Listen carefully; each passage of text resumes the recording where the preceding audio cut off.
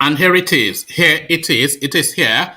Roll up, ladies and gentlemen. One man went to Mo. Yes, it is here. Yes, I am here. Hope you are. The session starts. You know it starts because it starts often round about this time of the day every single day. So I am starting. I hope you're starting with me. As you're coming in, click on the like button. We're pushing that aggressively. And if you want to come join live on screen, click on the hyperlink that says StreamYard. Let me post it on the screen again so you have it readily available. So if you are a new voice or if you have been listening and you have been thinking I should go on, so here is your chance now to come on. Click on that hyperlink that says StreamYard and you'll be straight on the screen to interact with the session. So the session has commenced and your company is required. One man went to mow, the eagle has landed. Savior, holy, holy, holy, holy, another Savior, another Savior, holy, holy, holy, holy,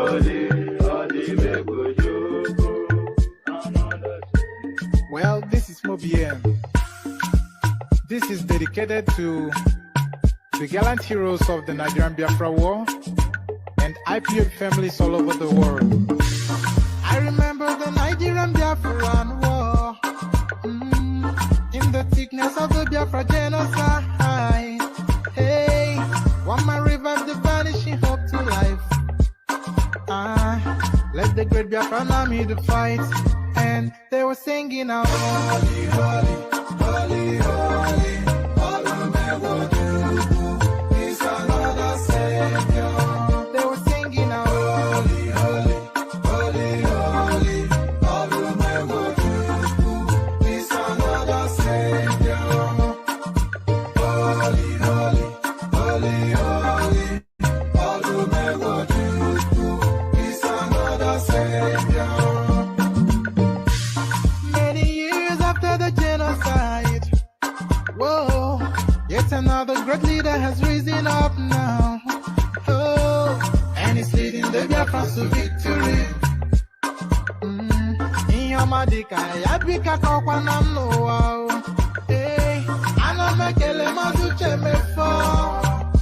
Manemo, it's an honor having you on board. When I'm singing along, holy, holy, holy, holy, NNAMDI is another Savior. Sing along, holy, holy, holy, holy, NNAMDI is another Savior. When I sing along, holy, holy, holy, holy, holy, holy, holy, is another Savior. Getting moving right and getting moving fast now. Holy, holy, holy, holy, is another Savior. Holy, holy, getting moving right, moving fast, never freedom. Is another Savior. Yeah, for freedom. Holy, holy, holy, holy, NNAMDI is another Savior. another Savior, holy, holy, holy, holy, another Savior, another Savior, holy, holy, holy, holy,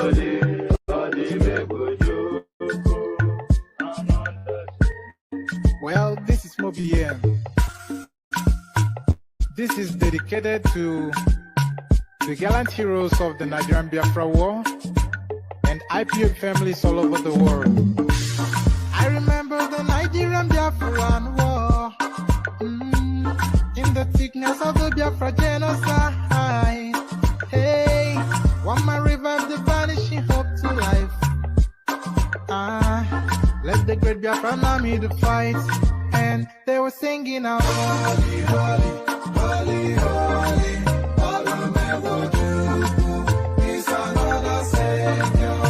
They were singing out, holy, holy, holy, holy, is another Savior. Holy, holy, holy, holy, is another Savior.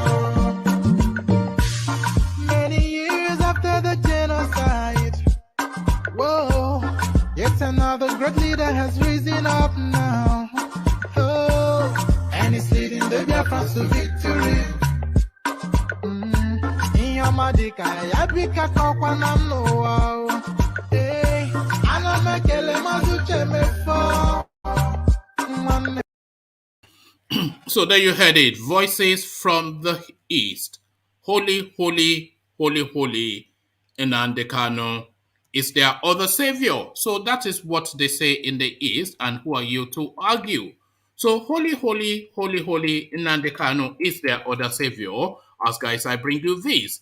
IPOB must apologize to Igbo people for its mistakes, naughtiness, and for inability for initially ordering sit at home in the southeast. So Ohanaeze speaking, they're now taking a tough stance against that rascally group, the IPOB, with their leader now incarcerated and the whole organization somewhat in disarray. So again, IPOB must apologize to Igbo people for its mistakes, naughtiness, and for initially ordering sit at home in the southeast, a headline attributed to Ohanaeze. So quite what emboldens that and what is in play there, we'll find out just shortly.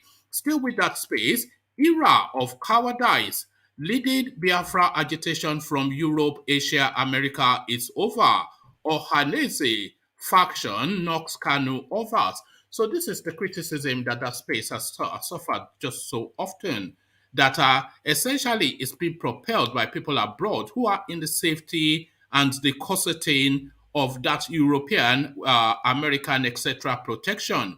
But they are throwing now young, gullible Igbo minds on the street to get slaughtered. No more. Era of cowardice, leading Biafra agitation from Europe, Asia, America is over. Ohanaeze faction knocks KANU and others. So quite what is there being said there, we find out just shortly. We'll find this out shortly as well. Why Buhari administration will continue to take foreign loans. So now this is the Senate President speaking, Lawan. So this is an administration that is now just 12 months away from the exit door. So quite what the borrowing is for, no one knows. But then, of course, we all really do know. We know what they've been borrowing for all the way through. Country completely mortgaged to the hilt. Again, why Buhari administration will continue to take foreign loans, a headline attributed to the Senate president. So quite why and what justifies that, we'll find that out shortly. This a follow-on headline from that headline. Federal government counters IMF, gives reasons for growing debt servicing. So now the alarming rate of borrowing to assets is cause for concern for the international community.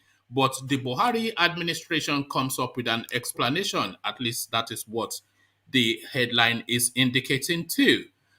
Federal government counters IMF, gives reason for growing debt servicing. So we find out exactly what those reasons are just in due course. Nigerians must understand there will always be difficult and joyful times. Tinubu. So Tinubu now speaking to his presidency, the much anticipated, and he already taking a presidential position and fleshing out now what is to come for the future for the Nigerian space. So that is in play too. So plenty of things in play. So kick back, sit back, take it easy, chill out, charge up your glasses, wine, coffee, chocolate, whatever your picadillos are. So just relax and surrender yourself to the session for however it lasts. So click on the thumbs up button as well. We are pushing that aggressively. And whilst you're doing the clicking, click on the subscribe button as well. We're pushing that too.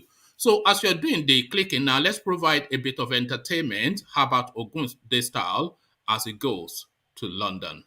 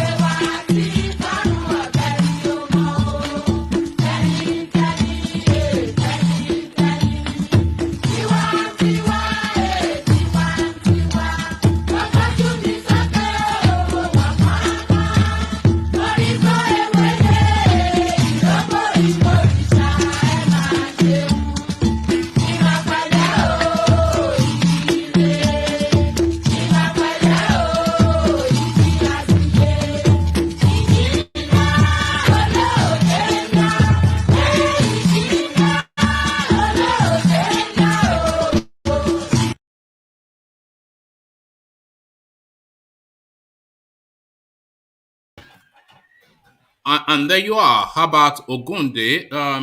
Let me see. Okay, it's just my lips. All right. So that was Habat Ogunde. So from Habat Ogunde, I bring you this. IPOB must apologize to Igbo people for its mistakes, naughtiness, and for initially ordering sit at home in the southeast. Headline attributed to Ohanaeze. A faction of the Ohanaeze in Igbo has advised the leadership of the indigenous people of Biafra IPOB to tender an apology to the residents of the southeast for initially issuing a sit-at-home order in the region. This was contained in a statement issued by Sunday. This was contained rather in a statement issued on Sunday by Okechukwu Isiguzoro, the Secretary General of the group. According to the statement, even though IPOB has denied several times that its members are not the ones enforcing the sit-at-home order, there is a need to offer a public apology to the residents who have been affected by this. Ohanaeze is of the opinion that if IPOB had not initially ordered a sit-at-home in the southeast, criminals would not be taking advantage of the order after it had been called off. The group also took a swipe at Senator Eyinaya Abaribe, who stated that during his visit to the IPOB leader NNAMDI KANU, the latter confirmed to him that he never ordered the sit-at-home currently being observed in the southeast. Ohanaeze Indigo said the senators and some other southeast politicians who are trying to absolve IPOB of any blame for the sit-at-home declaration are doing so because of their ambitions in 2023, not for the benefit of the people. The group urged all Southeast governors to find a lasting solution to the weekly sit-at-home. The statement reads, Ohanaeze Indigo Worldwide has to call on the Southeast governors to search for a lasting solution to the cessation and termination of the IPOB sit-at-home, since they now blame the delinquents and criminals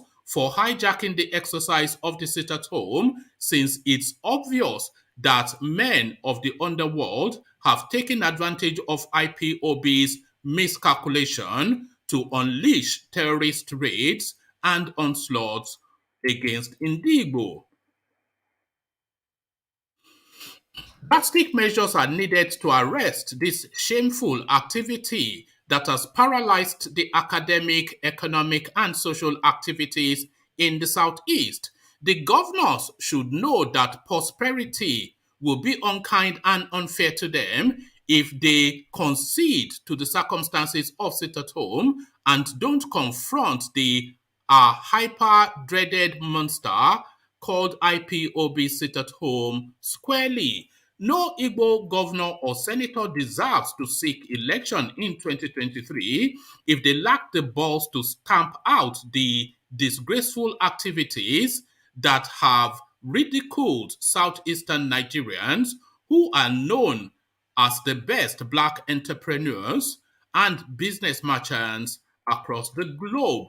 We are compelled by the evidence of insubordination before us we are compelled by the evidence of insubordination before us to advise that the Southeast governors should sack and dismiss all major market leaders in their respective states and or give them an ultimatum to quit adherent to the observation of the sit-at-home. All markets in the Southeast are instrumental in helping the governors to end the absurdity of madness called the IPOB's sit-at-home, because the structure of most influencers of sit-at-home is amongst the market leaders in the Southeast, and any day they pull out of the secessionist crusade, it will collapse like a pack of cards. Those senators trying to acquit and absolve IPOB from the sit-at-home declaration are doing so because of their governorship ambitions in 2023, not for the benefit of the people. IPOB should accept the fact that they illegally instituted the sit-at-home without any consultative meetings with Igbo leaders and with Igbo leadership and political leaders, they should start by tendering public apology and ask for forgiveness from Indigbo for their mistake and naughtiness, which had destroyed the economic and social activities in the southeast, and they will be forgiven. So it looks as though now the Indigbo has just suddenly emboldened to go frontally attacking the IPOB space. This was something they wouldn't have dared a year and a half ago. They would have been savaged and brutalized and completely beheaded. But now the head is off, and now suddenly they're emboldened.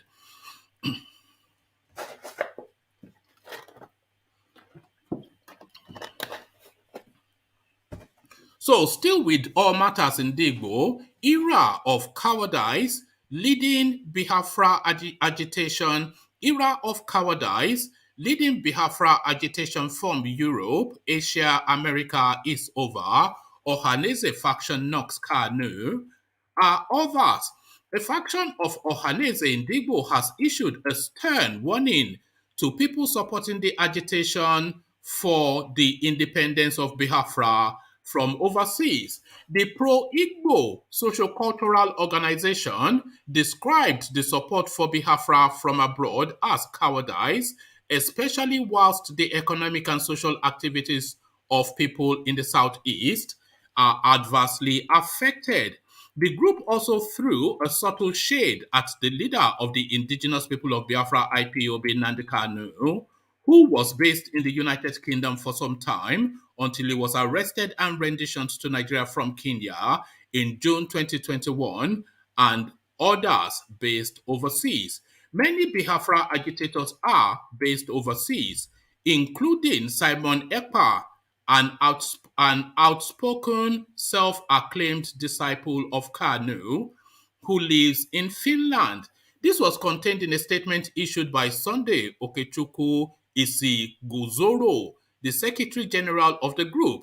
The group stated that it has observed that there are some sets of persons fanning the embers of violence in the region whilst hiding in their comfort zones in Europe and America. It described this as an act of cowardice, saying they should come to Nigeria where they can take the lead in the Biafra agitation. Ohanaeze noted that an end had come for people in such category. The statement reads in part, "We want that the era of Biafra agitators residing in Europe, Asia, and America, giving directives to Igbos, have ended. They should relocate to Nigeria to physically lead the struggle, as it is an act of cowardice to hide in your comfort zone in Europe and America to lead Biafra agitation." The group also asked IPOB to apologize for declaring a sit at home in the southeastern Nigeria, which the pro-Biafra organization says has been hijacked by hoodlums who now enforce the exercise every Monday. Ohanaeze said if IPOB had not declared the sit-at-home in the first place, the violence and dip in economic fortunes of the region occasioned by the exercise would never have happened. So there you have it. There is a point to that. The vast, overwhelming majority of the so-called IPOB adherents, they are mainly in Europe, some in America, but very few of them in Nigeria. And the ones in Nigeria, they essentially use them as cannon fodder, as foot soldiers, who they throw in the front of a opened machine gun to their slaughter. This is what we've been seeing playing out. So enough, apparently, Ohanaeze will have been the case. So enough, Ohanaeze would have been the case, and enough, all of us would have been the case for this next headline. Why Buhari administration will continue to take foreign loans, as Senate President Ahmed Lawan. President of the Senate, Ahmed Lawan, has again justified the present external debt profile of the Mohammed Buhari administration. Senator Lawan spoke at the weekend in Lagos on the occasion of the fifth edition of the Empowerment Program of Senator representing Lagos West Senatorial District, Solomon Olami Lekan Adeola. A main opposition party, the People's Democratic Party, has consistently accused the All Progressive Congress-led federal government of depleting the nation's external reserves and undermining economic growth through rising external borrowing. The senator representing Yobe North, however, maintained that the present administration would continue to borrow to improve on the social infrastructures in the country, which he said were neglected under 16 years of PDP administration. He said, PDP may tell you something funny about the administration of the APC at the national level, but PDP ruled Nigeria for 16 years, and all that they did was to leave or bequeath so many challenges to us in 2015. We are dealing with those challenges one after the other. And if on the way we encounter new challenges, we are equal to the task. By the grace of God, we are going to turn around the fortunes of this country for the better. We have done so much, but we are also challenged, especially in the area of security. When someone tells you that the APC administration only took loans or borrow money, PDP had 16 years of so much resources and they did very little infrastructure in the country, if any. The money disappeared and our options are limited. But one option that is not on the table at all is not to do anything. Because if you don't have money, so we shouldn't develop the country. Nigeria's administration at the national level is responsible and responsive. We wouldn't like to take loans or borrow money, but when the options are limited and the imperative of development of infrastructure in the country are there, what do we do? If we have to borrow, we have to borrow responsibly, targeted at capital development. And today, I want to say without any fear of contradiction that in every part of this country, there is infrastructural development, either in terms of roads, bridges, dams, and so on and so forth. This is to tell you that we desire to develop our country and that for the APC at all levels deserve the trust of Nigerians because we will always tell Nigerians what it is. We won't hide anything because you gave us your trust. There it is right there. What you witness in Lagos is to tell you one of the best APCs can do. And we have many APC states that are working so hard to develop those states. I want to assure Nigerians that APC as a political party is the one that you can trust because for us, the citizens of this country are the most essential elements and people that we must always focus on.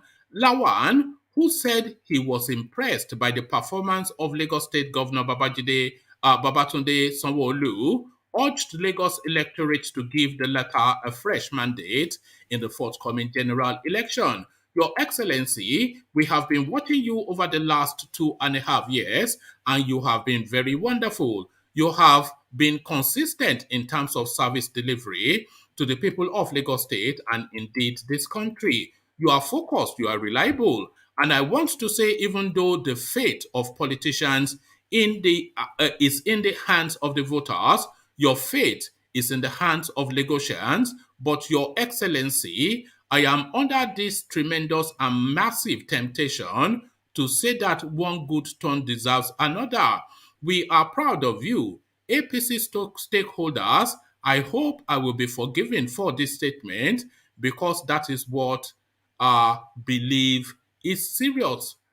Because I hope I'll be forgiven for this statement because that is what believe in seriously. So that is what I believe in seriously, should say. Why President Muhammadu Buhari continues to take foreign loans? So there it is. So there it is, right there. They will borrow to the hilt. So that is just it. So 1 year approximately left, but you will see just the rate at which they'll be borrowing, and there'll be nothing to show for it. And there is nothing to show for it, and the international community is speaking to that. Federal government counters IMF, give reason for growing debt servicing. The federal government has reacted to the analysis of the International Monetary Fund (IMF), which states in its 2021 Article 4 that the government could spend up to 92.6% of its revenue on debt servicing this year, replying that IMF failed to consider Nigeria's challenges.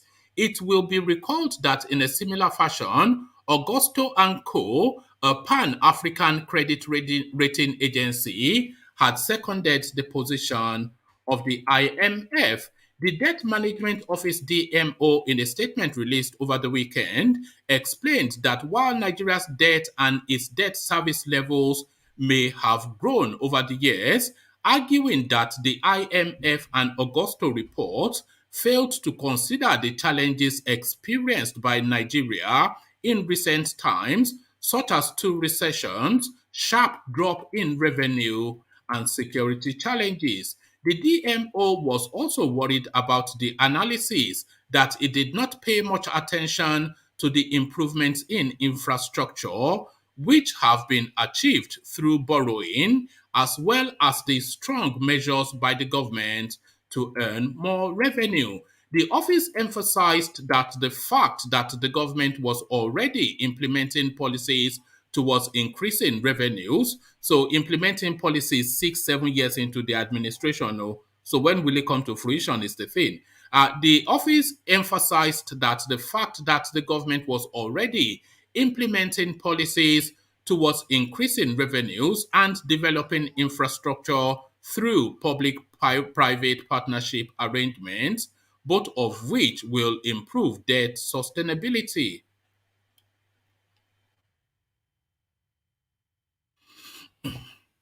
Also, it pointed out that the federal government has active and also it pointed out that the federal government has active and regular engagements with the IMF on borrowing and debt management. The statement reads, the Debt Management Office DMO, in a comment on the recent report by the International Monetary Fund IMF and Augusto and Co. on Nigeria's debt service, stated that debt levels and debt service levels have grown over the years. However, whilst this may be the case, so they are not denying it. So thankfully, but there's no denying it, is there? The people that you are borrowing money from, they have all your data, and they are saying now you are now borrowing the country almost to 100%. 92% towards debt servicing. So completely mortgaged the countries. I mean, it's quite a thing, but this is where we are. However, whilst this may be the case, these reports have failed to consider the challenges experienced by Nigeria in recent times, such as two recessions, sharp drop in revenues, and security challenges. Even more, the analysis did not acknowledge the improvements in infrastructure which have been achieved through borrowing, as well as the strong measures by the government to grow revenue. The DMO reiterated the fact that the government is already implementing policies towards increasing revenues and developing infrastructures through public-private partnership arrangements, both of which will improve debt sustainability. The DMO also noted that the government has active and regular engagement with the IMF on borrowing and debt management. The IMF's 2021 Article 4 consultation with Nigeria had stated in part that despite the recovery in oil prices, the general government fiscal deficit is projected to widen in 2021 to 5.9% of the GDP, reflecting implicit fuel subsidies and higher security spending. Moreover, the consolidated government revenue to GDP ratio at 7.5% remains amongst the lowest in the world. So, I mean, how does that come to you as a surprise? A no school certificate, binary Fulani tribe and religion man forcefully seizes control of the country, and then the country is now the lowest per capita to debt borrowing country in the world. This is from the biggest economy in Africa when it took it over, one of the shining light economy when it took over in 2016, to the lowest in the world. This is where Buhari has taken us to. On the outlook, the fund noted that Nigeria faces balanced risk and added on the downside, low vaccination rate expose Nigeria to future pandemic waves and new variants, including the ongoing Omicron variant, whilst higher debt service to government revenue through higher US interest rates and or increased borrowing poses risks for fiscal sustainability. It could be recalled that as of the end of September 2021, the debt servicing to revenue ratio stood at 76%. So, man, God Almighty. So as at September, October, November, December, January, so as at 4 months ago, the debt to, this is why I'm saying that they're borrowing aggressively to loot the whole country. So as at September 2021, which is just about 4 months ago, the debt to the debt servicing to revenue ratio stood at 76%. 4 months later, it's 92%. Can you see? Can you see? So this is it. It could be recalled that as of the end of September 2021, the debt servicing to revenue ratio stood at 76%, signifying that 76 kobo out of every naira earned by the federal government was spent on payment of interest on debts. The IMF estimates the debt servicing to consolidated revenue, total revenue of the government and its agencies for 2021 and 2022 at 29 and 32.8% respectively, and projects that the public debt to grow by 117% on a year-on-year basis in 2022. Oh, God. Anyway, there it is. I'm no economist, but I know what I read. So now, to the rescue, or is he? Nigerians must understand there will be difficult, joyous times. Tinubu. So Tinubu looking now to come to the rescue. The national leader of the All Progressive Congress, Bola Tinubu, has disclosed that he told the president, Muhammad Buhari, he wanted to step into his shoes and not on his toes. Tinubu said this on Saturday while speaking at the palace of Alake and paramount ruler of Igboland, Oba Adedokun Gbadebo in Abeokuta, when he paid the monarch a visit to seek his royal blessings on his presidential ambition. Tinubu had, during his visit to Buhari at the Aso Rock in January, declared his ambition to succeed Buhari in 2023. The former governor of Lagos State, who arrived at the palace of the Alake at 4:35 p.m., went straight into a private meeting with the monarch. He had earlier paid a similar visit to the Awujale of Igboland, Obasikiru Adetono, at his palace in Ijebu Ode. Addressing the monarch, Tinubu said he decided to express his intention to Buhari following calls from his supporters and friends to run for president. Tinubu said he did not want his ambition to create bad blood between him and Buhari, saying he did not want to offend the president by pulling the carpet from his feet. He said, I told the president I want to replace you and I don't want to offend you. I told the president that I want to step into his shoes, but not on his toes. I told him, as the number one citizen, I should start my presidential bid by informing you first, and he, Buhari, told me to inform the whole world, and I have done that.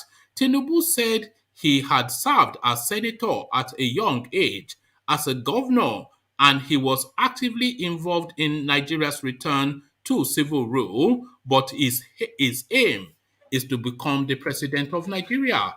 He said, I call this visit a courtesy visit.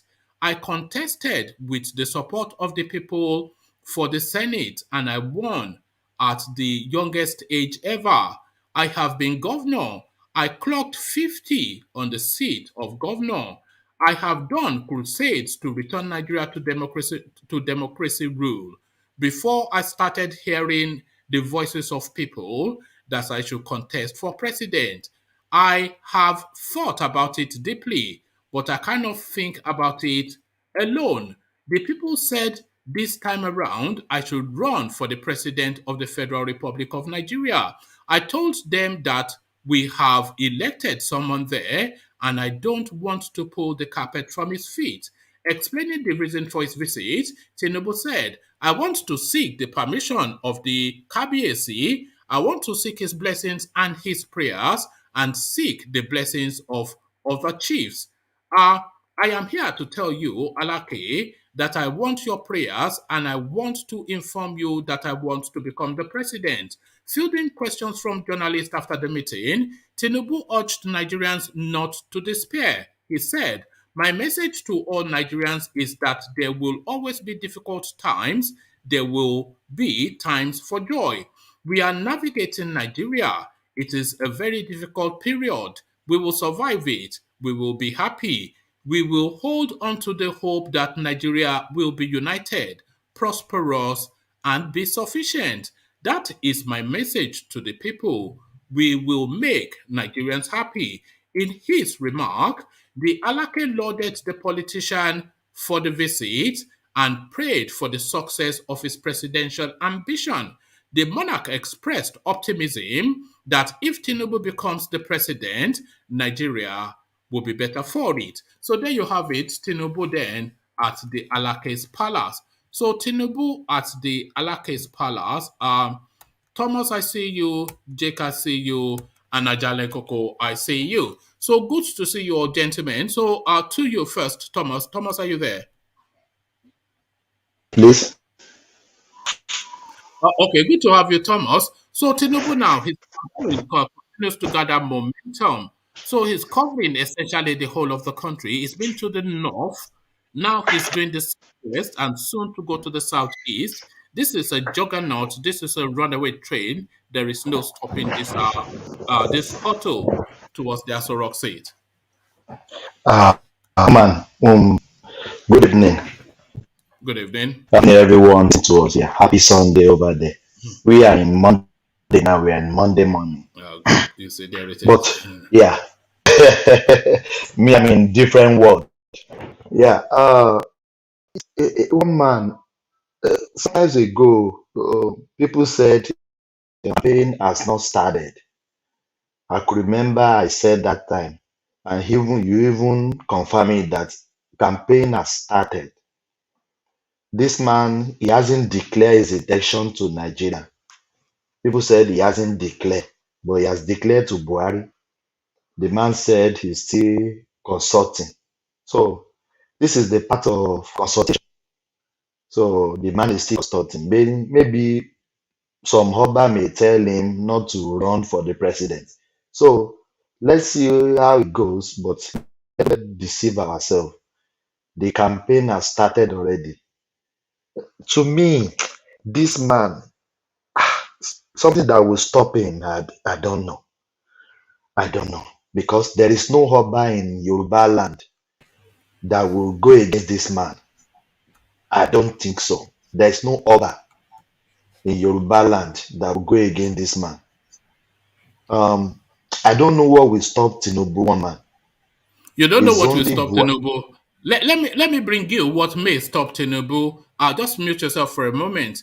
Ailing Tinubu reportedly suffering from chronic urinary incontinence, urinates on his body in public during visit to Ijebu Palace, to Ijebu Monarch. So he's peeing himself due to old age, is what they are saying. Ailing Tinubu are reportedly suffering from chronic urinary incontinence, urinates on his body in public during a visit to Ijebu Monarch.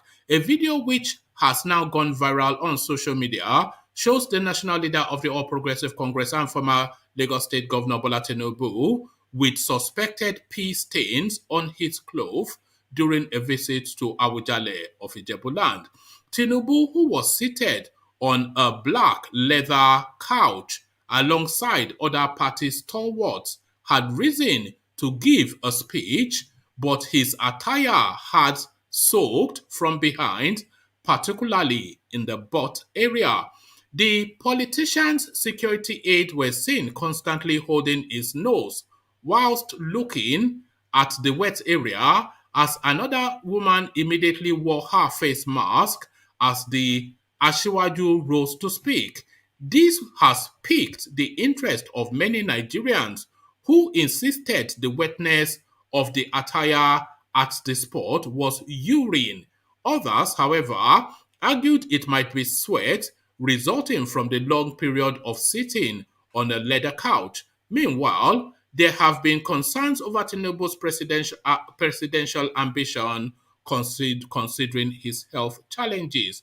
Recall that last month Tinubu had informed President Buhari of his ambition. So he goes on into that.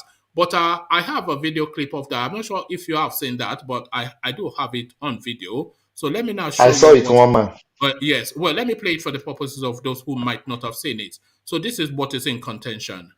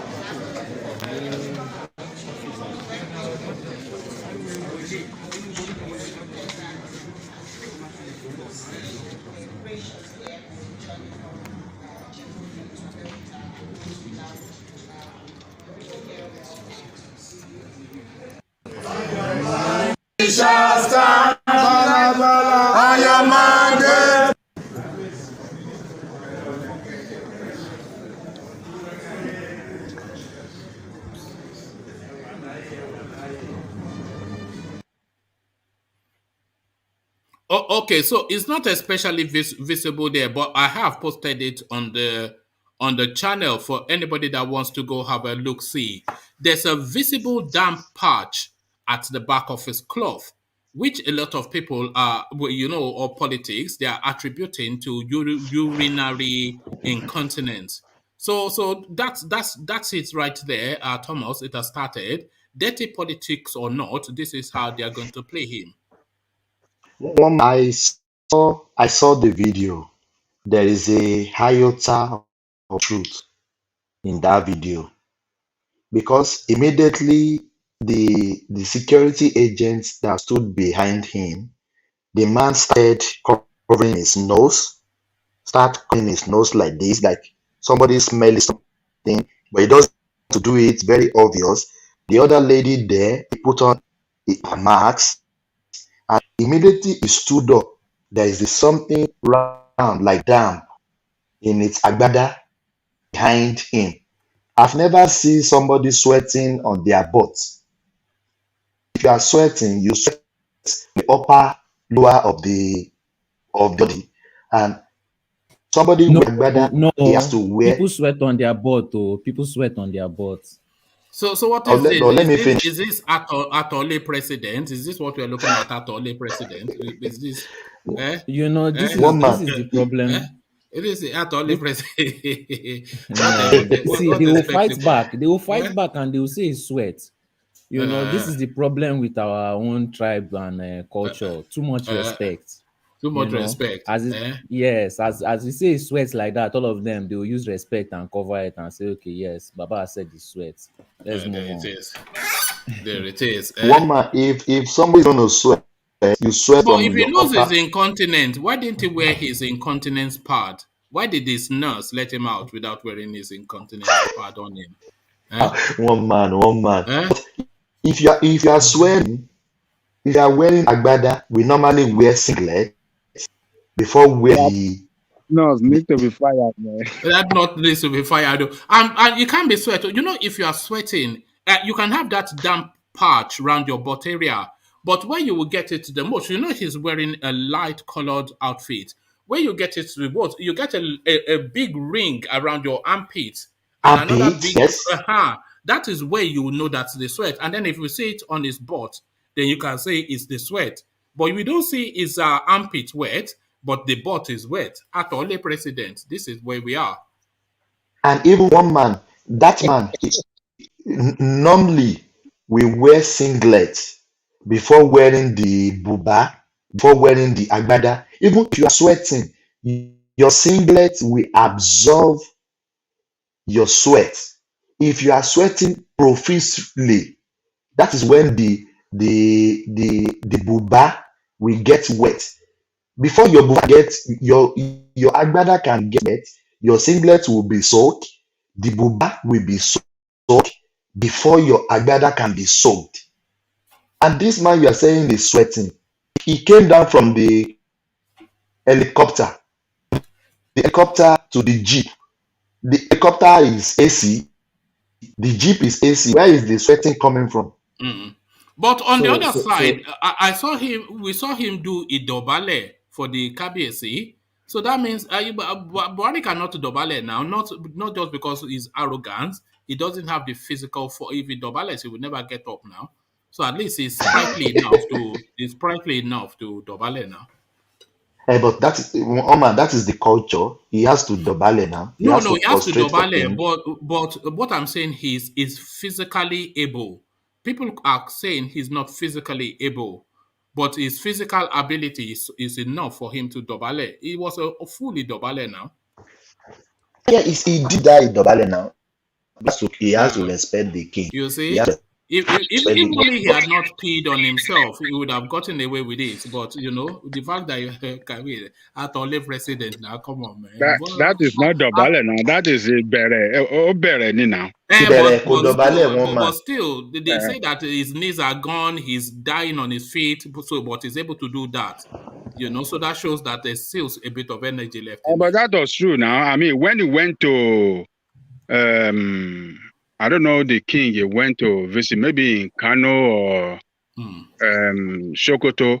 He couldn't Dobale now. He was sitting on the foot. No, but they don't have the Dobale culture now in that place. No. Sorry. No, he went to pray. He went to the mosque to pray with them.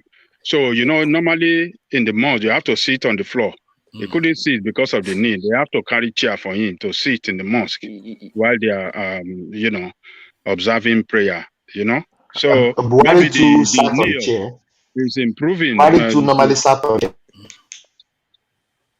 What is I said Buhari too normally sat on the chair when they are praying in the mosque. We saw many pictures of that. Baba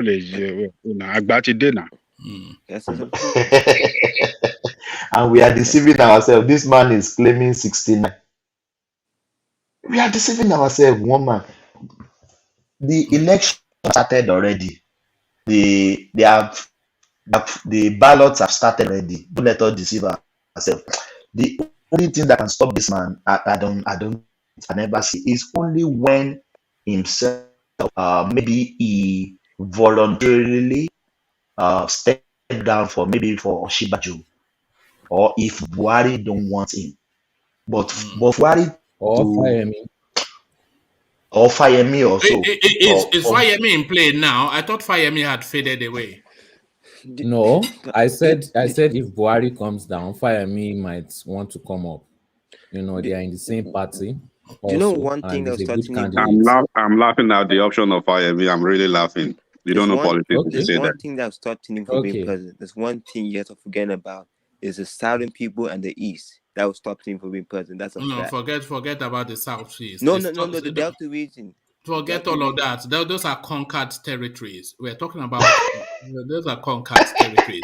But why are you laughing at the idea of Fayemi presidency enigmatic? You know, Fayemi is even struggling in Ekiti State now. If you understand the feelers from Ekiti, you wouldn't be mentioning Fayemi when it comes to that's not true. Enigmatic. I'm here to tell you. How is this struggling? It's not. That's not true. Okay, I'm not here to argue with nobody. I will tell you why it is not true. Tell me why. But listen to me. Hold on now. You've not said anything, and you are saying it's not true. You are 100% entitled to your opinions, but you are not entitled to the fact. Neither are you. Hold on, Solly. Neither are you, though. So those glib little peppy cliches, they don't wash. You're entitled to your opinion, not your fact. Neither are you. So you're entitled. I'm absolutely entitled to my fact, and I understand what I'm saying. But for the public place, I wouldn't be able to say much. But what I can tell you for a fact, you said nothing now. If you say what are you doing now? What I can tell you for a fact, if Fayemi cannot even hold his stand in Ekiti State, then we're talking about the whole how is it not? You're talking about the whole Nigeria. Hold on, sorry. Just mute yourself for a moment. Enigmatic. Ola is an Ekiti man, a senior Ekiti man, a double master's holder, an international person. So he knows the politics of that space. So don't speak in ambiguity to try and just hint at something that might or might not be. If you have something to say, then just say it frontally, or don't say it at all. Don't say anything, Charles. So this is a serious conversation. I have an issue with you just said a few minutes ago. Oh, okay. I think enigmatic doesn't really have anything to say. So, Charles, let's hear from you. You see, if you're saying Tinubu, that's how you actually feel that I don't have anything to say. No, because I've given you the window to say it. So, if you have something to say, just say it. Why would you say just throw an abstract statement that you can't back up, and then you leave it at there, and you're saying peppy okay, little, are you currently aware of the crisis? Are you currently aware of the crisis in Ekiti State APC? Which is what? What's the crisis? Are you not alive to understand what is happening? No. Don't just say something. Don't do that, my guy. Now, if you have something to say, just say it now. Are we going to tease it out of you? It's common sense. If it's alive, you understand what is happening in Ekiti State already. What is common sense? How is knowing Ekiti State politics common sense? What are you talking? Do you have anything to say that is substantial? He doesn't have anything to say. It doesn't. No, you can't. No, you can't have the floor. All right, you can't have the floor. But please don't do that again. If you have something substantial to say it. But don't use ambiguous language and hint at something that might or might not be. Just say it, and then people will contend with it. This is how we do it here, and not obfuscating with our fairy language. But sorry, back to you, whoever I was, Thomas. Yes. Fayemi or no Fayemi, my mother from Ekiti State. Yeah, I can even say I'm from Ekiti State as well because my mother is from Ekiti State. But I don't understand what Enigmatic is saying. Maybe if he has any information that we don't have, if we come here, we share opinion. So, but I think he wants to say something about that. Back to Tinubu. What can really stop that man is if Buhari don't really want him. But if for Buhari not to want Tinubu, it could bring another party because Tinubu will halt out from APC, and the third force we are talking about, it could spring up from there. But because Tinubu now is like a bone in his boy's throat, he can't swallow it. and he can't vomit it. So Buhari cannot even go against this man. It's only if Buhari can instigate the party against him. I don't think it can happen. So Buhari come 2023, that is your president. If only PDP can really work on the woes and the fate of APC, PDP should be coming 2023. That's my opinion. All right, thank you. So, Thomas, let me take you now to this. This is one of the biggest areas of concern. I'm not quite sure if it's even bigger than insecurity. The alarming rate at which these people are borrowing, and they're telling you infrastructure, but you see absolutely nothing. At least not in the southwest, and definitely not in the southeast. So maybe it's the Narnia that they are building in the north for themselves as their exit strategy, but we see nothing. But they tell you they are borrowing for infrastructure to the point that the international community are now alarming. Augusto and Co., a name that I wasn't aware of, I should say, but they've come forward to say that this rate is just the rate of bankruptcy. That they were at 76% just in September. They are 92% now. The debt servicing to revenue, whatever formula.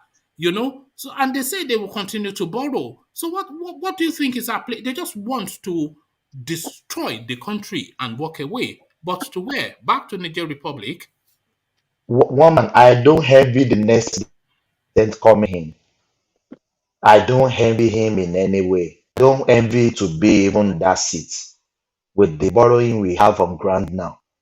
Because if you say September, it's 76. Now this is 2022. 4 months later, it's 72. And can you please come back? I want to ask you something. Debt servicing. Are we paying the debt or are we paying the interest? I don't understand it. Well, debt servicing would be paying the interest because debt repayment is a different term. So if they're saying you're servicing the debt, that essentially always indicates, maybe Ola will advise us better because he's a banker, but that usually indicates that you're only paying the interest. That is my understanding. So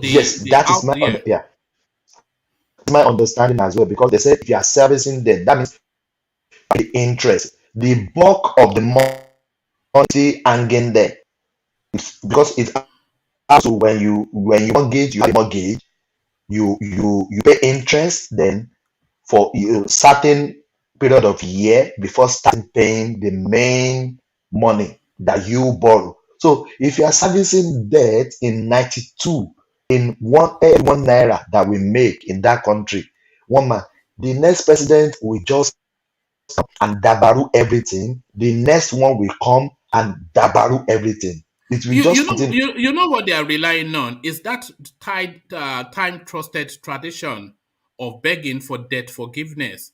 But I'm not quite sure if the Chinese know that language. I'm not aware that the Chinese forgive anything. China does not know when you debt forgiveness is say that in Chinese. I think they don't want to hear it. But one man, Obasanjo went to Paris Club. Our debt was forgiven. How do we get here again? When Obasanjo left the regime, we are almost debt free. We only have internal debt. Our external debt, our foreign debt, has been drastically reduced. But this manner is done every time. And the Senate president is telling us now, but Nigerians will continue to borrow again with the debt on ground.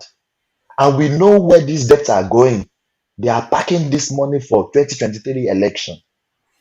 Woman, it baffles me when they said they need small billions for election. I wonder why this money is going. I don't know why we need to steal so much money like this to prepare for an election. Where is the money going? The money we should be expecting for election is logistic, to print banner, to print poster, to travel from one end to another, to campaign. That's the money we should be talking about. It's not about billions. To be a president of Nigeria, you need some trillions of naira. You know, because he's saying that they are going to continue borrowing, and you'd have thought that whatever infrastructure that they are building or they claim to be building, they would have perfected the financing by now, and all they'll be looking to do in the next 12 months is to complete as many infrastructural projects as they can to point at it as the achievements of their administration. Because this was the mistake that Goodluck Jonathan made when he didn't complete that Kaduna to Abuja railway, and Buhari came in 4 months later and he wanted to take the credit for it. So I that's take the what they should be glory. doing. So what are they borrowing money for again? One With man, they 12 have months left, infrastructure though. They have which is what? infrastructure. There are Which is 300 where houses. There are 300 houses, 500 in, houses that they used to. in That's where Dubai. our brain is going. Look at that. Yes, so they have infrastructure. So don't say that.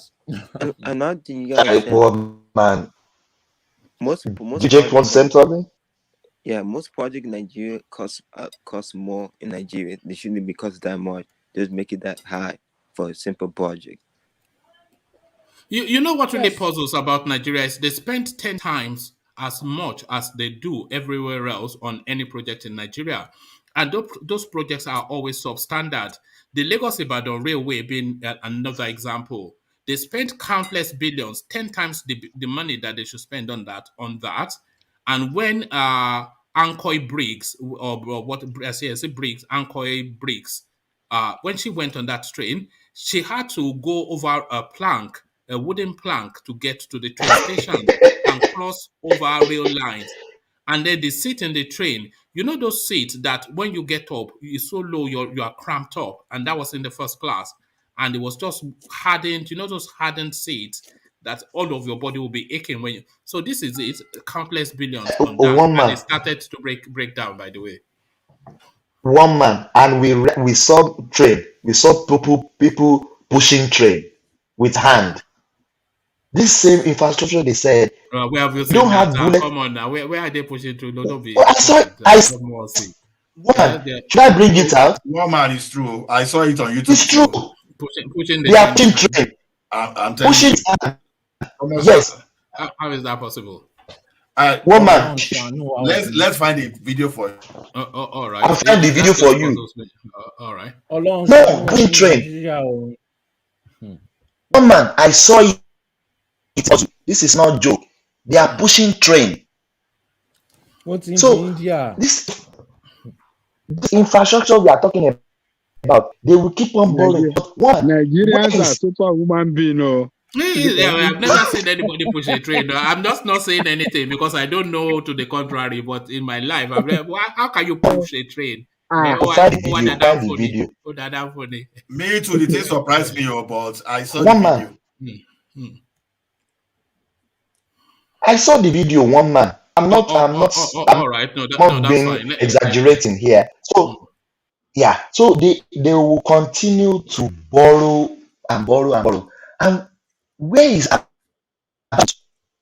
all the billions being collected from Abacha loot? We can never. Let's just move on. All right, thank you. I'm speechless. Before I take you to the next talking point, so enigmatic. I think I may well have been somewhat abrupt. Apologies, I wasn't being abrupt, but it was as though you wanted to say something, and we're having to tease it out of you, and you were sort of dilly-dallying. So if my tone was somewhat curt, apologies for that, because I thought it was. I thought I was a bit abrupt. So no offense intended. So back to you, Thomas. Let me take you now to the east. The era of cowardice leading Biafra agitation from Europe, Asia, and America over. So Ohanaeze suddenly emboldened now, and they are now talking tough with NNAMDI KANU, otherwise incarcerated. But really, to what they are saying, the bulk of the Biafra IPOB narrative, the bulk of it is out of the country based, and they pump in a lot of money. And they whip up the sentiment among these young Igbo people and throw them at these AK-47 wielding Fulani soldiers, and they all get razed to the ground. We've seen it countlessly. So now this, if you are so tough, don't hide in Finland. Go to Abakaliki and go on the streets and wave your Biafra flag, and people will follow you. So what are you then making then of this IPOB narrative of people in the West agitating in the East and sacrificing young Igbo people? One man, everybody know me here. I'm not a fan of Biafra because I don't want another war. I don't want another 5 million people to die in the first the war, Biafra war. So I'm not for war. I'm not for bloodshed. We see it same thing in Yoruba Nation agitation as well. Most of them shouting, they are abroad.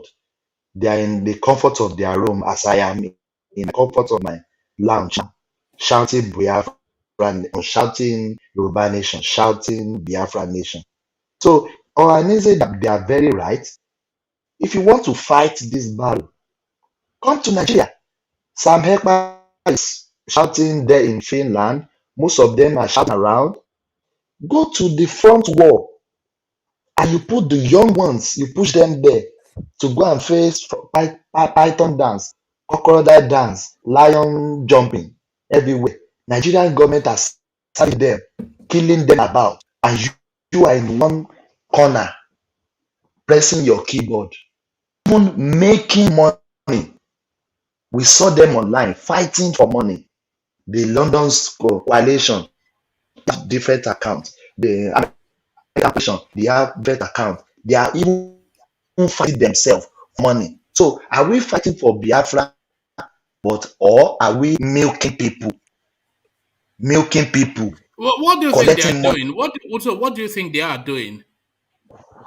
Woman, this is milking people, collecting money and bearing money.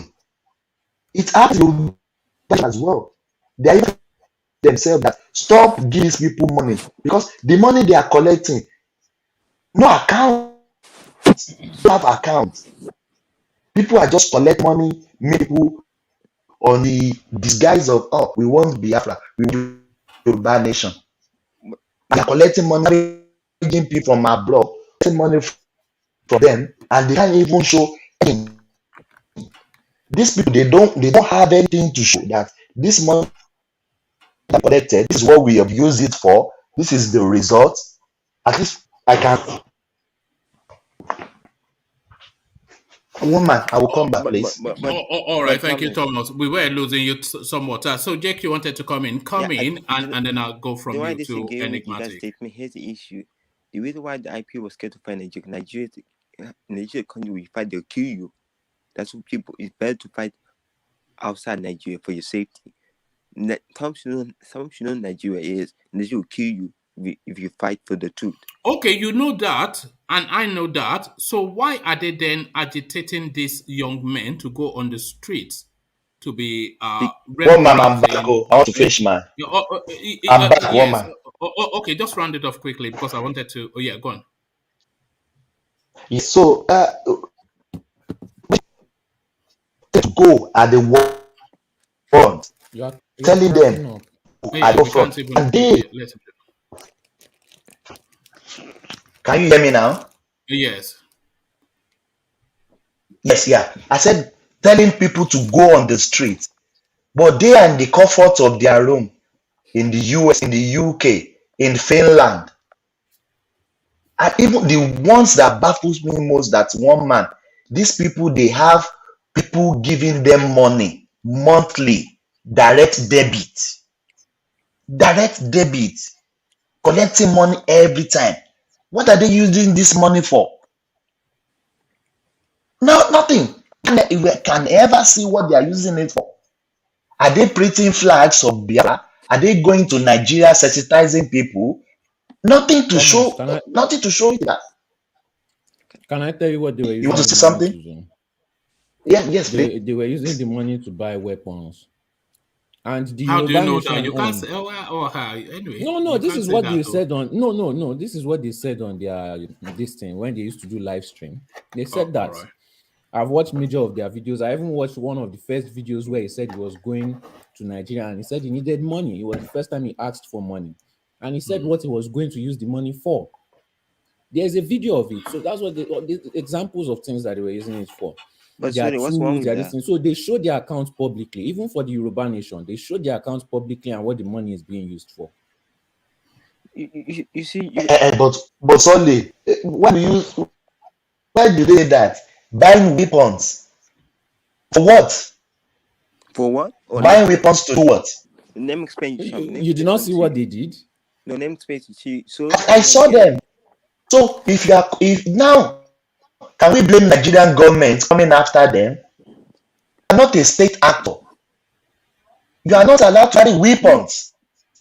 No, me, I was just telling you what they were using the finance to do. But I understand you. But you are not a state actor.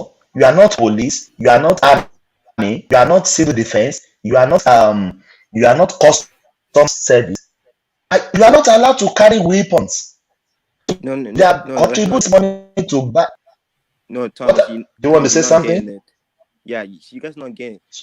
Listen, Nigerian government started killing force. That's when they bought weapons to defend the people. They started killing force. All right, we don't want to get too heavily because we always go down that road too often. But thank you, Thomas. So, Thomas, let me go on from you to let me go on from you to Igor, who we don't hear often from, but because he usually dips out. Igor, are you there? When last switched on his camera, he was yet in another wine bar. You look at that. Ultimately, you guys having fun. Nigeria this evil. He likes to have fun. Yeah, you know. I wish I had his lifestyle. Just come here to show up. He's come here to show up to us. All right. All right. Thank you. So let's go on then to Ola, and we take Ola then to. Let's take Ola to. We're still within the IPOB space, and this request for an apology from. Sorry, there's a. I think that might well be Thomas. So if you mute us. No, it's not me. I'm not the one. Who's that then? Oh, okay.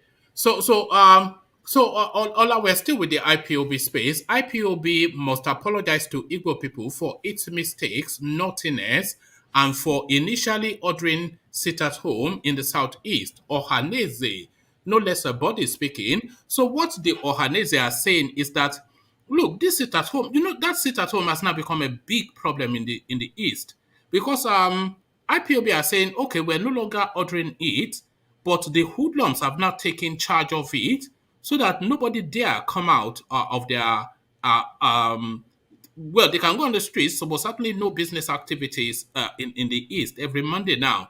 And you do it at your own peril because we've seen the consequences of it. So it's affecting business, it's affecting economy, it's affecting everything to the point that Ohanaeze are now asking the governors to take on the market leaders to force them to open the market or sack them. And they are demanding a public apology from IPOB for initially initiating now this space. So what are you making of all of that, Ola? Yeah. Look at Ego. Look at Ego. Ego, what is going on? Are you just a good time guy? Every time it's Miliki, look at that. You live in the palace. Look at this guy. What is wrong with you? Look at that. That is a man happy with life. Look at now, that. Now, they look there so now. Have you? Nice John, you there, Ego. One man, you have started, eh? Yeah, look at that. What is it? Is it Remy Martins today or Cavassier? Which one is it? Whatever. Now you want they chopped all the life for Lagos, so one man they do Cavassier, right? They do Cavassier. Whatever. Cavassier and NSC now corner. They are very close now. Where are you, Igo? Which part of Lagos are you? Or are you in Lagos? I'm in Ikeja. I'm by the side of Sheraton in Ikeja, Bombolaji Bank Anthony. Oh, right. There's an hotel there called Presken. I'm there with some of my friends. I'm going to move. God. You there with Kobe Kubana? I've been waiting in the we just came from Obi Kubana where we went to get some chicken and wherever. How do you travel safely in Lagos? How safe is it to travel around in Lagos? It's a fine time. This is 12 o'clock in Lagos. Look at my friends. They are going out with a 2022 Camry. They are moving on now. It's a fine time. I'll be driving do you have along. I'll be escorts? driving. Do you have security? No, we don't go with security. I'll be driving the Lexus 460 alongside behind them. Nobody is threatening I me. mean, like you said, then they fear for Lagos. Are you the one that they are fearing? Are you the Eru? Are you the Eru that they are fearing? Look at that. Lagos is Lagos. Everything is going on. Some area in Lagos are secured. Around where is better secured compared to others. But this one that you is making out, if you pass through this off Kudirat Abiola, you are going to that or a good side to motorways where they snatch car. You go here say you go no say Lagos not they secure as we did. Not talk those kind of words, guy. Are you telling me I live in Oregon? You know how many years I spent in Oregon? I live in Oregon. You know how many years I spent in Oregon? Exist, man. How can you say they will snatch your car? It doesn't exist. I said that they snatch car around that place. I'm telling you, fat amigo. Chevin at that place you go enter the Daystar area. I'm telling you what is happening. You are where you they live. See the area you show now, Sheraton, all those areas where you see all these Ashewo they line up to. They are still relatively not be where Ashewo they line up, Oga. Not be where Ashewo don't line up in Sheraton. Bombolaji I don't say they line up. I say all those around where Ashewo. Okay. How you say take know where Ashewo they line up? What are you? How do you know that? I'm afraid, Ola. No, I will tell you now. When you are coming back from office, wait now. When you are coming back from office and Tomiland is blocked, you want to take Western Avenue. When you take Western Avenue, if you are going to Oregon, where will you take? If you don't pass through IC John, you pass through streets, right? And there, you go through Stony Street, all those areas, or Pebby area. How won't you know? You will see them line up now. So this one is not a master of pretending. It doesn't mean you are carrying a Ashewo, but if you are moving around in Lagos, you will know that all those areas, I see John. When you go to Pebby, Allen Avenue, how would you know that Ashewo are lined up there or Arumiri Avenue? So it's not a thing that is not. Don't start pretending. But how will we know though? You will know because they'll be on the road. Yeah, it's true. They are there. They are on the road. What are you talking about? How will I know? How will I know? Abba, you will know someone is wearing pants. Yes, how do you know they are Ashewo? Ola, you are a suspect. You are a. Look at that. You don't know how Ashewo they dress. How they hang for corner. This is all the banking bonus now. Only pretender will pass through that place. You see Ashewo, you can't identify Ashewo. By the time you start denying all those things, that means that you are involved. I'm telling you now that I didn't see them, and they tell you the truth. But if you live around that place and you say you don't know that Ashewo are there, then something is amiss. It's either you are doing it. They will call you. They will call you. They'll be calling you. So, once you enter Aromire Junction like this, then go this thing, Aromire Avenue, come to Allen Avenue, down to Tony Street. What are you talking about? You go to Opebi, you move to all those IC John. See, them plenty. The only thing is that Sheraton, they use security, they harass them. That's why they know they line around that place. So it's not as if they know they try. So I live in Oregon, so I can tell you, but that's why I'm telling you that if you are taking that road that goes to K2 there, then they snatch car there, wella. Forget story. It's a very notorious area. So saying around Sheraton where sometimes police they have some kind of roadblock there and all those things. So why would not they secure? Because by the time some crime happens there, where they want, how they go take run, then go run to police now. Because by the time they are moving straight down, you are very close to the police college. So by the time you are taking all this across the big gate, you are moving all those things. In fact, even all those Ashewos everywhere they lie around that area around the island, this thing, they're not going to even let you move easily. So those are the things. So you can't compare all those security around that place now to where you have some kind of insecurity. So you are a big man here. So a big man living in a big man area. So coming back to that of Ipob and Ohanaeze, see, my opinion is this: I don't necessarily agree with calling Ipob to come and apologize, because to me, it's like someone trying to fight for his right. You are trying to agitate. Maybe, for example, someone is trying to infringe on your rights and you are protesting. People now saying, okay, come out and apologize for you even protesting to fight for your rights in the first instance.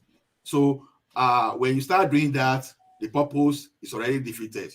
Now, calling like NSAS people, for example, to start apologizing for even blocking the toll gate, for example, we are asking them to apologize. The question is this: have you been able to solve the problem of NSAS they were talking about? So, if there was a particular reason for these Ipob people to even order sit at home, are those problems solved? No. Is the government sincere about solving the problem? So, if they are not doing all those things, why should they apologize? Apologize for fighting for their rights. Now, if you are now saying Hoodlum has taken over, it's another thing entirely. If Hoodlum has taken over, Hoodlums, if they've taken over, Ola, can I chip in for a second, please? Please go ahead. Yeah, IPOB under a defatable leader and brother, Mazen Kanu, has cancelled the sit-at-home on Mondays. So there's these skirmishes that you're seeing around is by the Nigerian Igbo, one Nigerian is governors that are doing all these killings and all these things. They are the one that's what you just said is not true. Okay. Nnamdi Kanu, when Senator Abaribe met him alongside other senior Igbo leaders, he said that he never ordered a sit-at-home. So he couldn't have cancelled the sit-at-home if he never ordered one. So when did he cancel it when he never ordered it? One man, maybe Yes. what he is trying, maybe what he is trying to say is that since Kanu issued out that statement that he never ordered it, it implies that you know, they cannot go ahead with that thing without his instruction. All right. Yeah. Okay. The people that are doing all these killings are that cockroach in Finland, Simon, autopilot infiltrator, Epa. Oh, he's a cockroach now. I thought he was your golden boy. He's not your golden boy anymore. Well, he had hoodwinked me. I honestly have to admit, I was one of those that thought that this guy was genuine, and I didn't realize this guy was a snake in the green grass. No. How is he so? What has he done? How is he so? Well, he always says that he is a disciple of Mazen Kanu, but at the same time, he's setting up a radio station to counter IPOB. He's part of a group that's saying that they are part of DOE? Which stands for what? What does that stand for? I think Director of Emissary, something like that. You know, So he's doing all these things, countering countering? Mazen and he always says that he's a Director. disciple. How can you be a Directorate of something or the other. Of You know how they emissary, like all something like these that. highfalutin. Hold on. Hold on. So this man, we believe that he was not happy how we dealt with his friend, his Ekoramadu. I believe that's how we started. This is an offshoot of giving that idiot Ekoramadu a good beating in Germany. So this is why he's doing what he's doing. Do you know that Nnamdi Kanu was of course you do know that Nnamdi Kanu was the voice of Radio Biafra until his incarceration. When he was incarcerated, they needed a lead voice in Radio Biafra. And what they told us was that Simon Ekpa was hand-chosen by Nnamdi Kanu to be the lead voice. Not the leader of IPOB, mind you, but the lead voice on Radio Biafra. But along the line, they said it did not meet their terms and conditions or something. And they jettisoned him. So when they jettisoned him, he's entitled to set up if he's also... He refused to sign a code of conduct. Right, yes. Because anybody to go on a radio platform, you have to sign a code of conduct, and he refused. So they were watching his various moves, and they were not happy. That's why they refused him. They stepped in. DOS stepped in and said, "No, you're not going to step into this platform." He's not following. He's not following the rules of engagement. One man. You remember that? But where they Biafra, they want to disagree with you. Nigeria government behind the Nigeria government. Look at Imo State. They behind all the crises in Imo State. The government behind. Not here's the problem. You guys are making it work. It's the government behind all the killing. I want to speak to Thomas. He said something about IPOB and I hope we are not here to pick a quarrel. You make me nervous. No, it's not about picking a quarrel because there's a lot of false things being said against Igbos, IPOB, and Mazen Kanu, and I'm here to counter what I can. When I hear something that's wrong, I will call in to put things straight. I don't like hearing all these false accusations that's just blatantly lies. I need to say something. And I think he said something that I was not happy with. Which and was I want what? to correct him. Sorry? Which was what? What was said? He was talking about the donations, how that all these donations are not accountable and all this thing and this and that. Right. And you have a counter narrative. You have it differently. I mean, it's very simple. I mean, the Nigerian police needs extra income. They're going around kidnapping Igbo people, IPOB members, and all this thing. So this is where the donation goes. It goes to get lawyers to go and bail our people out. If things like that, when people are hospitalized and things like that, we send money to help them out with medical treatment. It's all these things he cannot see. There's many things that IPOP are doing as well that that we cannot divulge to the public. So is that known to you? What do you mean we cannot divulge? Like, as though you are an insider. You are no different from, you know as little as we do. I'm not an insider. Trust me, I'm not an insider. I'm very much outside, but I'm very much IPOP member. But this is true. What we have saying is true. Nigeria army kidnap innocent people. Do that in Nigeria. We kidnap innocent evil guys. That's the truth. What he's saying. I can buy what he's saying because it makes sense that they will use the money to bill people and pay for hospital treatment. Yeah. So yes, of course, there's sense in that. So there's no, So if it makes sense, it makes sense. So thank you, Radio Biafra. So can Ola now carry on with his narrative with your permission, Radio Biafra? Of course, yes. Okay, thank you. All right, thank you. So, to me, I don't necessarily agree with Ohanaeze because it is like saying someone trying to deny you of your rights and you protest, and later because criminals will always be criminals, assuming that those people that are creating a sit-at-home are criminals or hoodlums. So, because those people are doing that, and you now say I should apologize. No, there should be no. Yeah, even though if they are capitalizing on that situation, it doesn't mean they are the one that are putting those criminals to go and do what is illegal. So what they are saying is that the original sin was committed by IPOB, because if IPOB had not instituted the sit-at-home, then that window would not have opened for the hoodlums to come in and then to wreak havoc on the Southeast. So they are saying for that cardinal sin, they have to apologize. Yeah, but I'm saying that original sin was never a sin. That's just my opinion about that. Because you mean you see it as a political move rather than... Yeah, it's a political move. It's a pressure. You are mounting pressure for people to listen to you, for you to drive your point, to draw the government attention. Like I keep saying, maybe if they not done something like sit-at-home, maybe Soludo would not have won that his election in the East. How do you get from there to there? Explain that journey. No. It's just opinion. It's not I'm just. No. I don't see how the two marry up. That's how I'm saying. It's just an opinion. It's not as if maybe I'm at least maybe you sensitize people to know those people that are not actually trying to betray their people. For example, now imagine if APC guy or PDP guy managed to win that election, and those people that will be doing yes sir for everything that is coming from the federal. That's just the reason why I gave that opinion.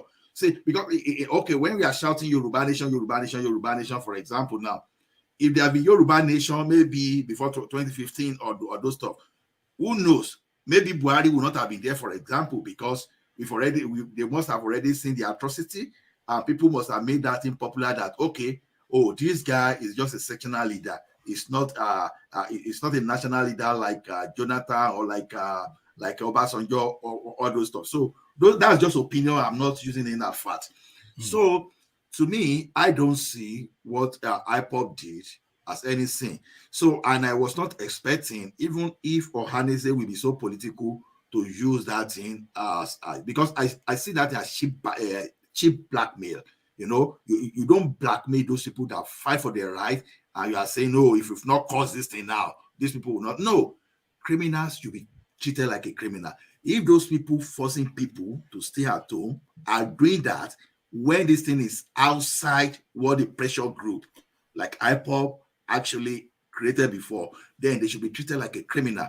It's just like, oh, Nigerian Labour Congress now, they say, okay, there should be no movement before because of this thing. And after Nigerian Labour okay, Congress... let's use an analogy to examine that space. Let's say, for instance, I forcefully enter your property to retrieve something that is mine. So I just use a bulldozer to bring down the door and enter and retrieve something that is mine.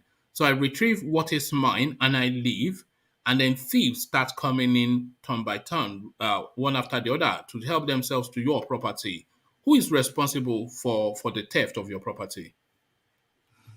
So, well, man, don't push me to a corner.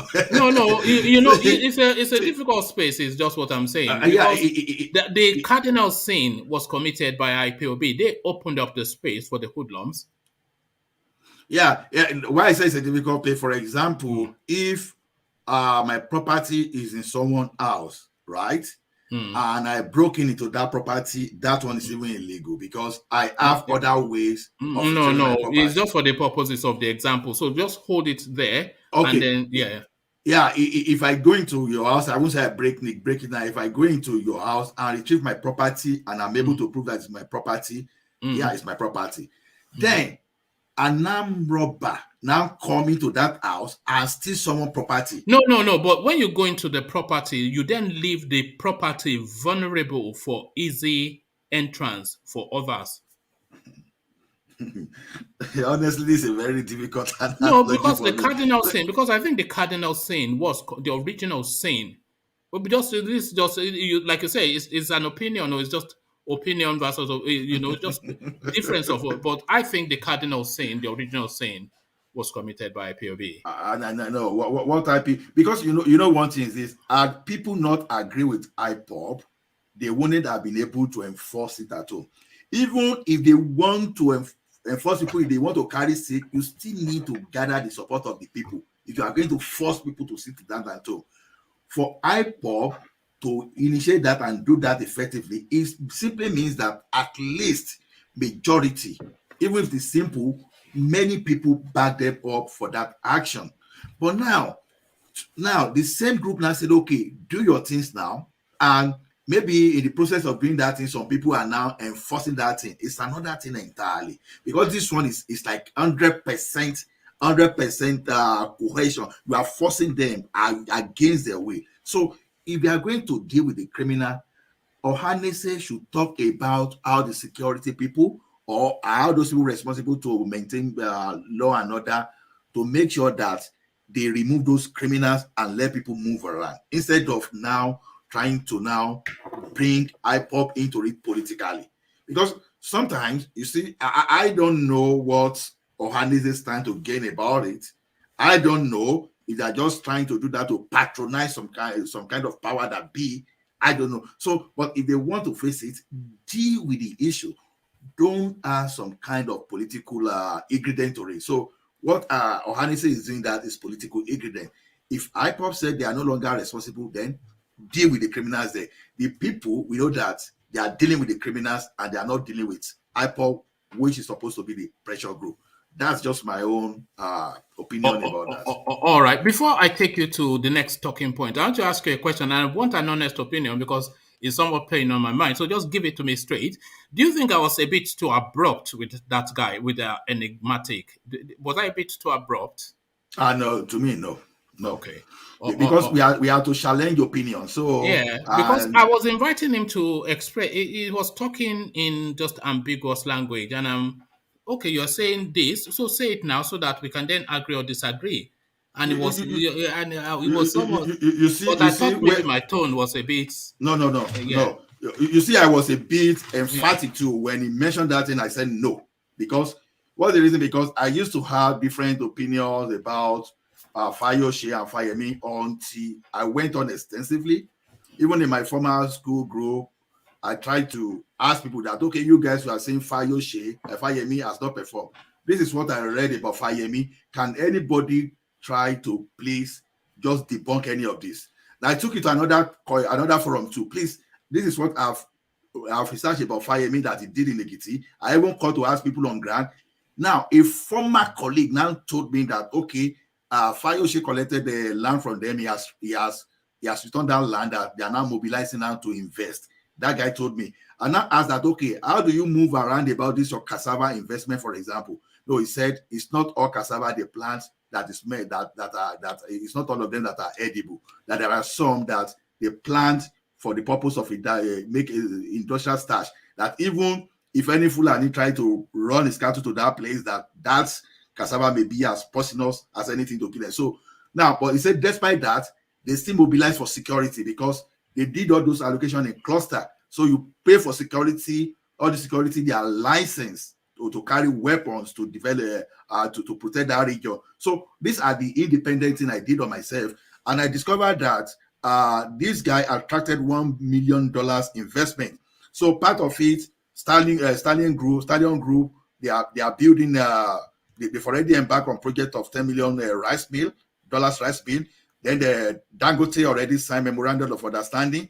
Then there's one cassava processing plant around the Ohanaeze, where I think that one is about another 5 million. Then there's a Kunderi farm. You know, there are a lot of things that this guy did. Now, when we are not trying to discover people that people were saying, but Fayose did big. I say he did big, but based on what? He used the allocation from Abuja as financial pledge. So upon that, he built all those bridge so that maybe he's stealing money through that. I said, but what Fayemi is doing is sustainable because it's creating job.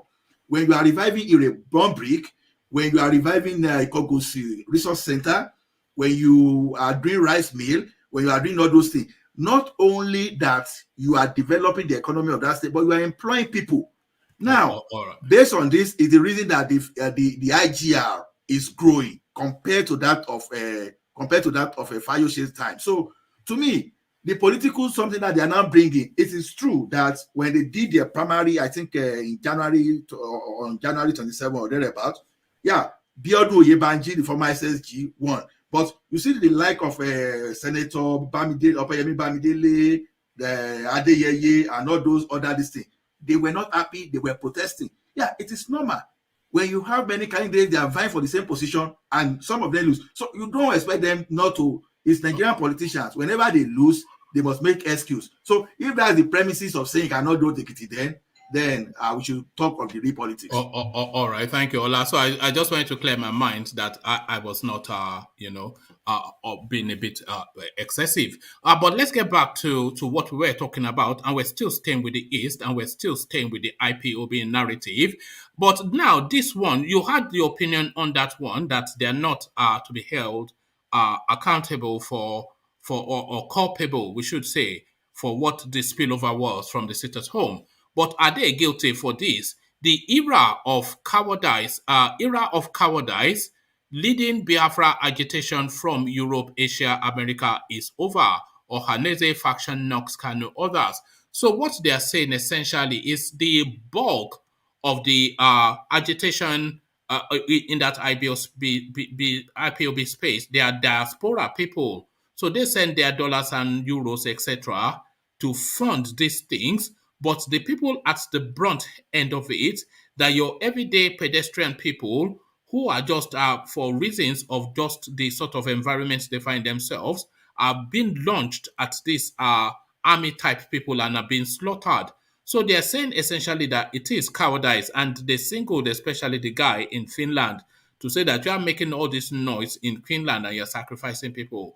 Come to the East if you are a real Biafran and champion the cause from that space. And they reference KANU to living in the UK. Is there any sort of veracity to that? Does that stand up, that argument? No, to me, it's just like a kind of maybe I don't want to call it fear, and I don't maybe it's just like some people that are trying to derive some kind of political alignment from the happening. Even when you are in the military, I'm not a military man. Let me just use Yoruba for example to make an example. A general, all those people that will finance some kind of warfare sometimes, they don't necessarily need to be part of those people that will be at the forefront. You know, some people are the strategists, some people will be the one to finance. All those people, they are not supposed to be there. So you know, this thing is just like consolidation of resources. Some people have the money, some people have the kind of the networking, and some people are the foot soldiers that we implement all these things. Now, the fact that someone is in Finland, for example, even the person that is in Finland, you don't know how he gets into this kind of struggle and pressure. For example, someone can be in America, but you have some level of investment back at home that is at risk. And you see some people too that they say, okay, their life is at risk. Okay, you now come together, you say, you join hands with those people. Okay, let us secure our land, let us secure our heritage. Don't let some people from outside come and just dominate and eliminate us from our ancestral land. To me, that's whatever it is, that's whatever they are doing. So someone in America, that the fact that you are not on ground, it doesn't mean that that you are not on ground. It doesn't mean that you cannot contribute to what is happening at home. You have the money. Some people have the logistics. So some people are ready to follow the tactics. That's just the way I see what is happening there. So now saying one thing is, when you are doing the kind of pressure like this, sometimes there are some kind of unintended consequences, like, oh, things can go out of control, and there can be some kind of mole within the group. It doesn't mean that the leadership, the entire leadership should be irresponsible. No, if you need to deal with an individual that refuses to adhere to the ethics of whatever struggle you have, deal with that person. But don't use those few people now to rubbish the entire struggle. No.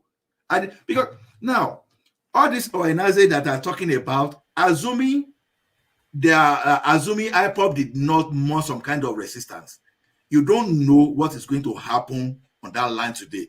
It's like talking of Igboland, for example. As Sunday Igboho not mounted some kind of resistance, we don't know what will be happening.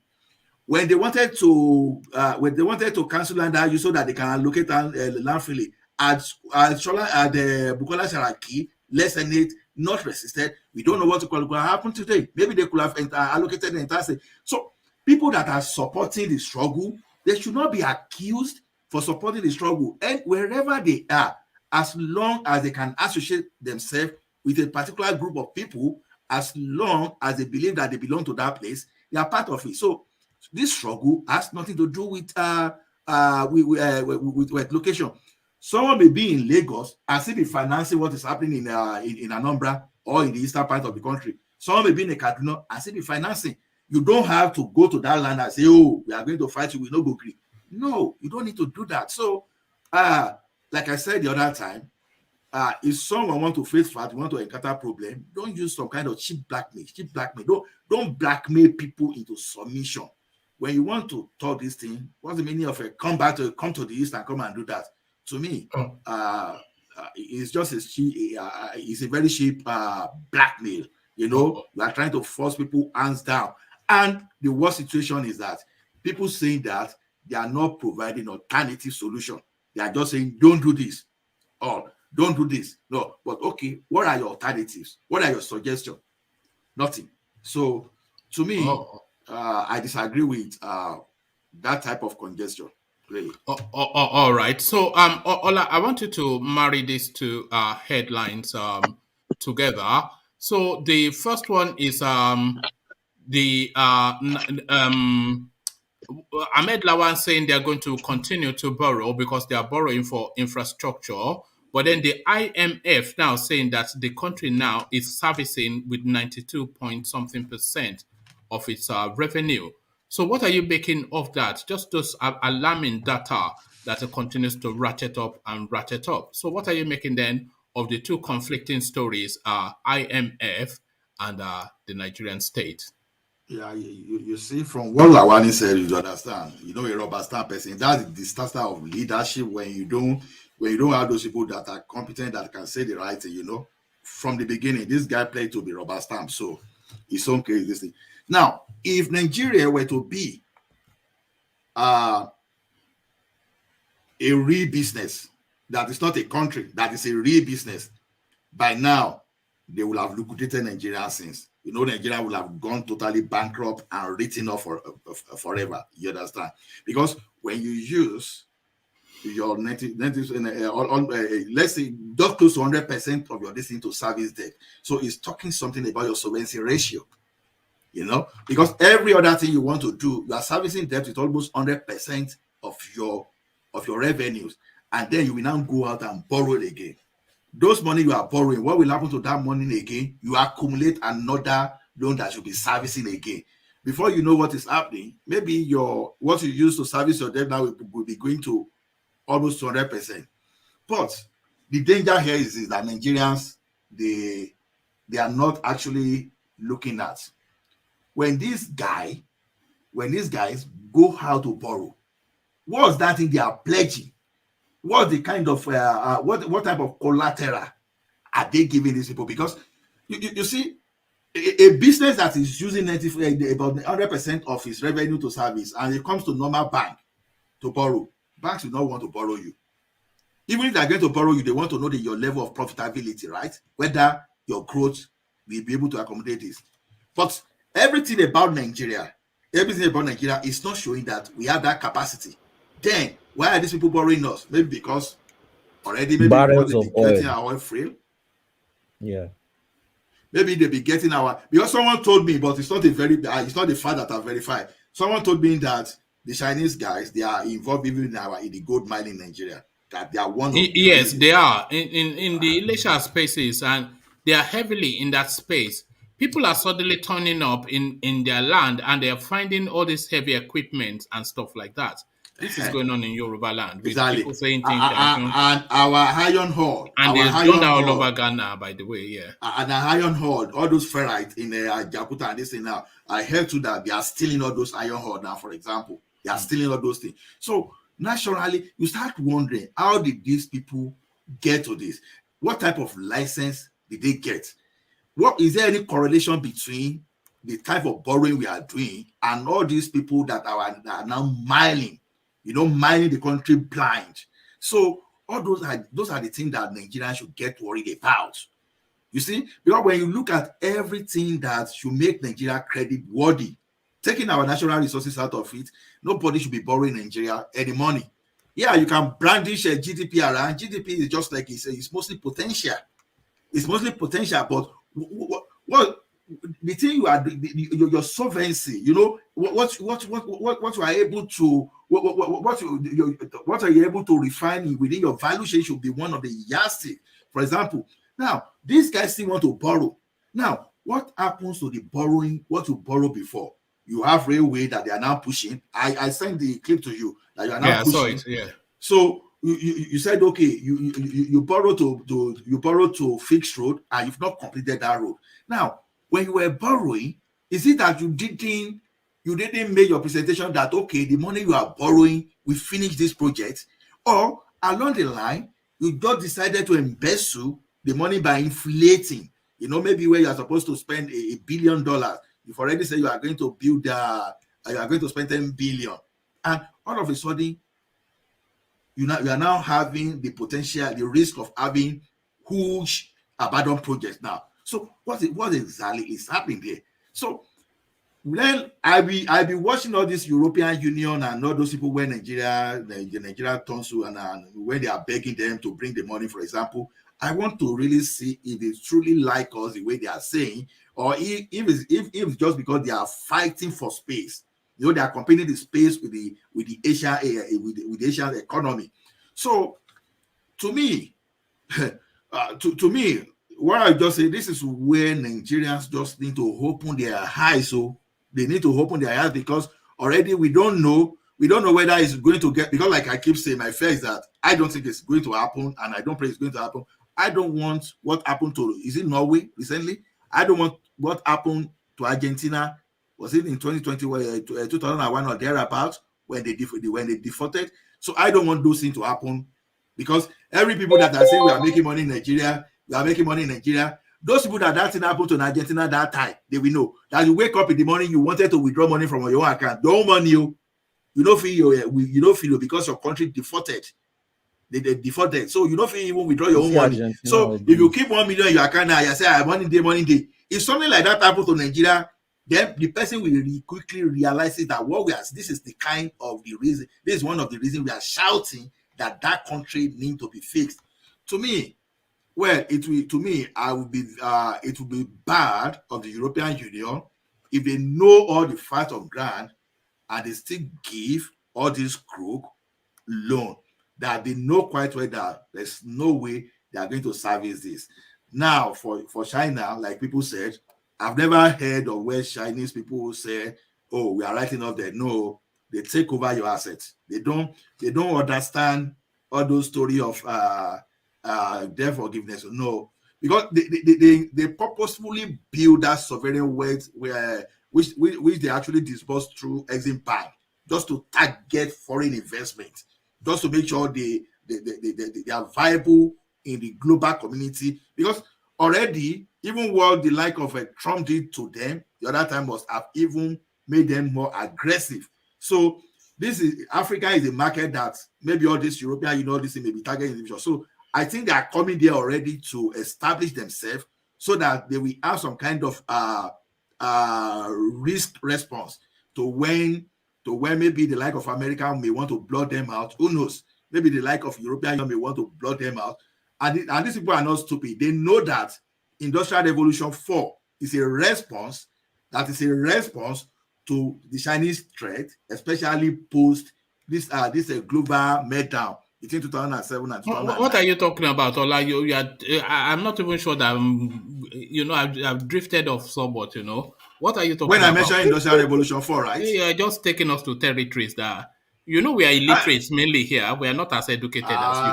So you are not illiterate. You are not illiterate. You are not. Industrial Revolution 4 and DVD. What is DVD? Okay. Do you understand anything that he's saying? Okay. This is what happened to Industrial Revolution 4. You see, it's on the economics and some of these Financial Times. You see, during that meltdown, when all these global companies were calling for their assets, recovery, everything, now when they were laying off people so that they reduce cost of doing business. Now, what Chinese did, because most of their corporation, they are like a state-run, they're like state-run. Even though individuals and private investors, they can invest there. So what they did now is this: instead of laying people off, because they analyzed the situation that if they lay people off, there'll be a lot of social crisis.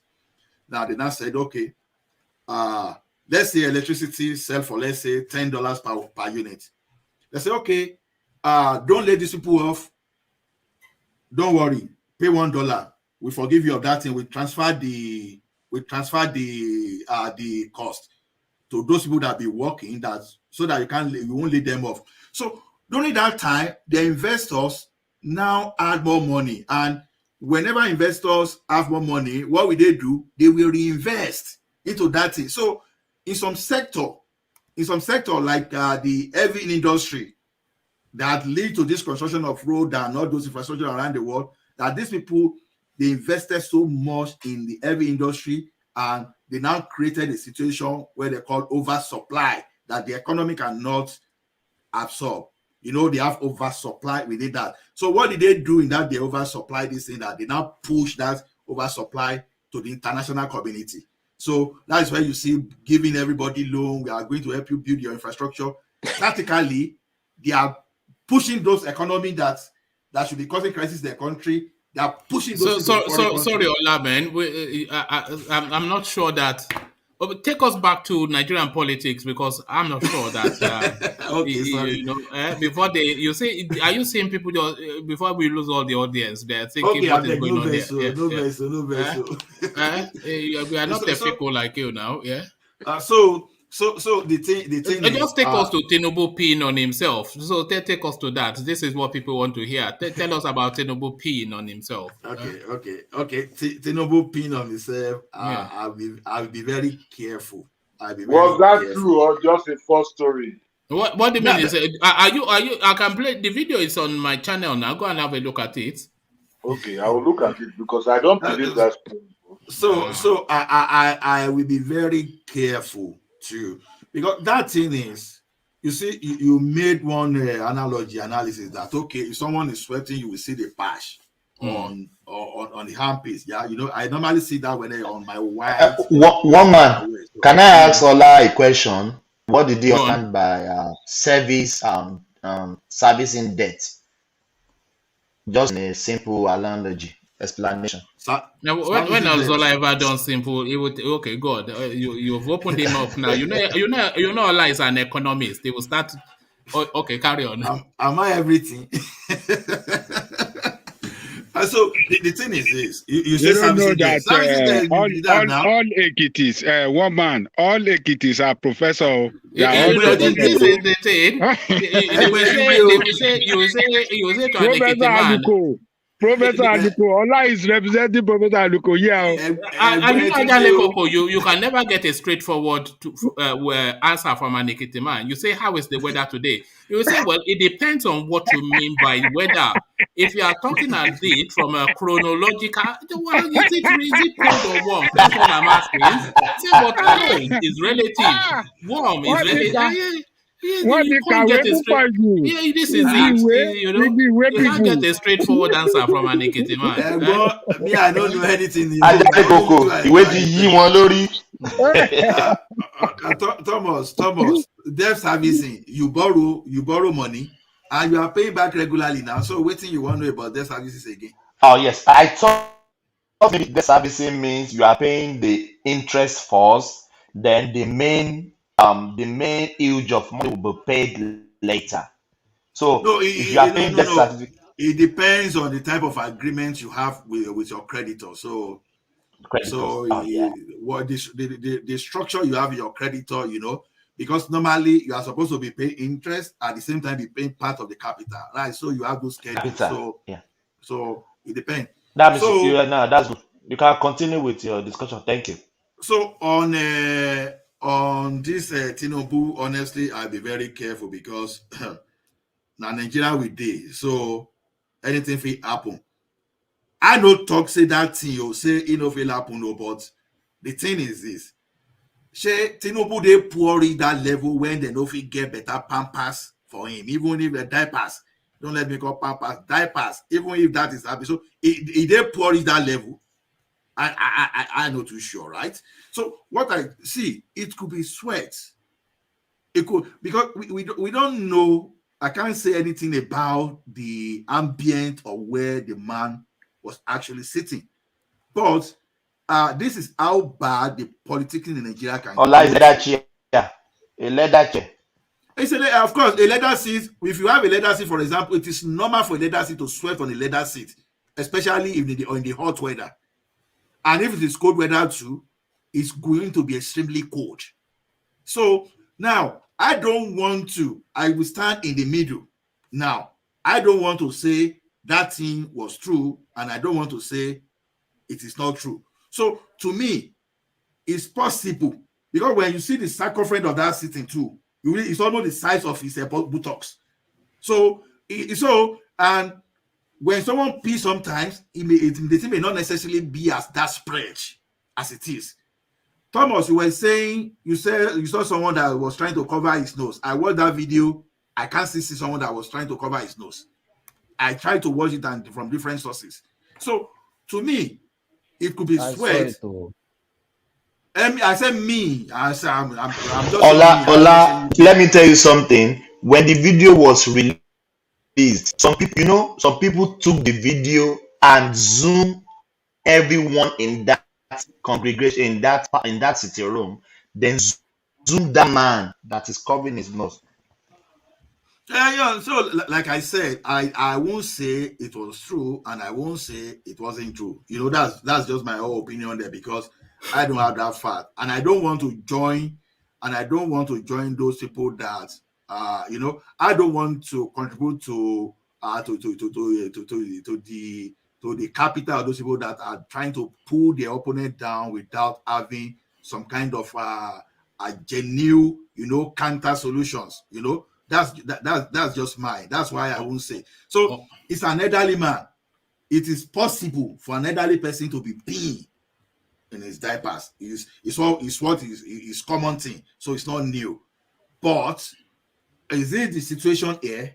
Honestly, I don't know. I can say. So, and I don't want to say it is. So, because I have my own conscience, do I want, so it's a different thing whether you want Tinubu or you don't want Tinubu. If you don't want Tinubu, you must know, you must have cogent reason why you don't want What about you? Do you want Tinubu? Honestly, if that, like I said, these are the two things. No, answer yes or no first and then add your bit. Do you want Tinubu? If the last option, if that's the last option, or maybe he is the better candidate between the last two evils or three evils they are going to present to us, yeah, I won't just sit by him, and then I want him. It depends on who you are presenting. No, I mean right now. Do you want him right now? With open mind selection, no. Open mind selection without restricting me to options, no. What I want is to tear that constitution down and repeal. No, that's not happening. That's what I want. Yeah, all right. Thank you, Ola. So, Ola, let's go on to Ajanle Koko, who has been patiently waiting for his turn. And Ajanle Koko, you have spoken to this space often in the past about the debt to servicing ratio of the Nigerian space. So the IMF have now come out to put a figure on it. Alarming, it's just shocking. They are saying Nigeria essentially 92 naira to the kobo, 92 kobo to the naira is what they're just using to service debt. And in the same breath, Lawan tells us that no, they will continue to borrow. So what do you think the consequences are of those two sets of information, Ajanle Koko? Woman, that figure is 90. Let's just approximate it to 93% because it's 92.6. This figure tells us that that country is going to borrow to death. It's going to borrow to death because Lawan said they will not stop borrowing. And definitely they will not stop doing it because the revenue is shrinking every day. They are not making enough revenue to sustain the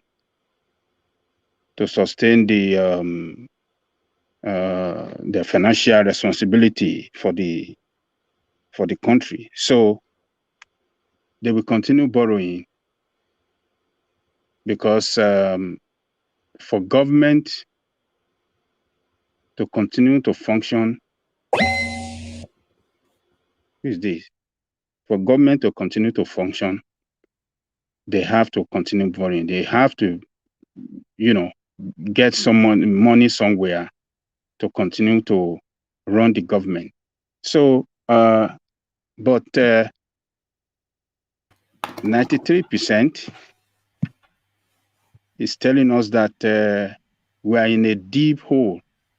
Just as what's the name of that Emaya? Sanusi said recently. Yeah, we're in a very deep hole.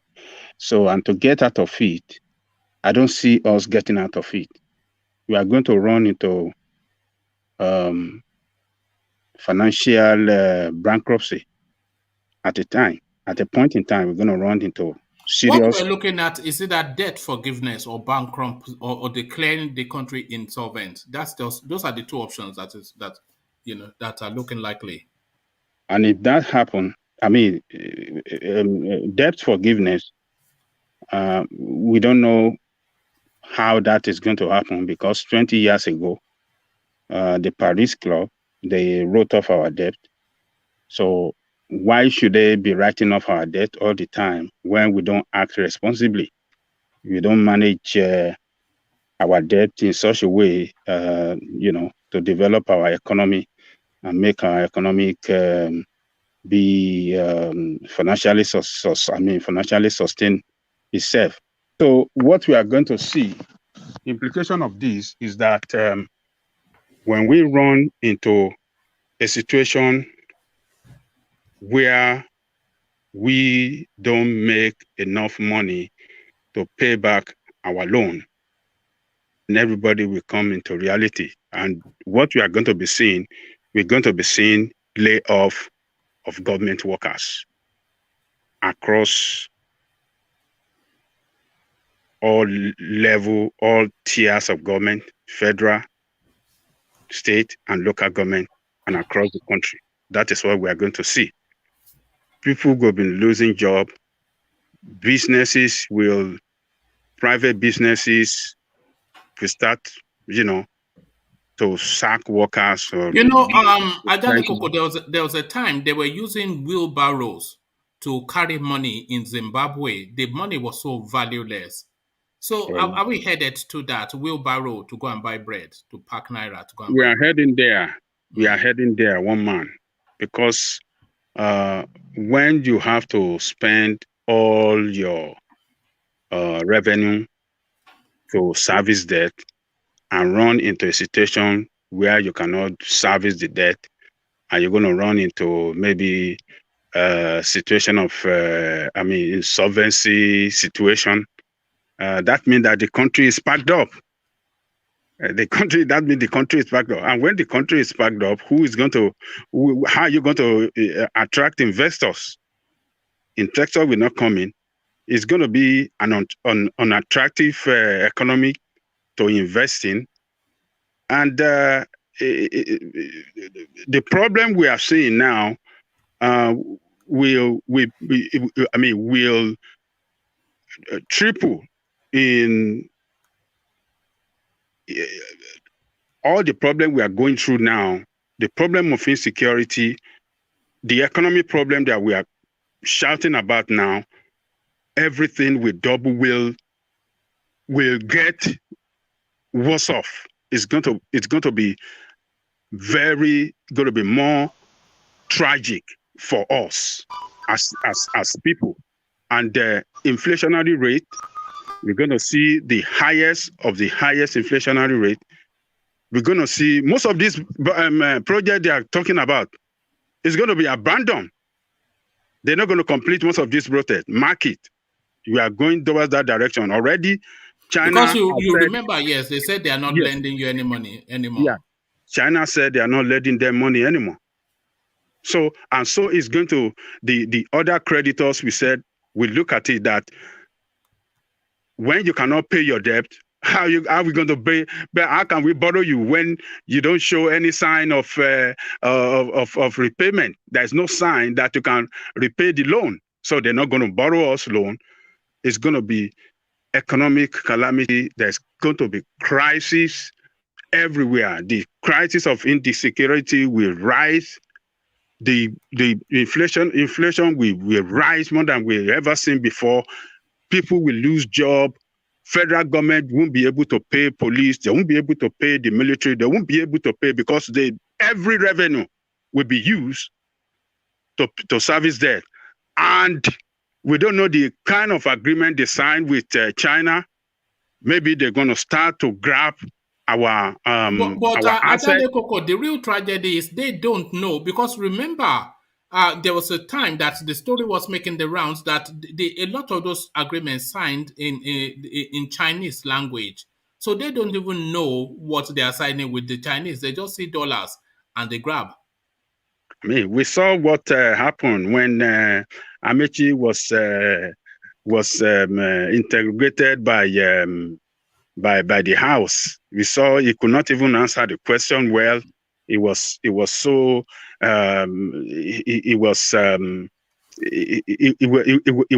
answering. He couldn't answer the question well. All the question being thrown to him by the chairman of the committee that was investigating the loan that he got on behalf of the nation, how that loan has contributed to the economic well-being of the country, how has the people benefited from the project. He couldn't explain it well until when Amila came and stopped that session and declared that session closed. So we are going to run into a situation where we won't have no money to run the nation anymore. Every penny will be used on servicing debt, and that is when Nigerian people will come into their senses, and maybe a lot of them will now join Yoruba Nation and Biafra Nation. They will see it clearly that time, that this noise that we are shouting, that let us hold these people responsible. Let us not vote for this criminal we have in power, APC, PDP. Let us not vote for them. Everybody will come into their senses. But it's unfortunate that we are driving towards disaster. And you can't just imagine it. What you are doing, what Nigeria is doing, let me say the people that are managing that country now, every economic policy they are put in place and the infrastructure they said they are, is not working, it's not, we can't see the effect on the economy. It's not translating to any meaningful or positive impact on the economy. We don't see it. Everything is getting worse every day economically for that country. And, you know, it's sad. Look at last year, they said at average, we are spending 76% to service debt. That was last year. And this year, according to the budget, it shows that we're going to be spending 93% of our revenue. So what do we expect next year? So definitely it's going to be more than 100%. So when we get there next year, it's going to be calamity, because you cannot, there's no economic activity on the ground in the country now that will generate revenue for the country. A lot of, in the history of that country, in 40 years, under this administration, the nation have recorded the worst foreign direct investment in 40 years. All investors are moving out because they are running at loss. They are running at loss. Even some of us that have attempted to invest or do something over there, it doesn't work. It doesn't work. So people should not just lie to us that things are working in Nigeria, or there is not a place of opportunity. There's no opportunity there. If there are opportunity in that country, you will not see bankers running out of the country. You will not see medical doctors running out of the country. You will not see all the best brain in that country running out. It's moving towards a failed state. It is clear. And they don't want to do anything. They don't want to change direction to make things work. They don't want to do it. That is the sad thing about this politician that you have in place.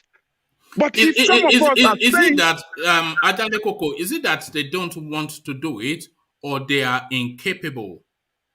Is it just a lack of capacity that we're seeing here? Look, one man, they don't want to do it because if they have to change direction to make things work, they won't be able to embezzle money. The way they are embezzling our money right now, the way they are siphoning our money, taking loan and taking it and putting it in their pocket and using it for other things rather than injecting it into the economy, for the economy to work better, they won't be able to make that money anymore. All they are there for is not for me and you. It's not for the nation to grow, but it's for them to grow. For them and their family and their associate and their cohort, for them to grow, and uses for brutal force on the people. Anytime there's a voices of dissent from anywhere, they go after them and kill them. That is it. That is the way they want to run the country. So these politicians, I'm telling you, they are the one that are going to kill that country, and that country is bleeding seriously. And until we, the people, stand up and kick them out, that is the only way to save this country. Next year or next 2 years, I don't know where the country is going to, I don't know the position the country is going to be. it's going to be very, very hard for the people of that country economically. It's almost as though Nigeria was like some island existing on its own, whilst the rest of the world is going about their business around it. So if all this little Africa, because when you get to Benin Republic border, the road that you drive from Nigeria up to there is like a ferry ground sort of ride. When you are divoting and roboting, it's like a seesaw something. And then you get to Benin Republic and the roads are just laid out like carpet. This is just some poor little country. And then when you get to Ghana, the facilities, look at all the boasting that we hear from Vin all the time. And then you have Nigeria as just that little island. It continues to regress, and we're hearing snakes swallowing money. And they're do you know that this adulterated petroleum that they said just this week, what NNPC came up with was an idea to clean the adulterated petroleum, but the money, it's about 260 billion they said they're going to spend.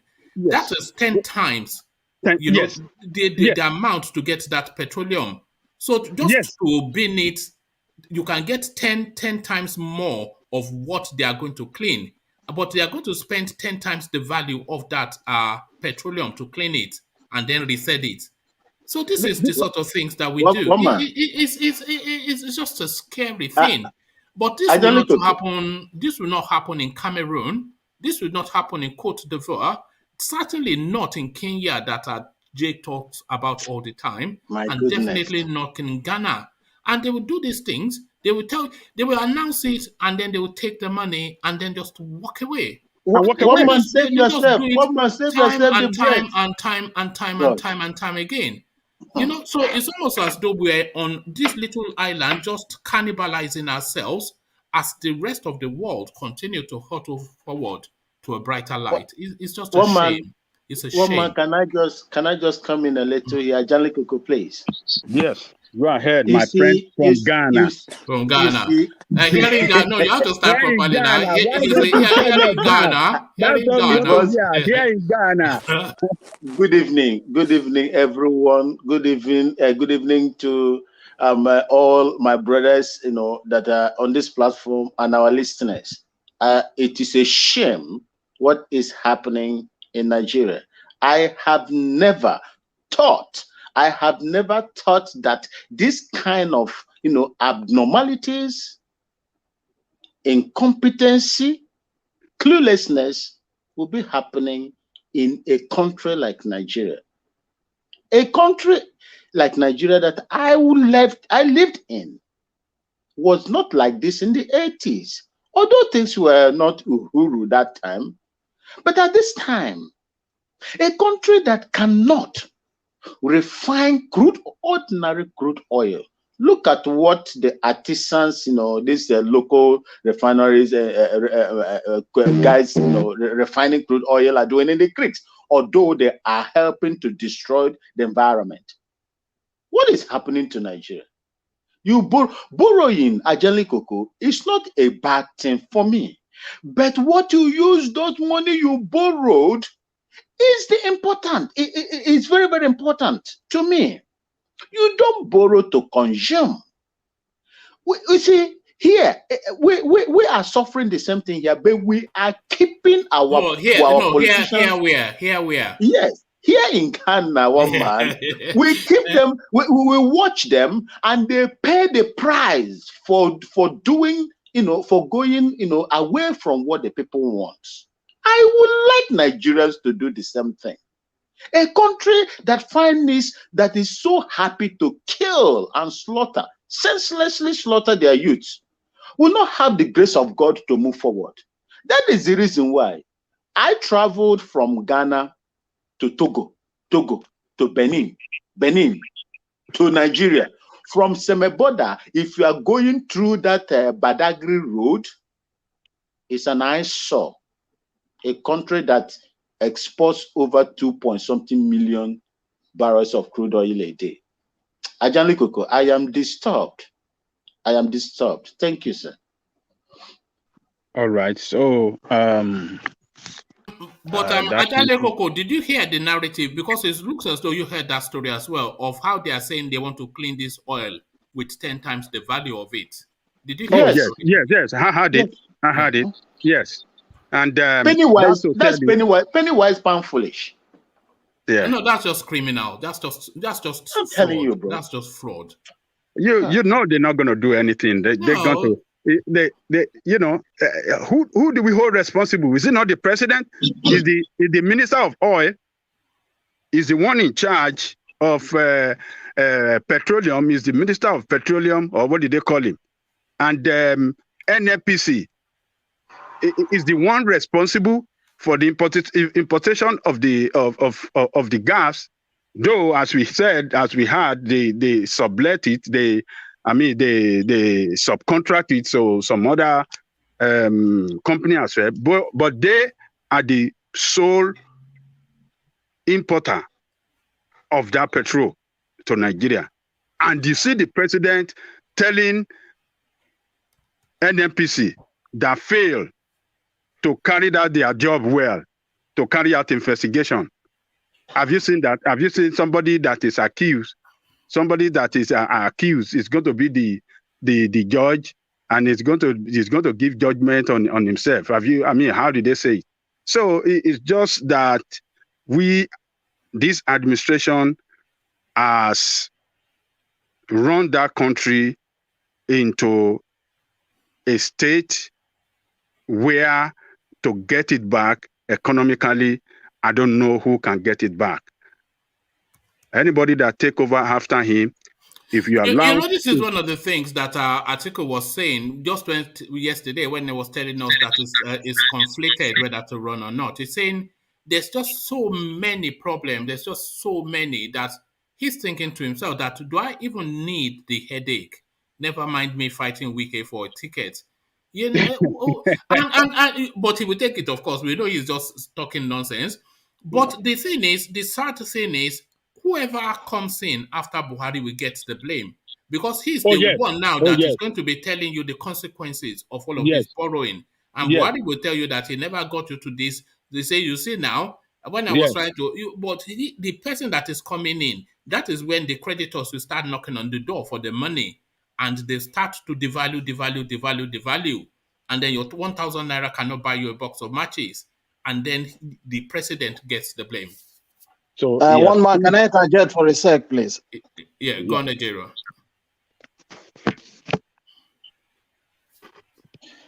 Just a quick one. You know, I want to throw this open to the house, you see, because so many things happening in that Nigeria, our beloved Nigeria country.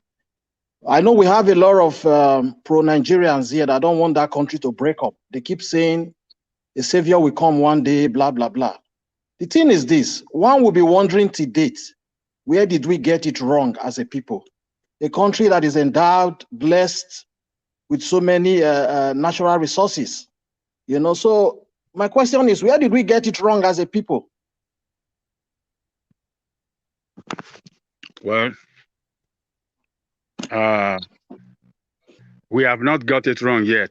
It is when you vote, it is when you vote for them again to get to power. No, I think what Ejiro is saying is, where was the original sin committed to set us on this path? And exactly. I would say that it's the military interventions that led us to this space. It's the military interventions. And this is what I would say. Well, no, I don't think so. For me, I don't think so. I don't think so. Okay. Yeah, hold on a minute. Yeah. I will tell you where we got it wrong. We got it wrong in the First Republic when NNAMDI Azikiwe and Tafawa Balewa colluded to slam Awolowo into jail. That was the beginning of the problem of that country. When they crooked up phantom coup against Awolowo and slam him in jail because he was fighting for the right of everybody in that Nigeria. He was fighting for the right of everybody, minority, majority, everybody. He was putting up a very strong opposition against their government. And they decided, let's take him out. This guy is disturbing us and crookedly They planned something, and that was the beginning. That was what, according to Ezeku, that said the reason which so many people does not believe, though, he said they planned the coup to take these people out because they are governing the state and help Awolowo out from jail. So, Yeah, when he did that, can I throw in something here? Let me finish. So when he did that, he failed. Hello? Uzegu came. I mean, what's the name of Unosi? Unosi came, and that one destroyed the federal structure. That was the beginning. And Gowon came, that one messed it up more, destroy everything, created state, and so it started going down. But the beginning, the root of the problem was when they slammed Awolowo in jail, NNAMDI Azikiwe and Tafawa Balewa. That was the beginning of Nigeria. If they have not slammed him in jail, if they have allowed that democracy to run the way it's supposed to run, where you in government, you have opposition that can check you, and and we continue like that, the nation wouldn't be what we are, and we will have still remained what we used to be as exactly our regional government. We will have still maintained our regional government, but the singular act by NNAMDI Azikiwe and Tafawa Balewa, that's it. That was what killed that country. All right, thank you. I think Vin has it differently, but Vin, before you come in, let me acknowledge some of the super chats that have been coming in. So this is Michael Babs super chatting just to the conversation. It says the question is, why are many people on this platform still believing in one Nigeria that has expired? So that is a question that a lot of people ask, but how Nigeria has expired is not something that has yet been explained. But thank you for the super chat. But then, of course, that is the beauty of it. People have their own belief system based on how they choose to view the world. So worldview is just how it is. Alexander Gomez, of course, the regular super chatter, his super chats. Cry, my beloved country, the single greatest black country in the world bar none. We shall bounce back, inshallah, stronger than ever before. So optimism from the mighty Mr. Gomez. So Vin, you have a different take. Thank you for the super chats. So you have a different take on where Nigeria took that first wrong turn to land us now. Alexo, I would like today, I would like to disagree with great Alexander the Great. You're a brave man, no? You're a brave man. Nobody disagrees with Alexander. You're at your own risk. Today, I would disagree. Wherever my brother Alexander is, I would disagree. Mekachira will say, Uncle, I don't know. I call you Uncle Alexander. And call you. He will understand what I said. You see, what I would say, Nigeria is a country that has been run aground. Totally. Any president that comes, anybody that comes in there now will not get it right.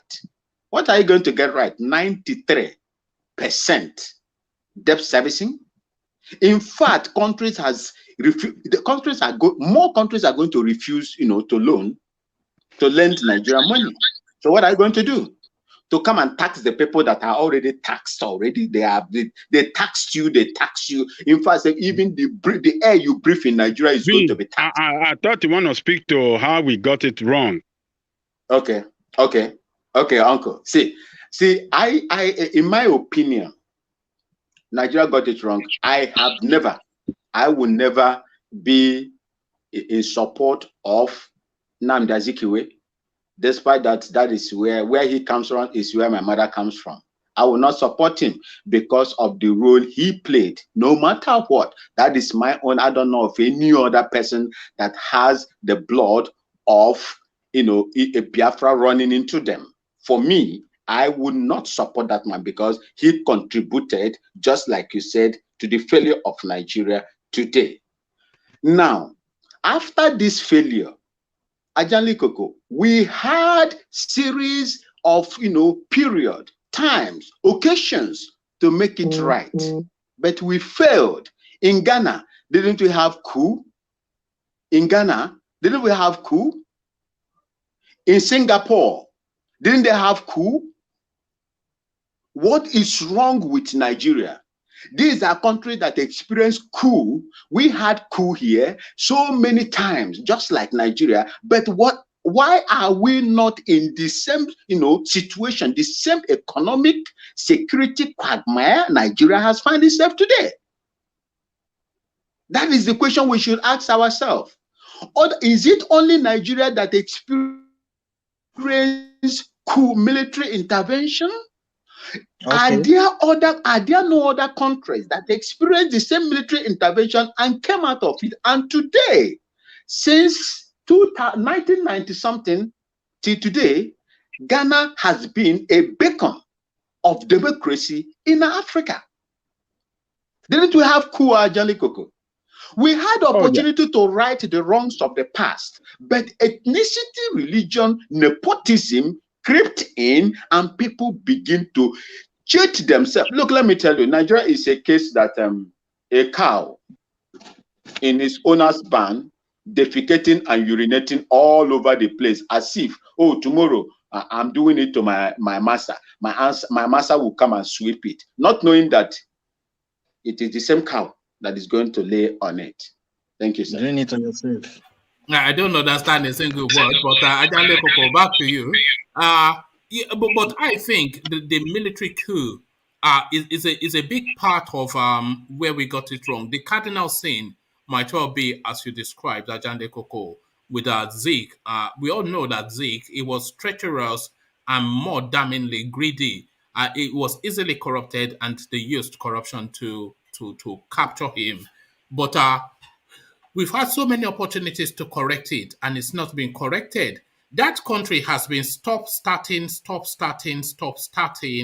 We're in a fourth republic now, in a country that is only 70 years young. 4 republics, all truncated by military intervention. The military intervenes, and the actors they just steal money. There's nothing that develops in the country. And then a civilian comes in, he makes a feeble attempt, he loots as well, they kick him out, and then they continue. It's just, I think the military intervention really went a long way to stagnate that country. Nothing came out of it. Nothing. The country is a den of corruption. Corrupt practices is at an alarming rate, as we can see, demonstrated by politicians. They are doing it with impunity, that nothing can happen. That's they are looting at an alarming rate, and they are doing it with impunity. Just like the one of this petrol we are talking about, they said they're gonna try to spend over 260 billion to clean up that, to import more gas, more petrol, and then use it to neutralize the bad one. So they're going to be using like 80,000 liters to clean 20,000 liters of the bad one. So that's the way they said they're gonna what they are going to do, and they will spend a lot of money to import those new petrol to come and neutralize this bad one. So see, they are going to loot again. They are looting spree. It cannot stop. This refinery that we have, how many refineries do we have in Nigeria? Just 4. I think it's about 3 or 4. There's one in Kaduna, 4. One in Port Harcourt. I think one in the Delta region. 4. It is 4. 4. Yeah. 4. And all of them packed up. Can you, is that, how does that sound to anybody? How can you have 4 plants that produces oil refined and everyone will pack up? That is insane. In fact, that is a lie even. That not only is it insane, it is actually a lie. It's either they've left it to go derelict, they've abandoned it, because it cannot not be working if they want it to work. Because no. It is not new science that will make it work now. No, it's let just, me tell you one man.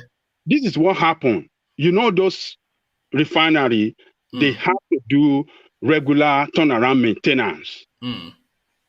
They were not doing it. They were telling the people, or they were collecting money to do that regular maintenance, turnaround maintenance, but they were not doing. They were stealing the money. And from 1 to 2 to 3, that's the way they were doing, and everything packed up.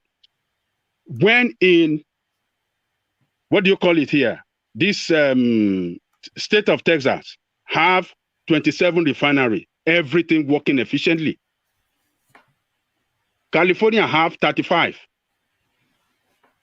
As of 2019, America have about 235 refineries across this country, and everything working efficiently. The oldest is about 1884. They built in 80, and it's still working in Pennsylvania. Nigeria has only 4, and they cannot maintain it. That's to tell you that the people that we have in position of government in that country, they are failure. What else do you people want to know about these people? What else do you want to know? This Tinubu that is juggling around, basking around for president, all of them, do you people still want to vote for them? Look at inside the deep hole they have put this country. To take this country out from this deep hole, it's going to be very difficult. I disagree with my brother. Alexander said that our country will come back up. Brother Alexander is speaking, saying inshallah. He's speaking like Babangida. That is the way Babangida used to assure the country that inshallah. He said it. He said, inshallah, I'm going to hand over government. We shall hand over. I will leave in 8. As a social date, and I will hand over to civilian president. What did he do? Did he hand over? Did he not allow? Annul the result? We are driving there. It's going to collapse. There's no way about it. It's going to collapse, and then everybody will find their own way. That is what I see that is going to happen. You see, Ajanko, I think you say that's why I always mad people every time keep spawning on Nigeria when it's not gonna work. I'm mad at these people. Yankee just show why Nigeria can never work. There's people coming here and say Nigeria can work. How long? We're gonna wait for Nigeria to work for 100 years? Come on. You can never say it's never going to work, but it's looking unlikely at the moment. One man. Nigeria is a big business center. It's a fraud. Nigeria is a British franchise that can never work. Yes, can never. It's not going to work. Chance is very correct. See, you will not fight war. Look, I cannot share that pessimism because I can see how Nigeria can work. I can see how very quickly Nigeria can work if the right steps are taken. You know, they say Nigeria only needs. Whoever is saying Nigeria cannot work is not a Nigerian. Nobody should come here and tell us that Nigeria cannot work at all. Ipob, you've been if you come here and tell us that it's working for you now. We see how you are living. Don't know what you are saying now. Because Nigeria can work. Thomas, or I think it's Ola or Thomas. Hold on. It's not Ola. It's not Ola. It's not Ola. That's not Ola.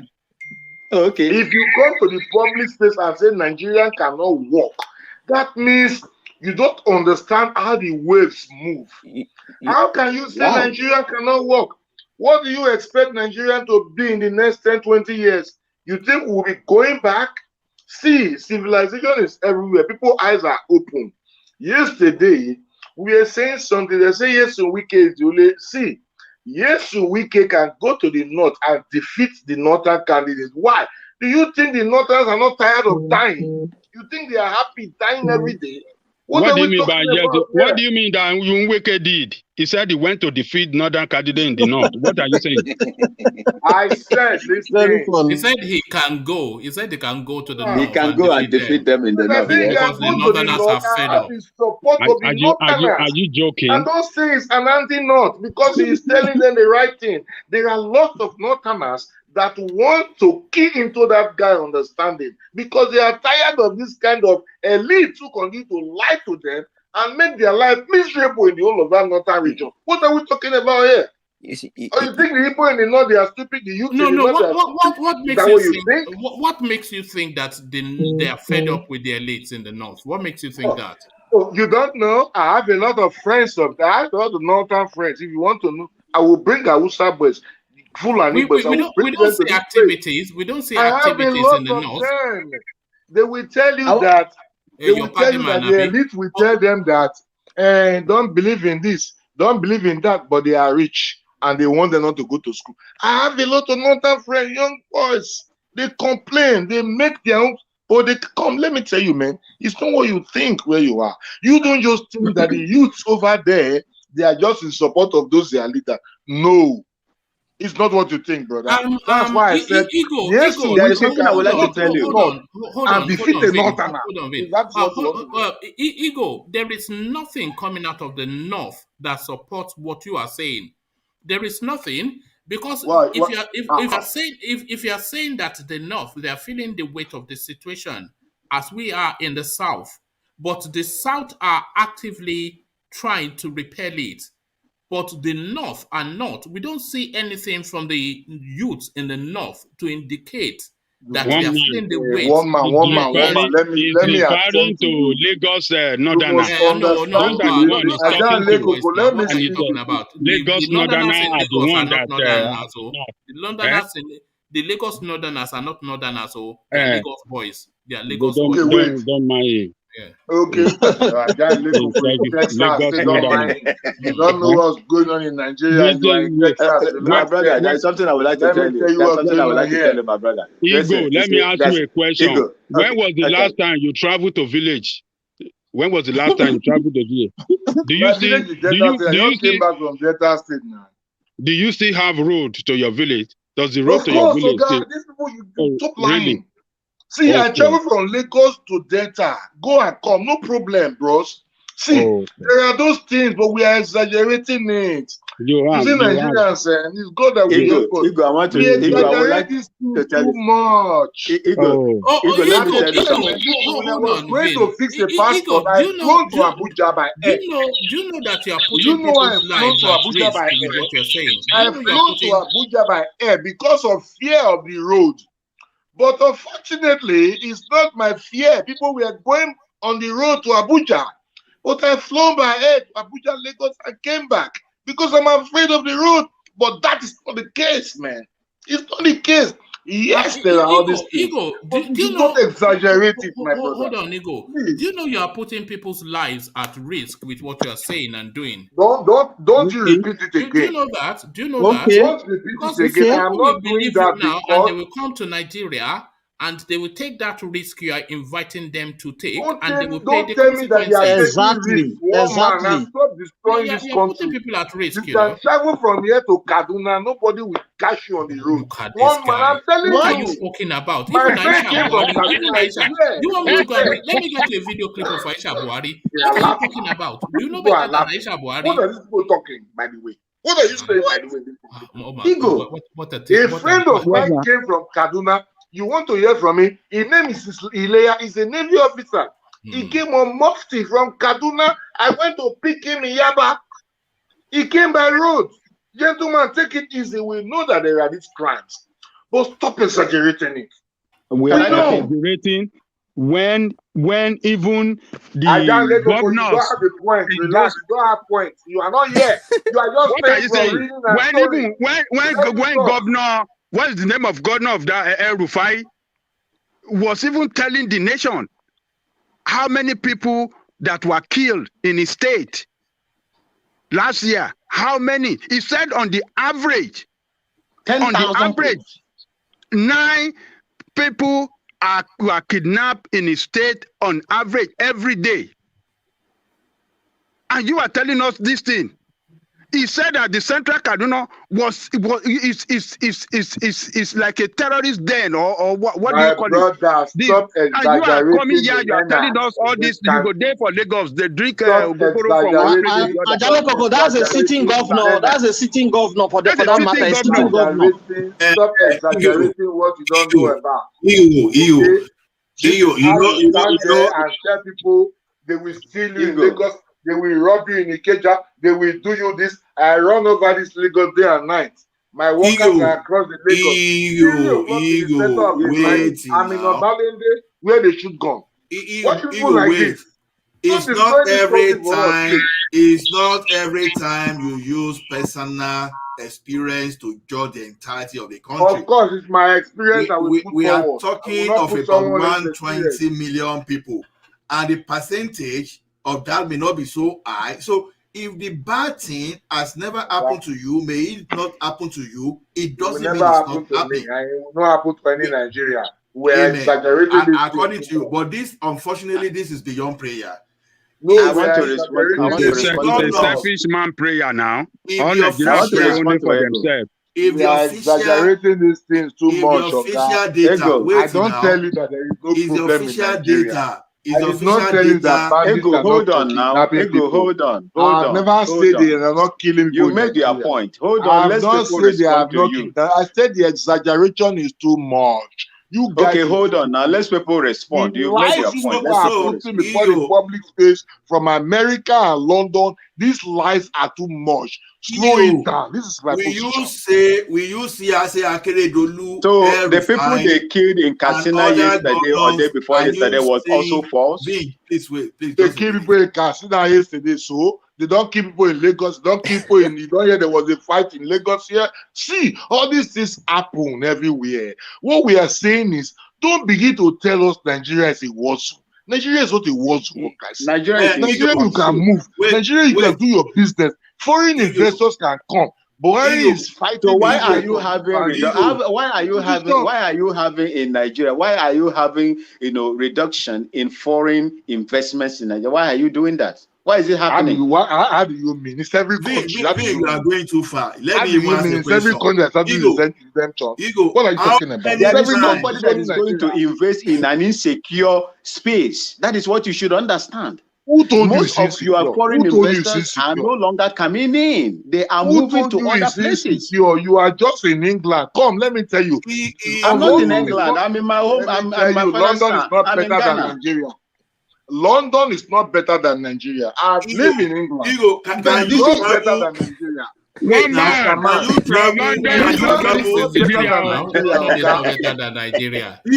One man, defend yourself. Defend yourself. You should see the photos. You should see the photos on the street. Can you pick your vehicle and travel to Abuja in the night? Might be the better thing. You know that when you call an ambulance every week. They give you some 10 pounds every week. You think you are in the country? Lai Mohammed will be happy to listen to you speak. Now laziness. Let me tell you. Let me. Egos, hold on. You've used personal examples. Let me use a personal example. You see this eye that I'm pointing to. I used to have pressure on it, and then I went to my optician, and then he said that pressure was a lot, so he sent me to an eye clinic, and then they discovered that I had glaucoma, and then they did really this big operation on the eye. You know where I went to? Moorfield Hospital, which is the best eye clinic on the planet. Do you know how much I paid for that? No. 0. That comes off my taxes. That is cover up of healthcare. They healthcare cover you now. We are but Nigeria even if we have not gotten there. Nigeria is better than London, Abi. See, I say Nigeria is better than London, Abi. I live in Kent. And I jumped on the train, and 20 minutes I was at the hospital. One man, don't quote me. Nigeria is better than London. I didn't say Nigeria is better than London.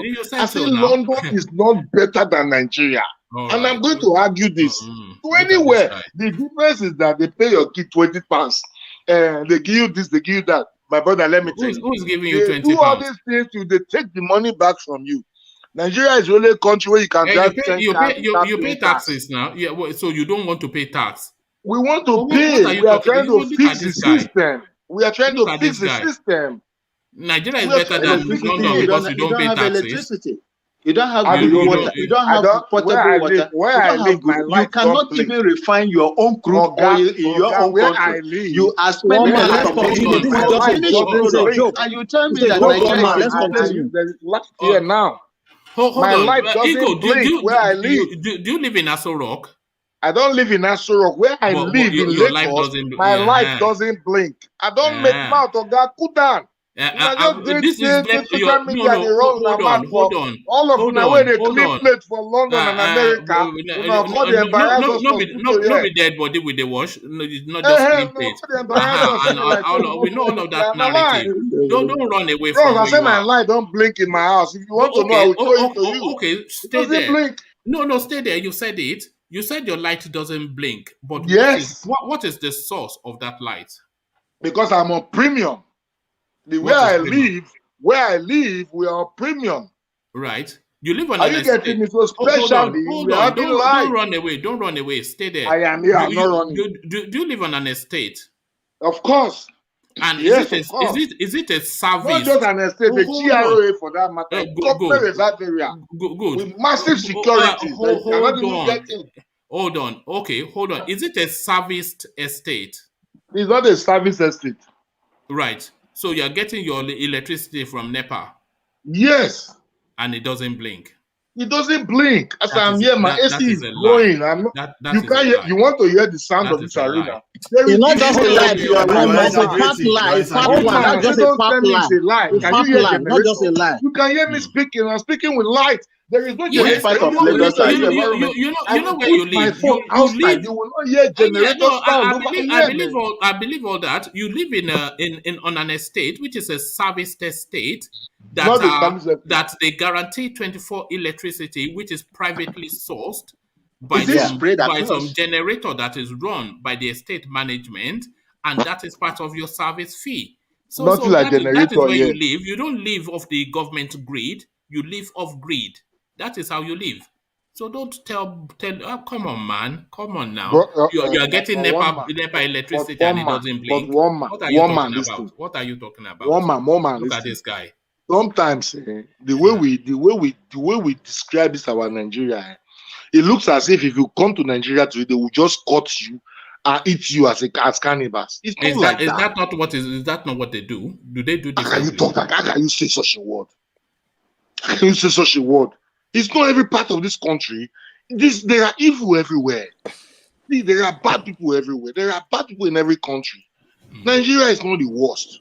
Talking like this doesn't make you a patriotic person. In fact, it's a not patriotic person that talks this way. Yes, because you are going against facts of a country, and you are saying you are not helping the country. See, Ola, am I going against fact, Ola? How am I not helping the country? When I'm not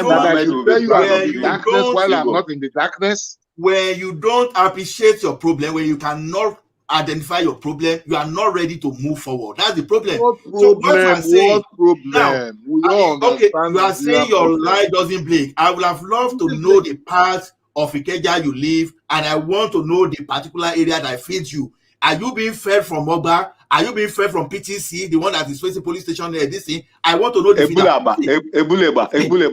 You can't tell me that your light doesn't blink, even if it's just for 5 minutes. But saying your light doesn't blink, where exactly are you living in Lagos? So when you want to analyze something, when you want to exaggerate, stay within something that is believable. Even if it doesn't cut across, hold on. Haven't said that. Ola Alexander Gomez backs up Ego, and he says the electricity in Ikeja GRA hardly blinks, one man. So that is what Alexander is saying via super chat. But Alexander now has been out of Nigeria. He's not the Nigerian Alexander. I once said it before that I was living on the feeder. I was living on a feeder called Papa Land too. I once said it that it fed along Agbado Jaye, right? But because it's a transmission line 33 kV, it hardly blinks. But still, you can still have a blink for at least 30 to 1 hour a day when they needed to do something.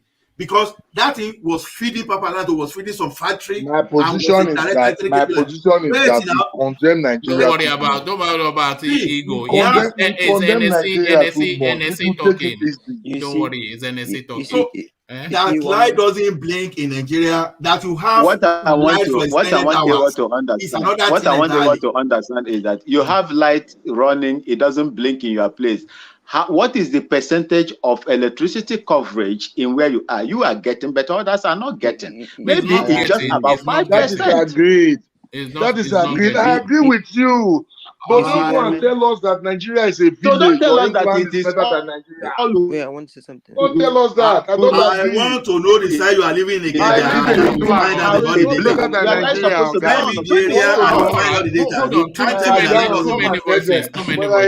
Better than Nigeria. You just came back. These people, they just talk with it, they don't know. All right, let's hear from. I live in England. It's not better than Nigeria. I can go to any place for it. Ego, you're on the spot because you come here and do this all the time. But we're going to. I personally, I'm going to tackle you this time around. But Charlie Boy wants to say something. Let's hear from Charlie. Tackle me, I'm yes. I will do it right. I'm not sleeping. You see, Igbo is the reason why Nigeria is the first state. Just his comment. Igbo smoking that smoking thing and pretend Nigeria. I don't know. You can't say that. Will you just shut up your mouth? No. Don't do that. Don't do that. Don't do that. Sorry.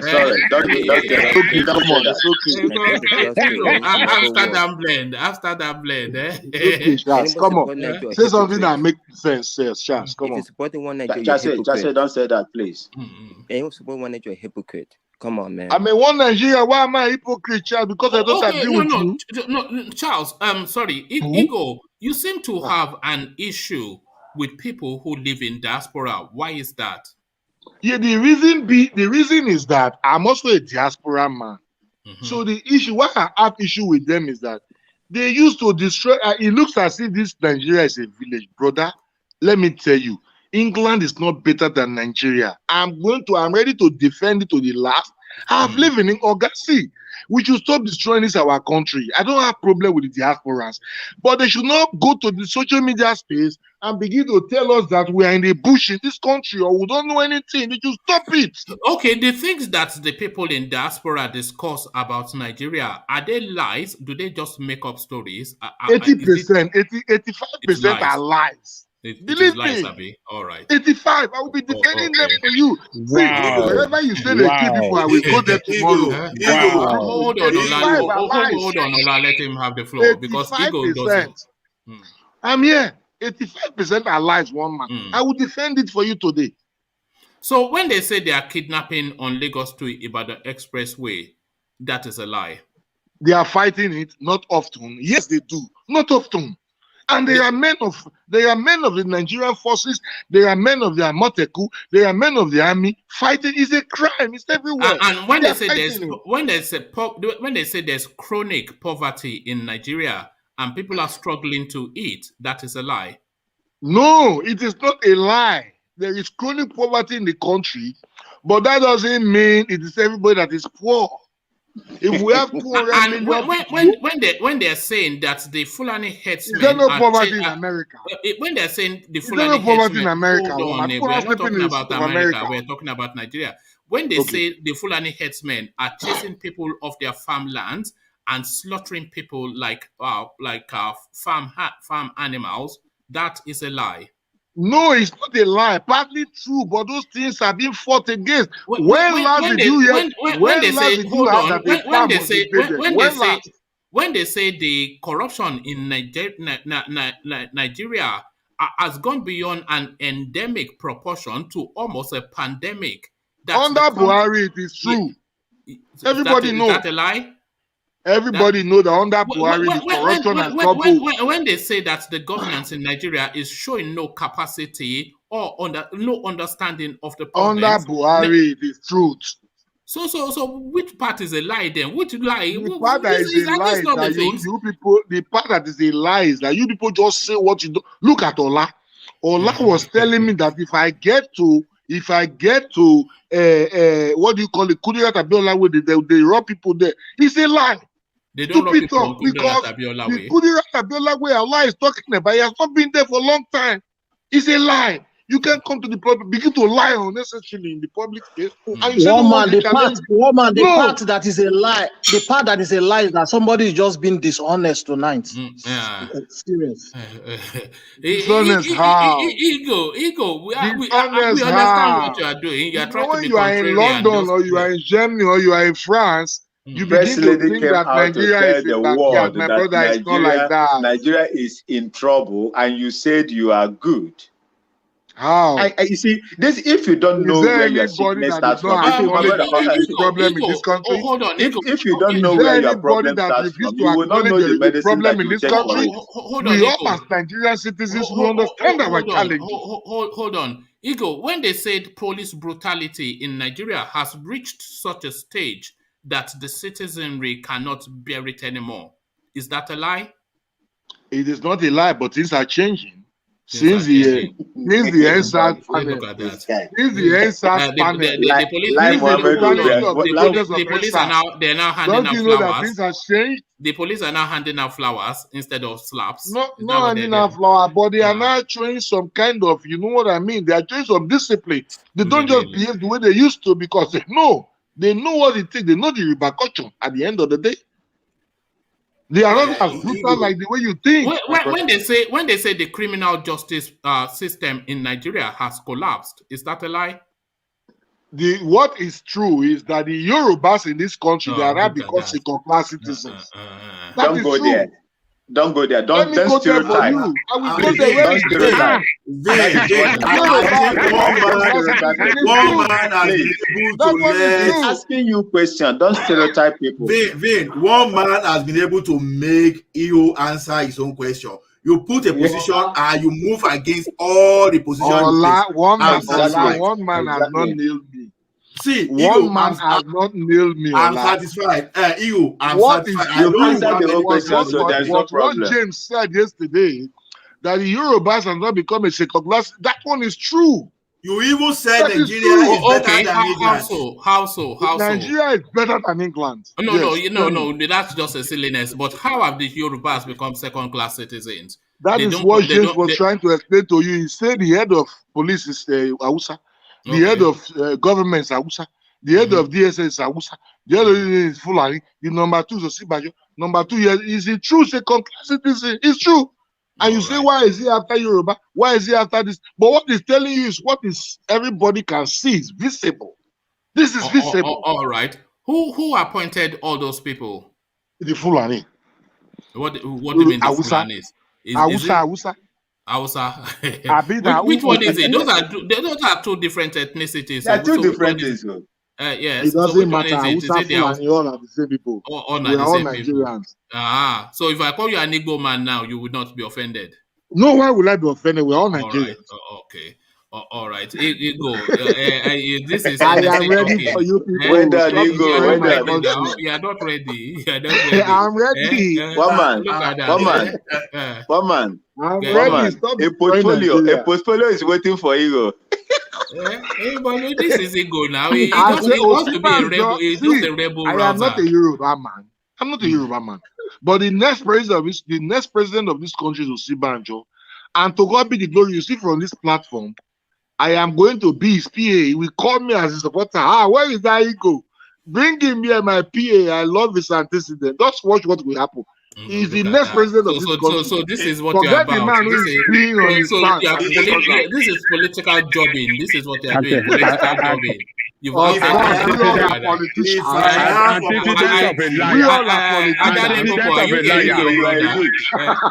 Are you hearing your brother? If I have opportunity, I will tell Oshibajo to be careful of you, to be aware of you, because you will be one of those people that will make him fall. Anybody that says the truth and will not tell you the truth is your enemy. He will do me a favor. Any day you want to travel, take your car around 10 p.m. in the night. You are going to Akure, do the video how you travel from Lagos to Akure, then you travel back and come and tell you. Next time you are going to Nigeria is better than London or UK now. I can get in my car now and drive to Scotland and back. very agree with you. It was once like that in this country. Is that correct? Without thinking about it. it. But it's no longer like that now, yes? Hello, hello. It was once like that. This guy is a joker, man. He said he was once. I can't.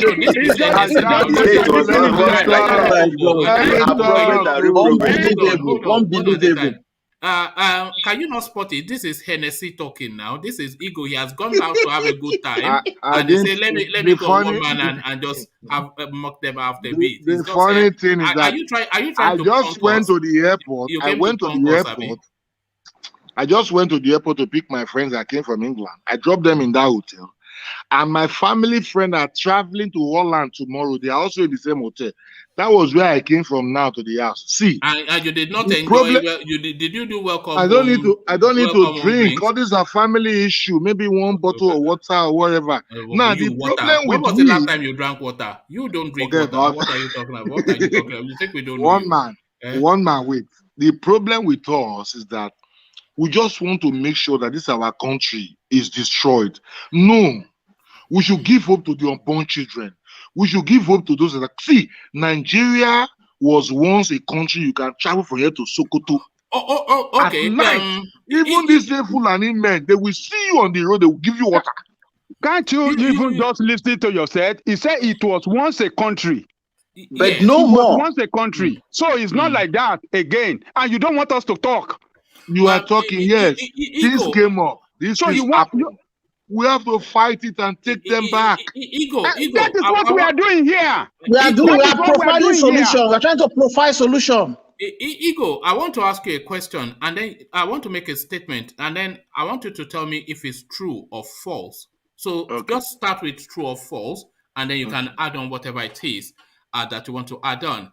So if you don't acknowledge a problem, you cannot then prefer a solution. So if you don't acknowledge a problem, you cannot find the solution to it. Is that true or false? So start from true or false. Oh, that's true. All right. True. Okay. So you do acknowledge that. Now, see that being said, before today, see, Boko Haram came to existence 10 years ago. Right. Before today, you will travel from this country to Sokoto. Even those Fulani you claim that are killing you. Did you hear what you said? From this country to Sokoto. So if you from this country to Sokoto, you say you've admitted it right there. So Sokoto is a foreign country. We agree. You can travel from Lagos to Sokoto or Sokoto. Fulani man will see you on the road. He will give you water to drink. I'm telling you, this was the Nigeria we know 10 years back. So all these things that are happening, they are happening for a reason. And these things can be addressed if politics is kept aside. 10 years back. So there is no basis for us 10 years continue to turn it to a war. We are turning it to war like this one or that. Who was the president of Nigeria 10 years ago? Who was the president of Nigeria? No, it was Goodluck Jonathan. Goodluck Jonathan. You don't know what you are talking about. Look at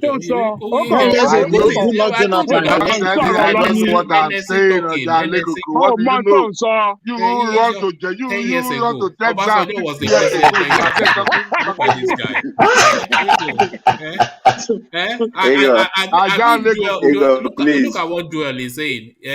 Look at what Joel is saying to you, Ego. Forget about this man that is writing this thing. Joel, what does Joel know? Is it drinking beer that is the issue? What we are saying is what we should. You know, our problem when somebody disagree with you people to the core, the person become a drunkard. That's your problem. No. You are speaking your opinion. You are right to speak your opinion, but you don't need to force it. Nobody is telling you the reality. Obasanjo was the president 10 years ago, and you live in Nigeria. Look at this guy. 10, 12. I'm talking about the Obasanjo administration before Boko Haram. How long ago was that? Okay. Before Obasanjo 99 to 2007, okay. 15 years. 15 years. I do want to try again. Try again. No, 15 years. I am correct. Obasanjo was 99 to 2007. 15 years ago, my man. One man, let me. There's a question I want to direct to give it to him. Igbo, when was the last time you refined crude oil in your country? Look at it. We'll look at what all these things are things we know that are bedeviling us in this country for quite time. We know that these people, they have destroyed this country to an extent, but we'll find a solution. Not by trying to use our map to destroy the place. Is it now they started? Is it now they started selling oil to us? Answer the question. I asked you a question and you don't want to answer me. You said when was the last time you refined ordinary crude oil that is being mined, explored from your backyard? Even during the time of the Yoruba leader, Awolowo, they were selling oil to us in this country. The time of the Yoruba leader, Awolowo, that they claimed to be the greatest, that was thrown in prison by Fulani, they were selling oil to us in this country. What are you telling me? I don't understand. What does the point you are trying to say? What's the connection between Awolowo and crude oil refining? You are telling me that when was the last time you refined crude oil in Nigeria in your refineries? The last time they refined oil in Nigeria is what you are saying. And I'm not telling you that even before me and you, the issue of selling oil to us, your great leader, Awolowo, was part of the people who sold oil to us. Our own crude oil was sold to us by your great leader. What are you telling me? Please, can you back it up? I say you who sold the oil to you. I say the refining of your crude oil that you are sending abroad. When was the last time you refined crude oil in Nigeria? With the refineries you had there? Mr. Vin, I'm giving you a direct answer. This refining you are talking about. Hey, listen, that's not my question. That's not the answer. That's not the answer of what I asked. Oh my God! Let me answer you. You answer. You ask question. You answer the question. Will you let me talk, please? You say when was the last time we refined oil here? Good. I said good. I said what the question you are asking right now. These same crime are perpetrated by the Awolowos. What are you saying? You don't know what you are saying. You don't know what you are saying. This guy cannot answer a simple question. He's talking about. Okay, give us a story about how Awolowo was the one that destroyed our refinery. Please let us know. All of them part of the leaders of this country.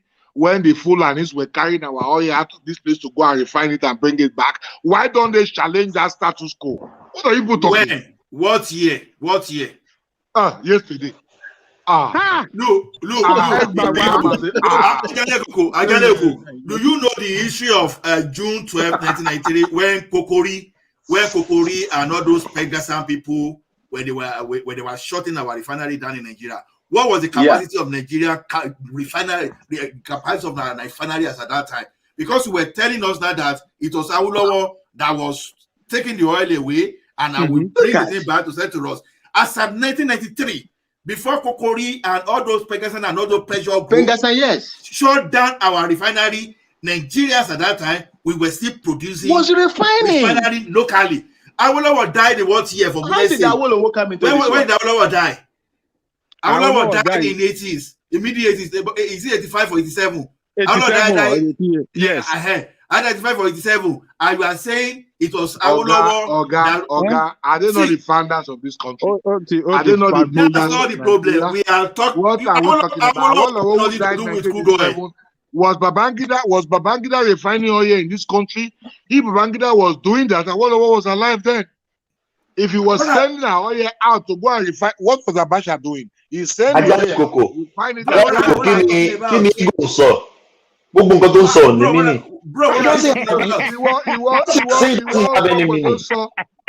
Now you know what you talk. You know what you're saying. What doesn't have any meaning at all. Just a simple question to you. When was the last time Nigeria refined oil? You cannot answer it. You are saying Awolowo. What is Awolowo got to do with the crude oil? What was the last time Nigeria refined oil? What is Awolowo got to do with crude oil? What are you doing in America? Answer the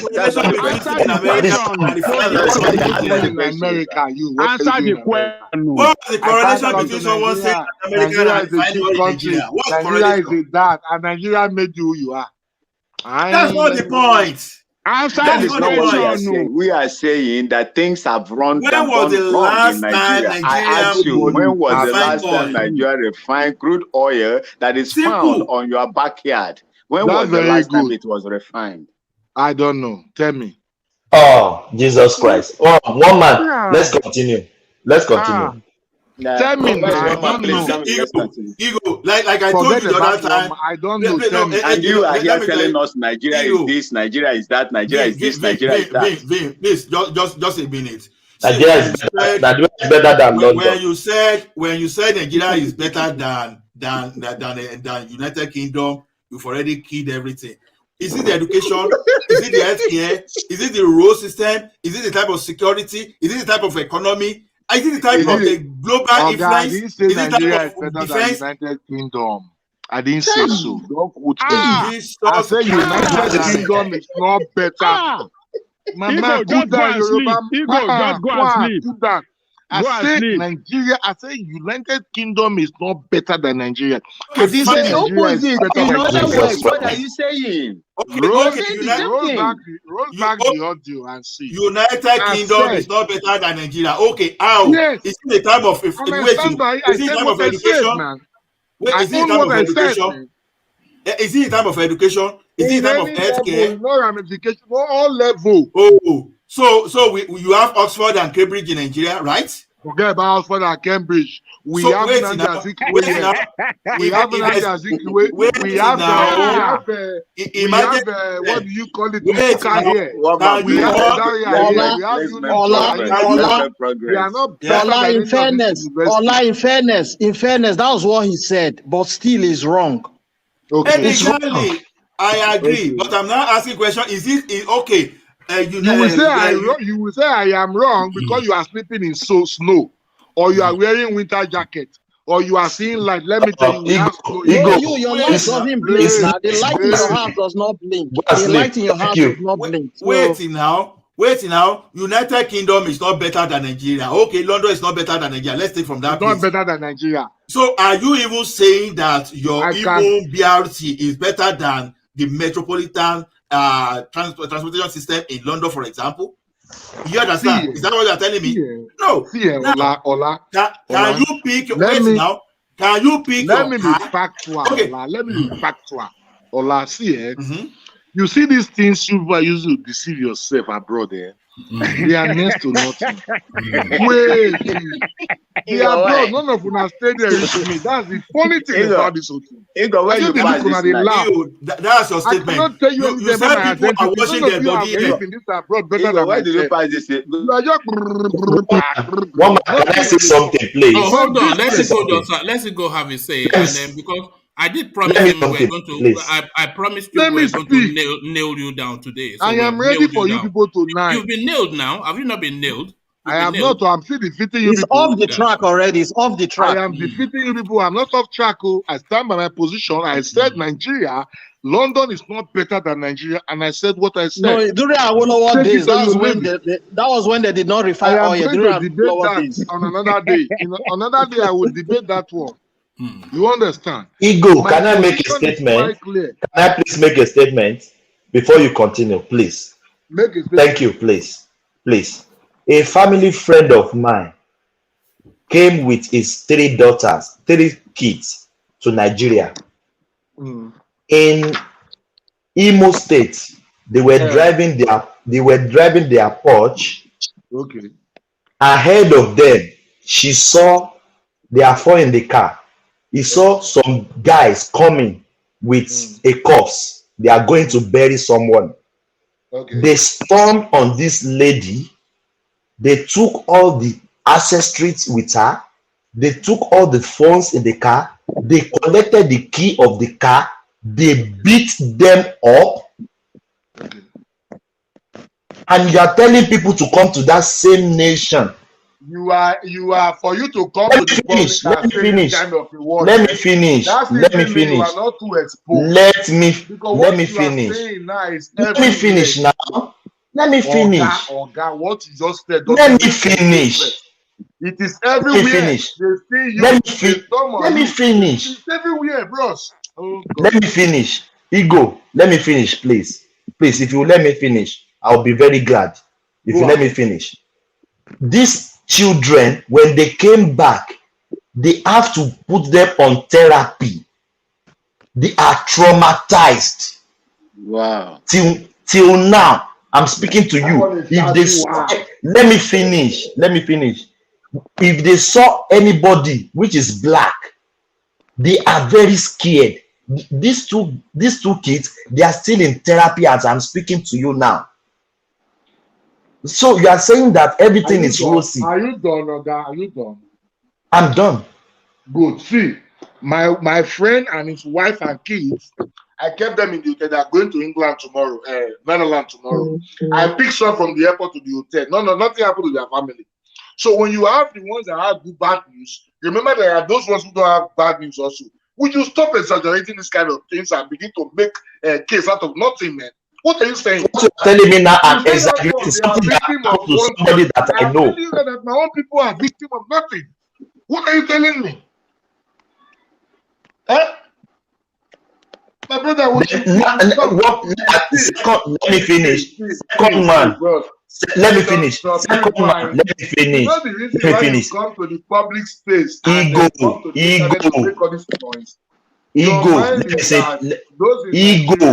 Because you stay in England, let me finish now. You are lying. Let me finish. If you think you are in America, then you are better than one person in Lagos or guy you lie. Ego. We are not better than you. You are just being economical with Let me finish. Let me finish. What truth are you talking about?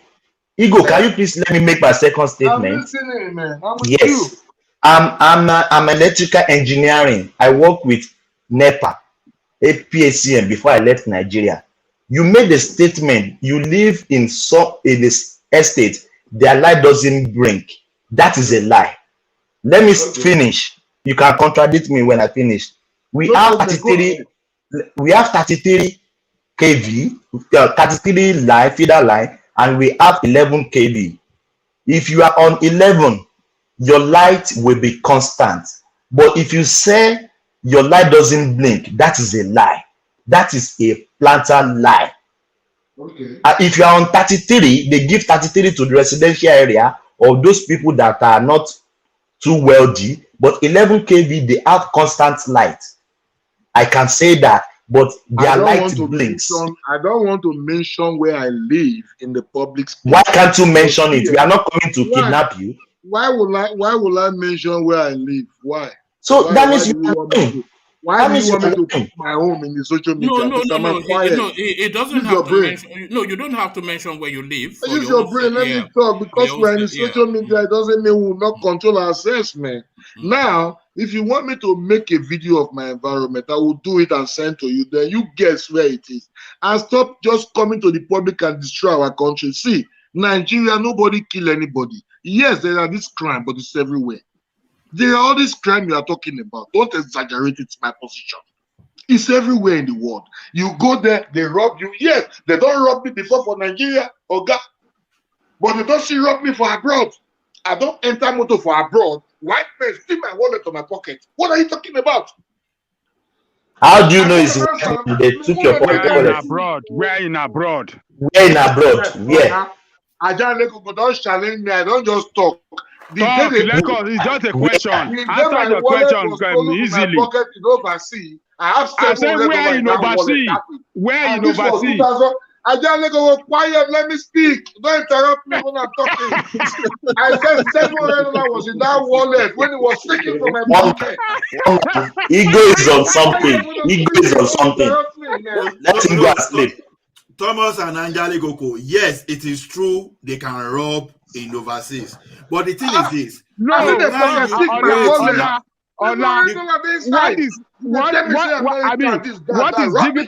What is difficult to say, in America, in Britain, in so. Just tell us. Toronto downtown, Abi, you maybe that Johannesburg you go. In Texas, this happened to me in Texas. Simple. They can rob. They can rob. The thing is this, the way you are thinking, you see, you are going to the extreme. Now justify what is regular in Nigeria. What will happen? Wait now. They don't keep people abroad. My $700 in the wallet that day. I can't. Brother, Eduro, you are going to the extreme. You are going to the outlier. But there you go. But there you go. 1 year, duro there. No, but there you go. You are taking some rare occasions in the Western world. You are now benchmarking that with the average thing, the regular thing that is happening in Nigeria. That's just the thing. It's just like someone going to the bush and you are picking a pothole and you are not saying, okay, in overseas, so there's pothole. Maybe that's on a farmland though. You can't take the compared to the thousands of potholes on the street of Lagos. You don't do things like that. We have to be realistic. Like I said, I'm agreeing with you, Ola. It's the same thing I'm saying. I think we exaggerate these things too much. Mostly, see, they've robbed me in Lagos in Alaka. We are not saying the same thing, though. See, they have robbed me in Nigeria, robbed me abroad. But that doesn't mean we continue to talk as if the thing is nowhere. It's everywhere. That type of robbery we're talking about. Ola, let me say something. Ola, let me quickly say something. Let me say something. People abroad. Let me say something. Let me quickly say something. They've robbed you in abroad. The Brian of India. Haven't you heard of let me say something. Let me say something. Of Italy. Hold on. Let me say something. Let me say something. When the kidnapping came to Nigeria, you don't let people hear what in this country. You see the problem. The problem is this. The problem is this. See, this is where we're having problem. The problem is this. Yeah. When it becomes majority, when it's happening to majority, right? You cannot overrule it. What is happening in Nigeria is beyond human comprehension because it involved majority, not just a pocket of persons. It all started with Boko Haram. It all started with Boko Haram. These things were not visible before. It was Boko Haram we know of. And they were operating in the desert of wherever in the north. You know, suddenly some come up again as bandits, and this kidnapping of it started. Even the kidnap business started with Evans, Odumemela Evans, alias One Thing. That was the first kidnapper we know of in this Lagos. Before we started hearing of Fapa and this kidnapping.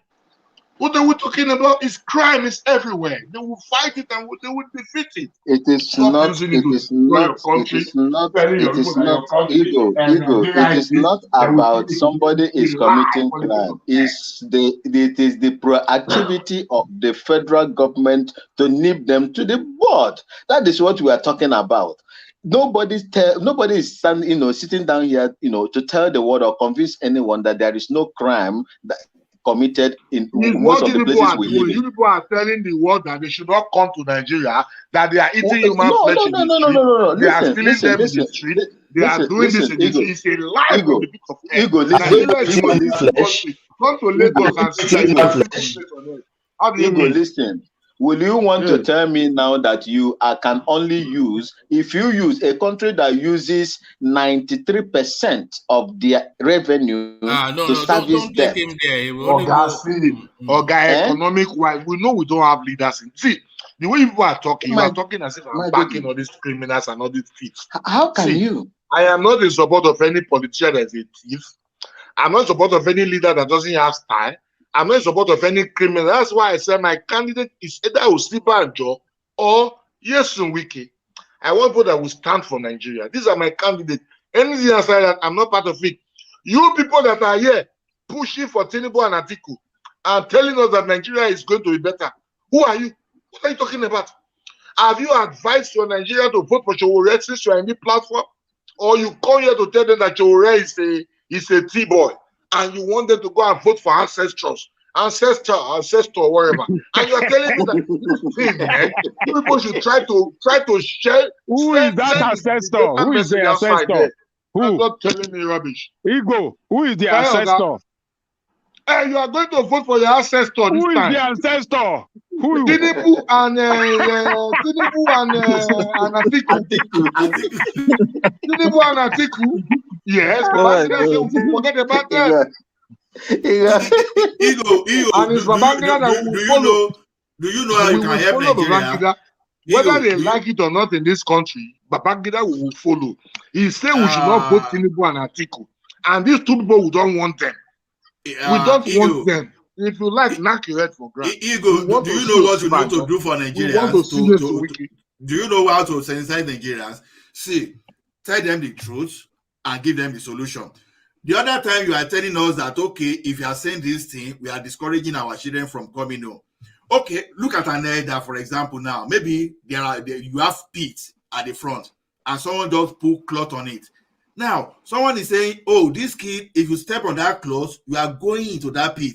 And someone saying, no, it's a lie. Can't you see that cloth? That cloth has tension enough to hold you.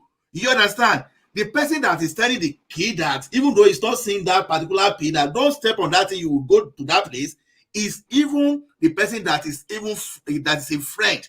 But the person that is saying, no, can't you see the cloth, but the tension is okay, you will not fall, is the enemy. That's what I want you to see. You see, investors you are talking about that you say we are driving away. Like I told you the other time, they are not stupid. They will look, they won't come to you. They will look at your Bureau statistics, this thing. They will talk to your CBN. They will talk to your institution, financial institution in Nigeria. They will know exactly what to do. It's not the word of mouth that you and I are speaking. They will look at the index, our index, the economic index, to make their own judgment. Not when we say, oh, they are killing people in Nigeria. If it's by our own word, people will not be exploring oil in the Niger Delta. If it's by our own word, we won't have MTN in Nigeria. So investors are not stupid. So if you lie from today, see black, call it white. In only stupid investor will believe in that particular thing. So what we are talking now, when we tell you about the problem in Nigeria, we want to solve that problem. We want people to be aware of what is happening, and we want everybody to rise up to the challenge and solve the problem. But what you are saying now is actually anti-Nigeria. You see the truth. Allah, Bible says you shall know the truth, and the truth shall set you free. Allah, you are all right. Igor, thank you. You've given us a full diet of your thinking, and essentially it's just Hennessy. That's just all I have to say. Don't say that kind of word. Born mind, the public space. It's Hennessy. I am on ground. I am on ground. One man, let me come. I am on ground. You cannot be in England and telling me what's going on in Ikeja. That is stupid of you. I can't. No, let us be sincere, Oga. I am in Ikeja and you are in England telling me what's going on there, Oga. Why can't I? If I know what is going on in Ikeja and you don't. If I know what is going on in Ikeja and you don't, why can't I tell you? I that lives in Ikeja don't know what's going on. It's you that live in England that will tell me. So what? What if you live in? So what have you living in Ikeja got to do with knowing what is going on in Ikeja? One man. It is you that live in England. You only know to your level of participation. It is you that live in England that know what's going on in Ikeja. Okay, hold on. Do you know to your level of participation? How do you mean? Okay, you live in Ikeja. You leave your home at 7 o'clock to go to work. You get back at 8 o'clock to go to bed. And you do that 7 days of the week. Saturday, you relax, you tidy your house. Sunday, you go to church, and then you repeat that week. Yes. How would you know what is going on in Ikeja? I'm in Nigerian, man. I'm in Ikeja. I'm in Nigeria. What are you talking about? Whatever goes on is published in the paper. Whatever happened, at least is here. It's published in the paper. Everything is spread. Everything. So can you tell me you are in central London or in King's Cross or in Black? We don't read. You think we don't read the only one that have access to paper? Manchester. No, we don't read paper online. What's going on in Ikoyi? And when I'm telling you it's Hennessy talking, you sound offended. This is Hennessy talking now. But thank you. One man, even before your newspaper came out in the morning selling, it's already online. People in America has already read it. So and you are coming here to tell us Hennessy. But thank you, Igor. That has been very entertaining. So I don't suspect that you knew what you were talking about before Igor decided to do his comedy skit. How do you mean? You are embarrassing me, man. No, you just came to do comedy now. You came to do comedy now. We know now. Comedian. Stop it. I'm telling you reality. You are believing Mr. Macaroni, you are doing well. You are doing well. Look at that. I'm Mr. Macaroni. Look at that, Mr. Macaroni. Look at this guy. You are doing well. So, Coco, yes, you were speaking to the economics of it. Just throwing the country into the bin, the Abokis. Yeah. In the past 10 years, they have spent about $9.5 billion on the what do you call it? The refinery that does not work. They keep workers there. They are paying them millions of dollars every time. I mean, every year. And the refinery is not working. Why? Is that the way a country should be run? You keep a garbage refinery that is a garbage and it's not working, and you are paying workers there. I mean, see the way this leader waste our resources. See the way they waste it, because it's not, it's an avenue for them to loot money. When Buhari came in, before he came in, he was saying that the subsidy that Jonathan was giving them was a scam. He said it was a scam. Yeah. And look at it. During the Jonathan time, by the time Jonathan left, I mean, as at the time Jonathan was leaving, we are importing about 45, or let's say about towards 50 million liters a day. But now it has grown to about 100 million plus, liters. yeah. And they are paying, and he called it that it was a fraud. Then the what do you call this thing? The subsidy. But look at how that payment grew under his administration. And they're not going to stop. They will continue to pay the subsidy. And the refinery is not working. So in some few this year will tell us where we are actually heading to by next year.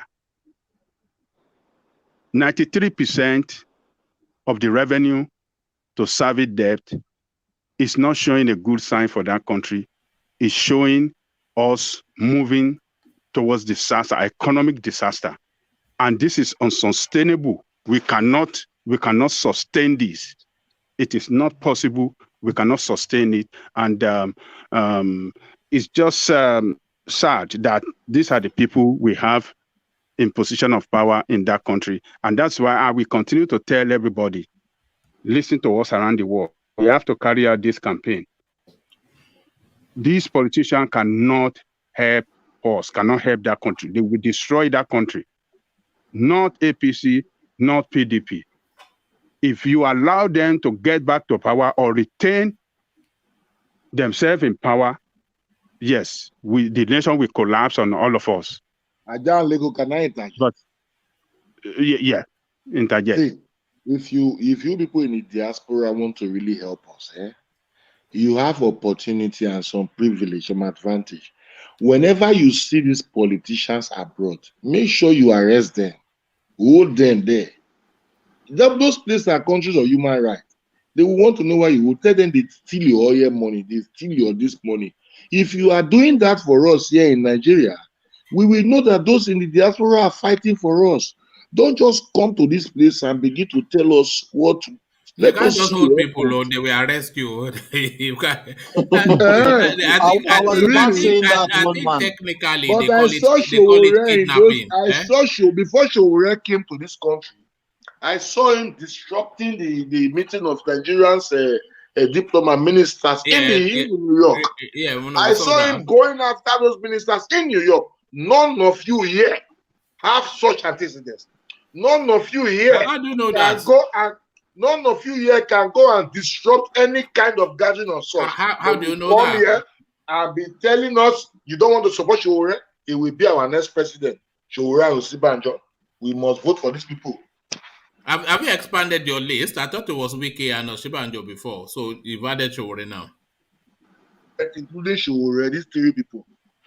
All right. Okay. That video of Showore you saw when he was disrupting that meeting. What happened next? Continue with that video because I saw the video as well. Even if they arrested him, even if they throw him in jail, that is patriotism. Go and do such thing and let us see your act on.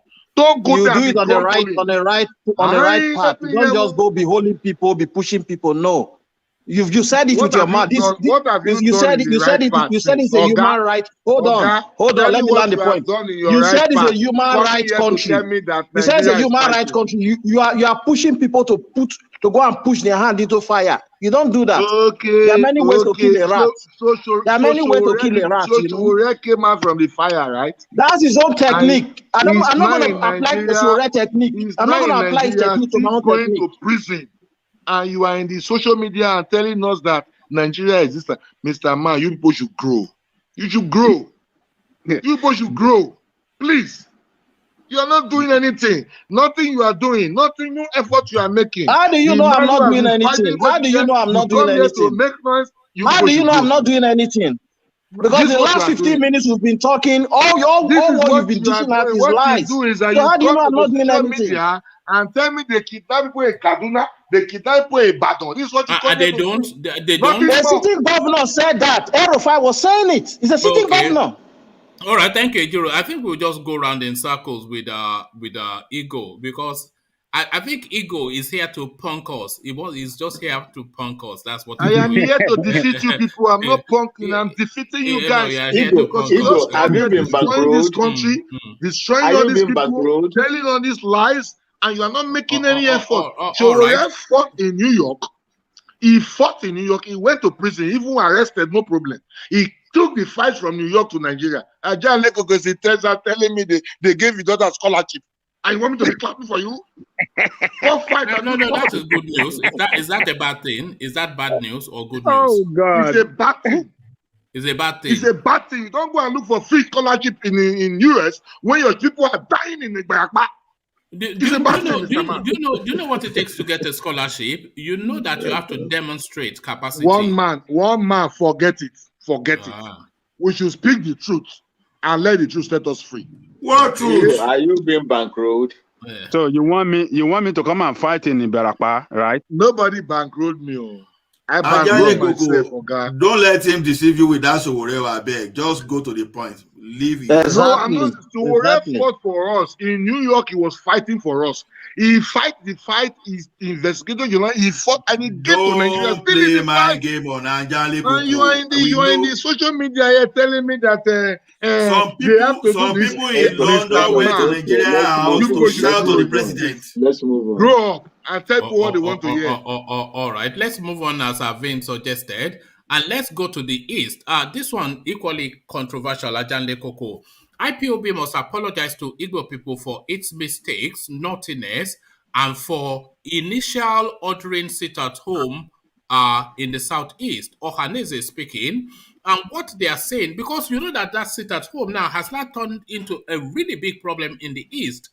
So that the IPOB initiated that space for their political pressure on the Buhari administration.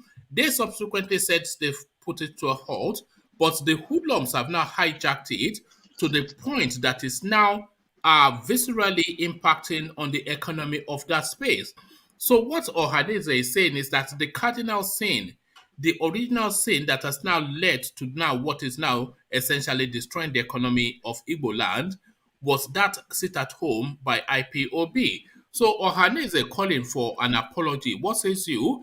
And just off the back of that, they are also saying that the era of our people, they say era of cowardice leading Biafra agitation from Europe, Asia, and America must come to an end. So they are also speaking to that space of essentially the bulk of IPOB members being abroad, sending money to all these youthful people in the southeast and throwing them in the front of our AK-47. So Ohanaeze finds his mojo back, but are they using it in the best way? Ajanle Koko. That Ohanaeze is speaking is not the real Ohanaeze. I think it's the factional one. The factional Ohanaeze that being sponsored by APC and those politicians. The main Ohanaeze, I believe they will not speak in that direction. They actually invited the IPOB. They have actually met the IPOB leaders in the East, some kind of way, and before the okay, but election to the in substance Alhambra, though, gubernatorial election but to the that substance. this guy won, Soludo won. Mm. IPOB issued out a statement that people should go and vote. So, these Ohanaeze speak. They are not the main Ohanaeze. They are but to the substance, one being sponsored by politician, possibly APC politician. You know, to Adale Koko, can you hear me? Yeah, I'm here. No, I was saying to the substance. So let's say they are factional or not, but to the substance of what they are saying, that the cardinal saying the first strike that has led to now hemorrhaging of economy in the southeast every Monday was that cardinal saying of the sit at home, and they're demanding an apology. And the greater point that what is actually propelling the IPOB space is what Igor was just talking to earlier. People sitting abroad, sending home, and causing mischief in Igboland. So he's saying that is cowardice. Leave Finland and come back home if you're a real agitator. This is what Ohanaeze is saying. Yeah, that a day sit at home, sometimes affect the economy of the East. But it's just only one day. And some businesses now opened on Sunday.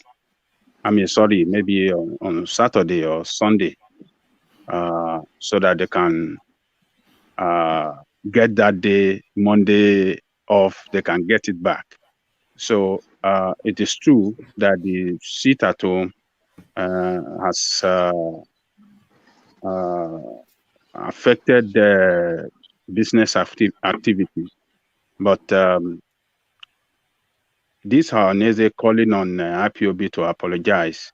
They don't represent the Igbo people. The real one that represent the Igbo people will not say that. So IPOB cannot give a statement of apology in response to their call. That is not going to be possible.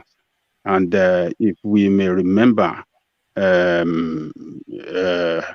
lot of other groups that are agitating for Biafra state are many in that eastern quarter. Ohanaeze, I mean, what's the name? Abaribe confirmed to us some time ago that about 3,000 groups are all over the eastern place that are, other than the IPOB, that are on the ground as well, that are fighting for Biafran state. So the issue is complex, and the only way out is for the leaders to meet with them. They know them. The leaders know these people, and they can engage with them and find solution to the problem. But it's not IPOB that really it's not IPOB that escalated this problem, but the governors in the East that did not use their wisdom. They didn't use they didn't demonstrate that ability of crisis management. You know, if they have that leadership quality. But I think you like to exonerate IPOB every time. You don't see anything wrong in IPOB. I've noticed that. I want you to address that. You never see anything wrong with IPOB. Hold on. Continue. IPOB is pushing for a cause. And most members of IPOB are young people in their 20s and 30s. So when you have in a society where you have elders, when the young ones are showing bitterness for one reason or the other, it is the responsibility of the elders to engage with them and then settle that problem with them. But when you have irresponsible elders that doesn't listen to the young one that is the way it works. That is the way it works everywhere in the world. You see, leaders have to show that sense of responsibility, and they have to show that capacity that, yes, they can solve problem. But when they believe that, oh, we can use brutal force on them, we can suppress them, they're not going to, particularly under democracy, it's not going to work. There's going to be more problem will come after problem. So the leaders in the East should, the leaders, particularly the governors, did not handle the situation well. If they are the wall on the federal government to bring the military to their space, you see, and they came and start killing people. So the killing of Igbo people, forced some people into violence against the military as well, against the politicians as well. So if the governors have handled the situation well, maybe we won't have this, it wouldn't have escalated to what we have seen today. But, the point that we in abroad, or the people in abroad, are the one fueling the problem. It shows that those Ohanaeze doesn't know that people in abroad are the ones that are sustaining the economy of Nigeria. If people in abroad are not sending money into that economy will have grounded. Because on average, annually,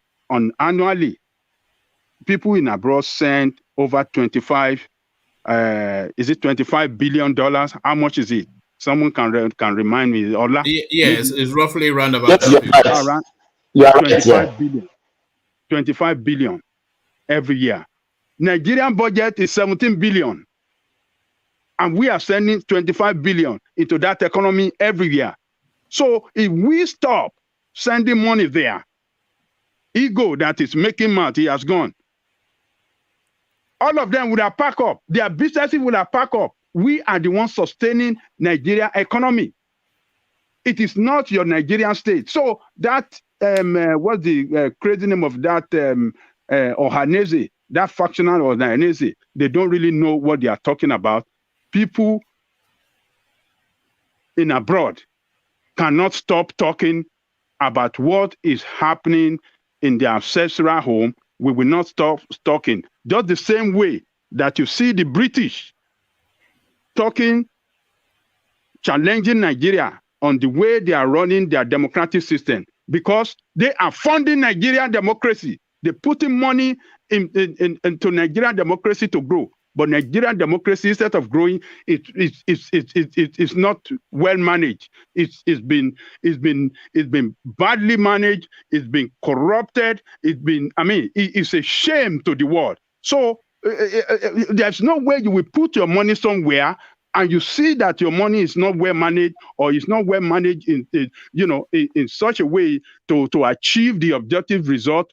Objective to achieve the reason for sending that money, and that you will not talk. So those people should go and sit down and just a quick one before you forget. What bank? I just saw it now. What bank says Nigeria in diaspora is 34 billion every year? They send 34 billion. Can you see that?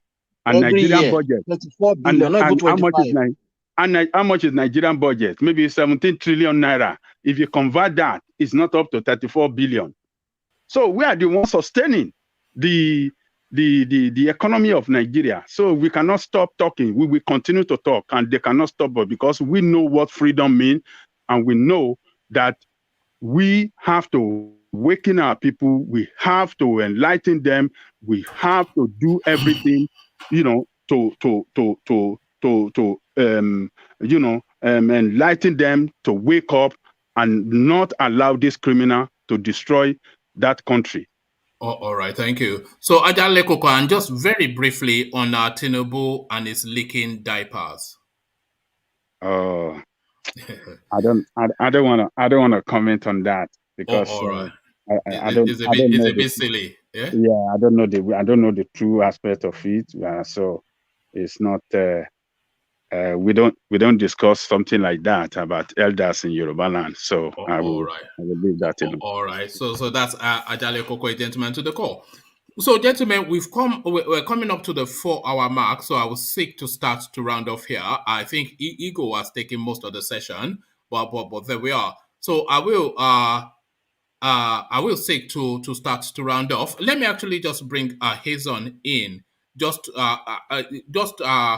He can make a commentary just as part of the closing remarks because he always comes in late, but he always wants to contribute to the conversation.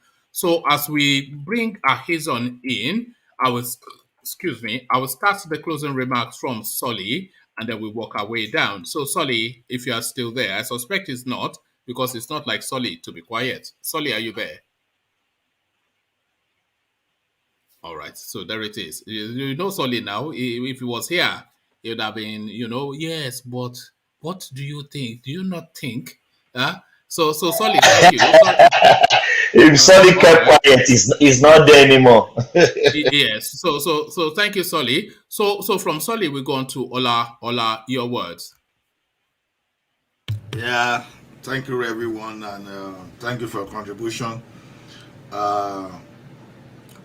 Well, what I just want to say, I won't say much, is there's no way you are going to solve your problem if you don't discuss it. And part of your duty as a citizen of a country is to always remind the government of their promises. And when you are dealing with the government, you say the truth and you keep to the highest standard as far as possible.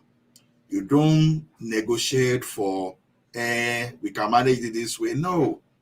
When someone was coming, he was saying, who is subsidizing who?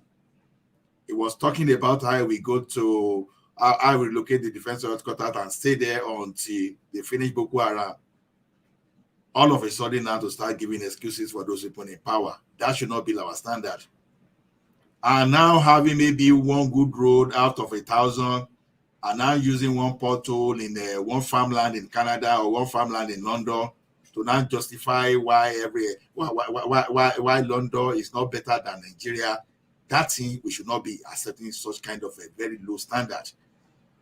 Today, you can't, even some universities that you'll be calling diploma mill in United Kingdom or in America or in Canada, you still find out that your premier university may not even be able to stand a chance against those so-called diploma mill. Is that how we are supposed to be living? So we need to do all those things, and we redecide. We redesire what we want for ourselves, and we make sure that that is what we carry going forward. We need to make our leaders accountable. No more going for lowballing or low standard or whatever. That is how to be patriotic. That has to be patriotic Nigerians. So I want us to do that. Then don't let us forget to thumb up, like I keep saying, where we have more advantages when we thumb up and we reach more wider audience than just keeping it to ourselves alone. So it will be so boring that the same group of people that keep talking, we need new ideas. So it is only when you thumb up, you can enjoy this thing. For us to stay here for the hour, it means that this particular forum is giving you some kind of values, and we need to extend that value. So I appeal to you. It doesn't take $12, it doesn't take pound sterling. Let us thumb up. And I hope to see you guys next time. Good day wherever you are. Thank you. All right. Thank you, Ola. A real delight. So that was Ola. So from Ola, we go to Hazon, who joins us as ever at the last minute. But he's going to try to make the conversation interesting to hold us here. But we know your game. We're just going to take your remarks. So I don't know how much of the conversation you've been following, Hazon, but whatever tickles you the most, speak to that. Hazon, ladies and gentlemen. Thank you so much, Oma, for your graciousness and allowing me to join the platform. I beg no vex. Now my waka they carry me for this place. Make I delay enter. But I was listening to the conversation with Ego. It's a shame he has left. I wanted to kind of talk about some of the things he was mentioning. No, he's back. He's back. I am here. I didn't go anywhere. I'm here. Chairman, how about you? Now, which side from Delta you from come? I'm for worry. Wafi boy? Why are we not surprised? Even before you said it, we probably guessed it. Only a Wafi person acts in that manner, but there it is, a Wafi boy. How do you mean you have started, Oma? Oma, that I not accept from you. I not accept that from you. Not all Wafi people, please. You know, nobody get mouth reach Wafi man. Oh. If I land you, you go here when. A guafo, this and that and the other. This is what they do. Typical Wafi. Yeah, I'm with you, man. Ego, now which one you be? You be security or you be job? I be Robo guy. You be Robo. Yeah. You sound like Robo guy. I be Robo man, full time, Ugeli, stroke, wherever. Ugeli, okay. Your side name, my side. Mr. Delta boy. Oh, the thing be say, you know, the thing is, you know, two things can be true at the same time. Yeah. I see the point Ego is making about when you talk about Nigeria, not to exaggerate the level of violence. But, you know, as far as this platform is concerned, the people that say it here, we try to hold people to facts. We try to hold people accountable to what they are saying. I know at least one man tries, and all the other brothers on this thing, they try to make sure that if you are going to talk about things, you are speaking with facts. If you don't speak with facts, someone will interject and correct you. So from my experience, at least, you know, is when people talk, they usually talk about occurrences. Like, okay, for instance, during Goodluck Jonathan's time, Nigeria was dealing primarily with Boko Haram. That was the main threat.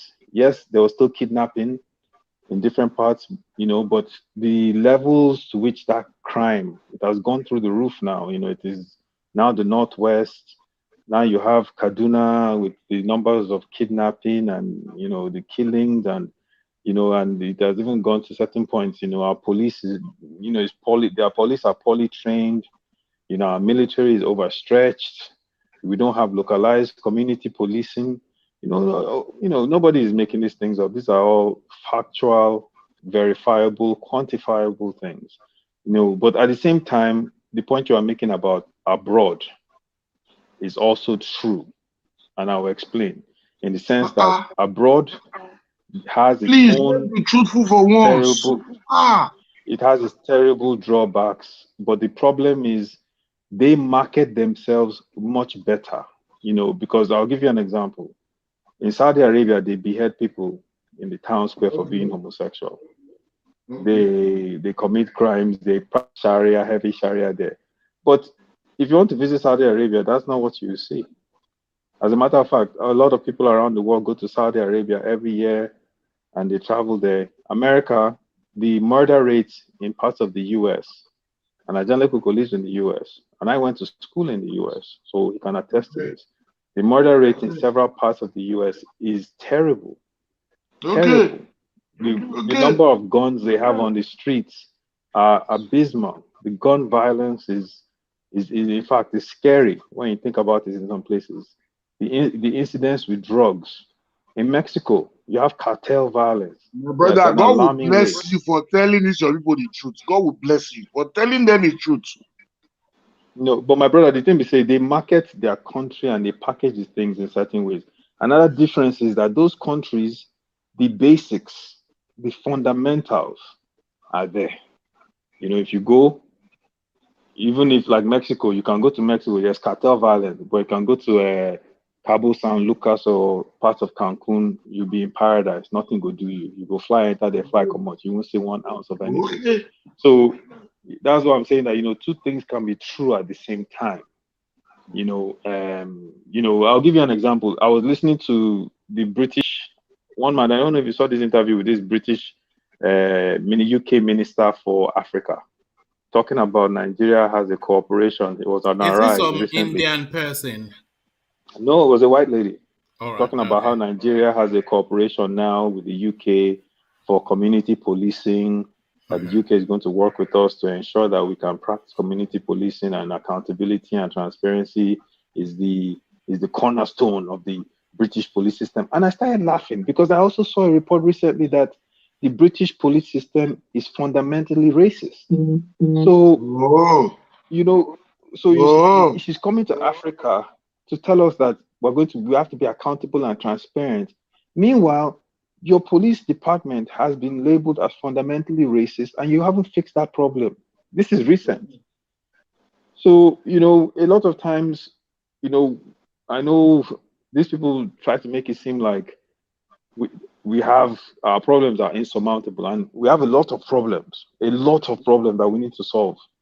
And, you know, that's where we get into all these politicians that are ruling our country, and they don't want to do anything good instead of fixing problems. But that's a whole other topic. But we have a lot of problems, but sometimes we also need to be careful who we're taking advice from. You know, I heard Ola was talking about some of these industrial revolution and these countries and all these things. The truth about the matter is none of these countries are our friends. Not America, not the UK, not China, none of them. They look at us as a breeding ground for resources. They always have. Okay, so they come to steal us. Yes, they come to steal from us. Anything they do is to leverage their position so that way they can get the best for themselves and their citizens. So a lot of times, you know, we have to be careful. Whatever these guys say, we should just take it with a pinch of salt and act in our own best interest. The unfortunate part is we just have people representing us that are not acting in our best interest. You know, and that's where I agree with Ajele Koko that we have to kick these people out. There's no other way. There's no other way. These people are, I don't even know what to call them at this point. There's no other way around it. They're going to come in. They're going to continue to do things. They will continue to promise these Western and Asian nations everything as long as they get their cut or they get whatever it is they're looking for. And that's the problem we're facing. So, you know, my comment essentially is just to say, you know, in that debate, I think, yes, we have a lot of these issues. You guys are correct, but I don't want to totally dismiss what Igbo is also saying. Don't encourage Igbo. You know now we will never hear the last from him. Every day now he will come and do it more. He's not encouraging me, one man. What this guy just said now, the guy just he's just yeah. putting the truth before you guys. Ajale Koko will come here and tell me what I have not heard before. They will never see anything good in what is coming out of your mouth. Even when you are making the best point that you are lecturing them today, we ever counter you and tell you that you are this, you are that. But God knows that the point I put before this place, those who have ears must give me some accolade for that. Izon. Yes, sir. Yes, sir. You see the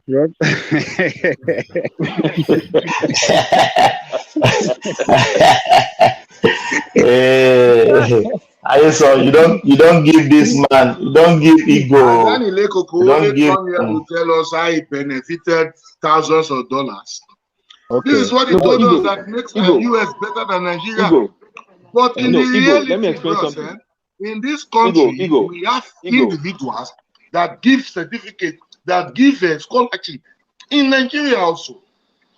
They're also benefiting this country. Brother, we should stop destroying this country just like that. I'm not really enjoying anything here, but I disagree with that high level of destruction. Okay. I disagree with you. Let me say something. And then you are said. Igbo, everything I said, I've listened to Ajale on this program for a long time. Everything I said, I can bet you $1 million Ajale Koko is familiar with everything I said. He lives in the US. He knows what I'm talking about. Yeah, of course I know, but he will never say that thing about the US in this case. Have you had a young lady who came here before and told you that they still person in US? They will tell you no, America. Hold on. No. Let me tell you. I've heard him criticize the US. I've heard him criticize the US. Okay, let me tell you this. Yes, we have gun violence in some places in America. But one thing that is clear is that The moment there's a call, Proactiveness. the moment there's a call on the police, they will respond immediately. That is not the same with your country. If you run into health problem and you call for emergency, they will get to you in a matter of minutes. That is not the same in your country. So there are some fundamental problems that the country that we live in have solutions for them, unlike your country that does not provide solution to the problem. So that is what we are talking about. We are not saying every society have their own problem, but what is the response of government? What is the action of government? Immediate action. Anytime something happens, how do they respond? Do they respond immediately, or do they just forget or neglect you? They don't even care about you. You understand what I'm saying? That is what we are talking about. Look, somebody, look at that boy. That boy, that Delta boy, that some of this Corona school, or what did they call the name of that school? Borrowmoney. Yes. Look at the way they are trying to sweep the thing. Look at the way they are trying to sweep the thing under the carpet now. That is not going to happen here. I guarantee you it is not going to happen here, and it's not going to happen in Great Britain as well. That's but why that is going to happen in your country.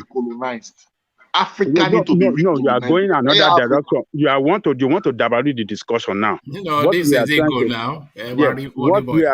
What we are trying to say is that some basic things that supposed to that the government,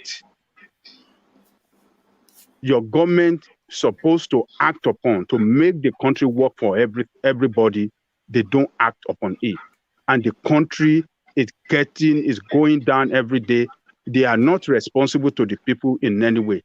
It's not going to happen here. That's what we are talking about. We are not saying that we love that country. You don't love the country than us. Ego. All right. We love that country more than you. This is what I was trying to warn you about Aizon. He will come and start making interesting comments, so that we will say, "Oh, that is interesting." He's making point now. Well, that is Aizon now. But this is why I'm always frustrated that he doesn't come earlier, so that we can get the fullness of him. So he likes to ration himself. If your country is working, why do you have the doctors moving out of the country en masse? Medical doctors, they are moving out en masse of your country. All the professionals are moving out en masse. That is the problem. Yes, sir. Do we agree? Hold on, Ego. Ajale Koko, thank you. I think Ego knows all of these things. What I think about Ego is that he wants to be a contrarian. He takes the opposite side of the argument, maybe just for the purposes of his own amusement, or maybe he wants to show us that he's special or something. Are you special? Is this what you're telling? Is this the whole object of the exercise? Are you trying to tell us that you're special? Is this it? No, it's not about speciality. It's about taking a different position from you guys. Let me tell you, let me tell you one. Let me say something to you. And making it common and bringing it up and make sense out of it. We all cannot be here and telling them they are killing, but they are killing everywhere, okay?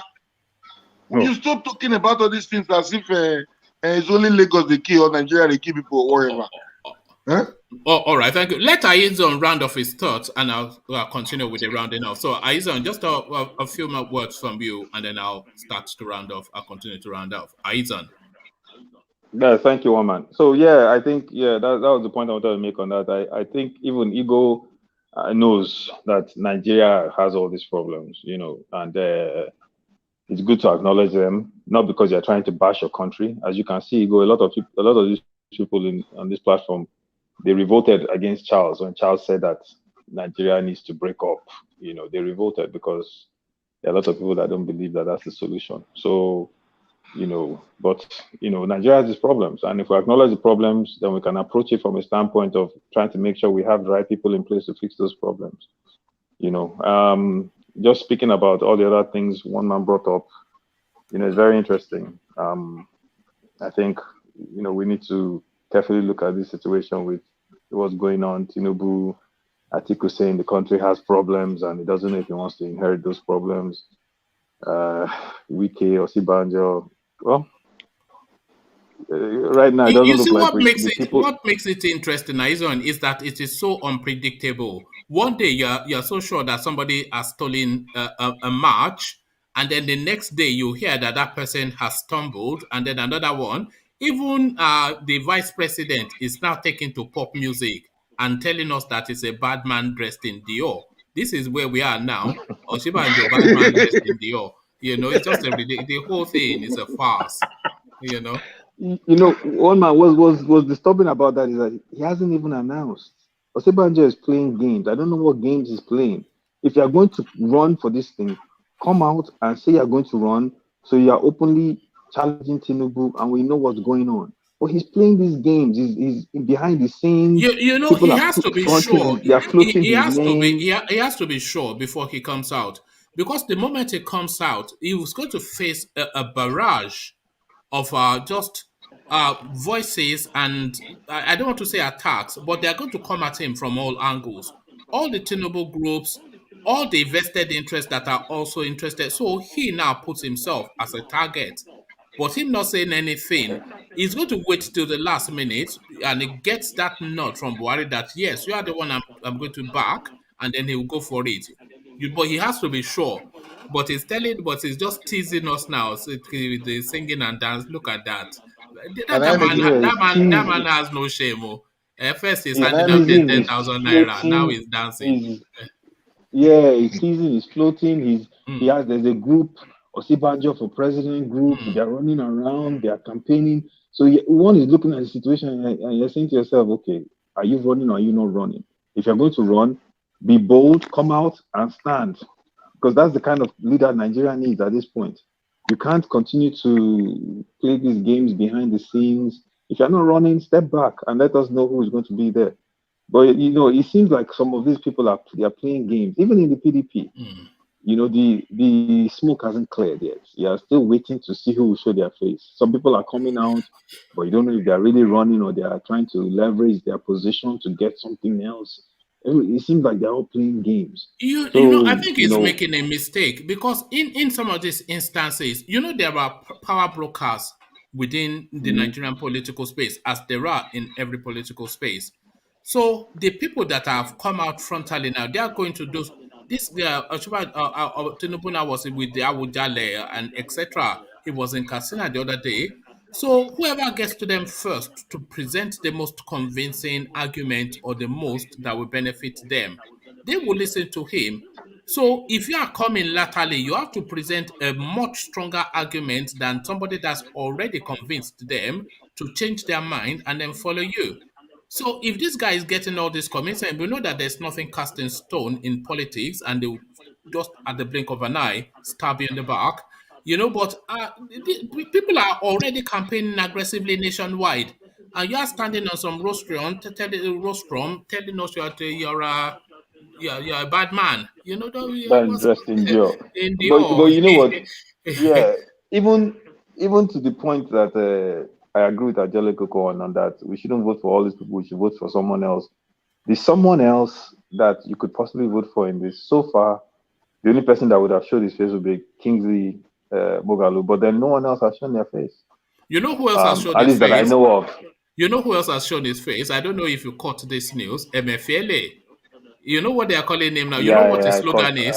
Mephi 2023. This is oh God, Mephi. That is his slogan. Emefiele. Mephi to his body man. Dele Momodu is there. Sure, you know. No, Dele Momodu. Yeah. Yeah, PDP. You see this 2023, this 2023 presidential election, it will be a game changer. No, gentlemen. Nigeria will just play one kind wise. We just be watching. You see it. I suspect that. Yeah, go on. No, go ahead, please. No, I was just going to agree with Igor that it's almost the way it's building up. It's almost certain that there will be a joker. There will be a joker. You will see what will happen in 2023. It's going to be come a from the different left kind of election. Because people are just gazing on one direction. Now, they are saying they need their ancestor, Tinubu and Atiku, to come and rule them. People are also telling that they don't want them. See, Tinubu will make a good president. I don't argue.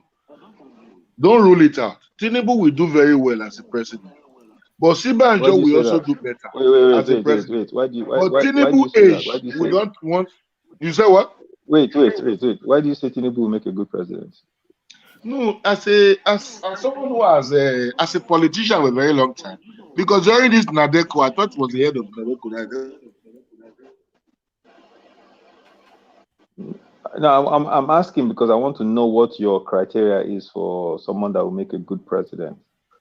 You know, if you say Tinubu will make a good president, Tinubu what is about a maverick is the thing. Tinubu is a maverick is the thing. It's an unknown quantity. Oh, it's a known quantity, but an unknown quantity as well. It's a man that, you know, he functions on his own pace and at his own mind. You know, so it could be a good president, or it could be a total disaster, or it could just continue to be a thief. You know, but you don't really know with him. That's the thing. Yeah, that one I will accept. He's either all in or nothing. Or nothing. This is it. And that is the gamble we'll be taking with that guy. For all we know, one man, this guy might be senile. We might not even know it. He might not be. There's signs of it, you know. You know, there's signs of it. We might not know. It's a huge the risk. People that do risk analysis will tell you this sort of thing, that the risk you're taking in this sort of situation is too high. Risk reward ratio. There are bets right now that he won't make it past the very first 4 years. You know, so how did you?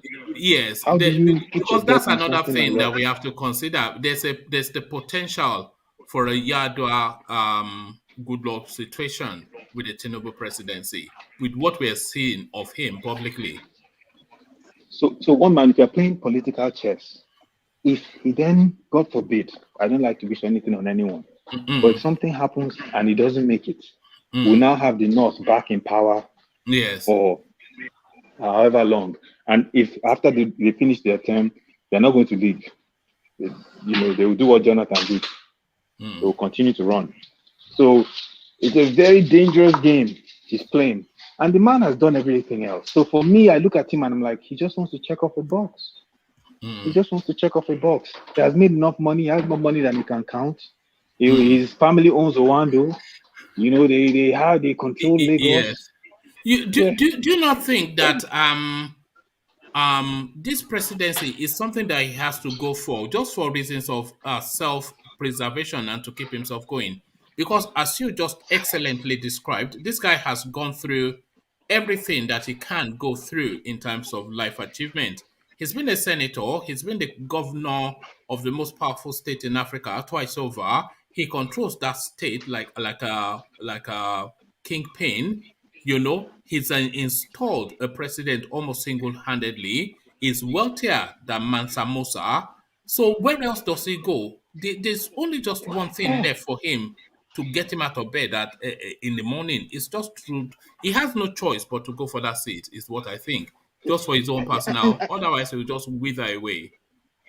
But who goes? The question is, who goes for the highest, most powerful seat in a country when you're on the verge of going into a retirement home at the same time? Well, Joe Biden did. Joe Biden did. Trump did.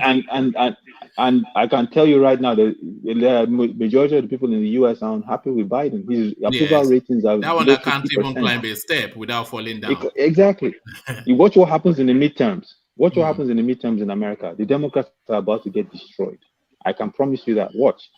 So, and this is because of this same thing. They had other people running in Democratic Party. They chose not to pick them. They were the same politics. That's why I said that it's not that different. The same politics that we're seeing in Nigeria.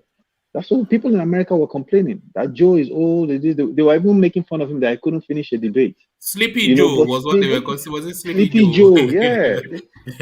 But they voted for him. So the same thing we're seeing now. Tinubu, I'd like to see Tinubu finish a debate, honestly. I might be wrong. No, I don't think he will attend any, Buhari avoided both. This guy cannot. One, he doesn't have the lucidity in terms of being able to maintain brain function for the duration of an hour, not even 30 minutes. Because this guy, he might be sharp in just small outbursts, small pronouncements, just short, sharp, to the point. But to have a labored debate, and it's not a details man, it's an ideas man. So he can't, if you bore down into the details with him, he will crumble. But then he The doesn't guy, also have the he physicality to goofed. stand up, you know? He So it goofed will be, almost in all his yeah, statements. hold on, you know, yeah, exactly. So you know that in these debates, they make you stand by just some whatever, some thing that's the mount there. You know, Yeah. he doesn't have the physicality to stand for 1 hour. He doesn't have. I mean, this guy that can't even walk without stumbling over. You know, he's not going to attend any debate. No way. It'll be interesting. I think some people on this platform have said it, and they might be right, that Buhari might pull a fast one on him at the last second, because you know, you never know with people like Buhari. You don't know what they're thinking, and you know, I don't see a sense of loyalty where it feels like he has to put him in power. But no, again, strange things happen in Nigeria, and they say 24 hours is a long time in politics. So we'll see.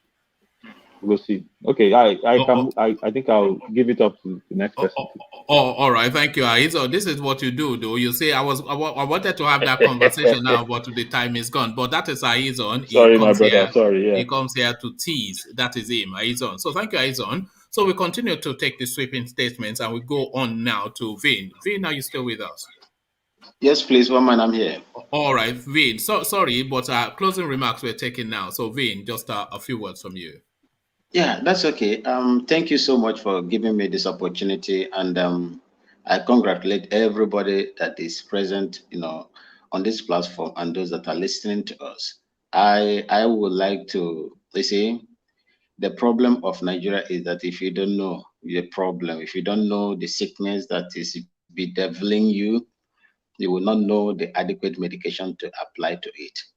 And I believe that most Nigerians have seen the problem they have, and also will have the, you know, the right to, you know, to fight it. For me, I would not like, you know, to see these same old people, grandfathers and grandmothers, to continue to rub the noses of Nigerians on the ground, you know, through their ineptitude and cluelessness and selfishness. So that is what I don't want to see. We are battling the same thing here. You can imagine, my people, this is the month of February is even about to finish, but we've not passed our budget in Ghana here, simply because of a levy that this present government wants to introduce.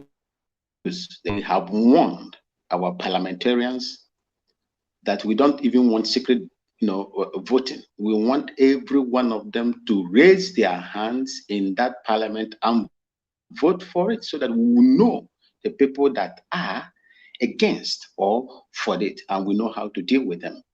And that is why you see that hanging in there for almost getting to 1 month now. So that is what I want Nigerians to do. Hold your people accountable.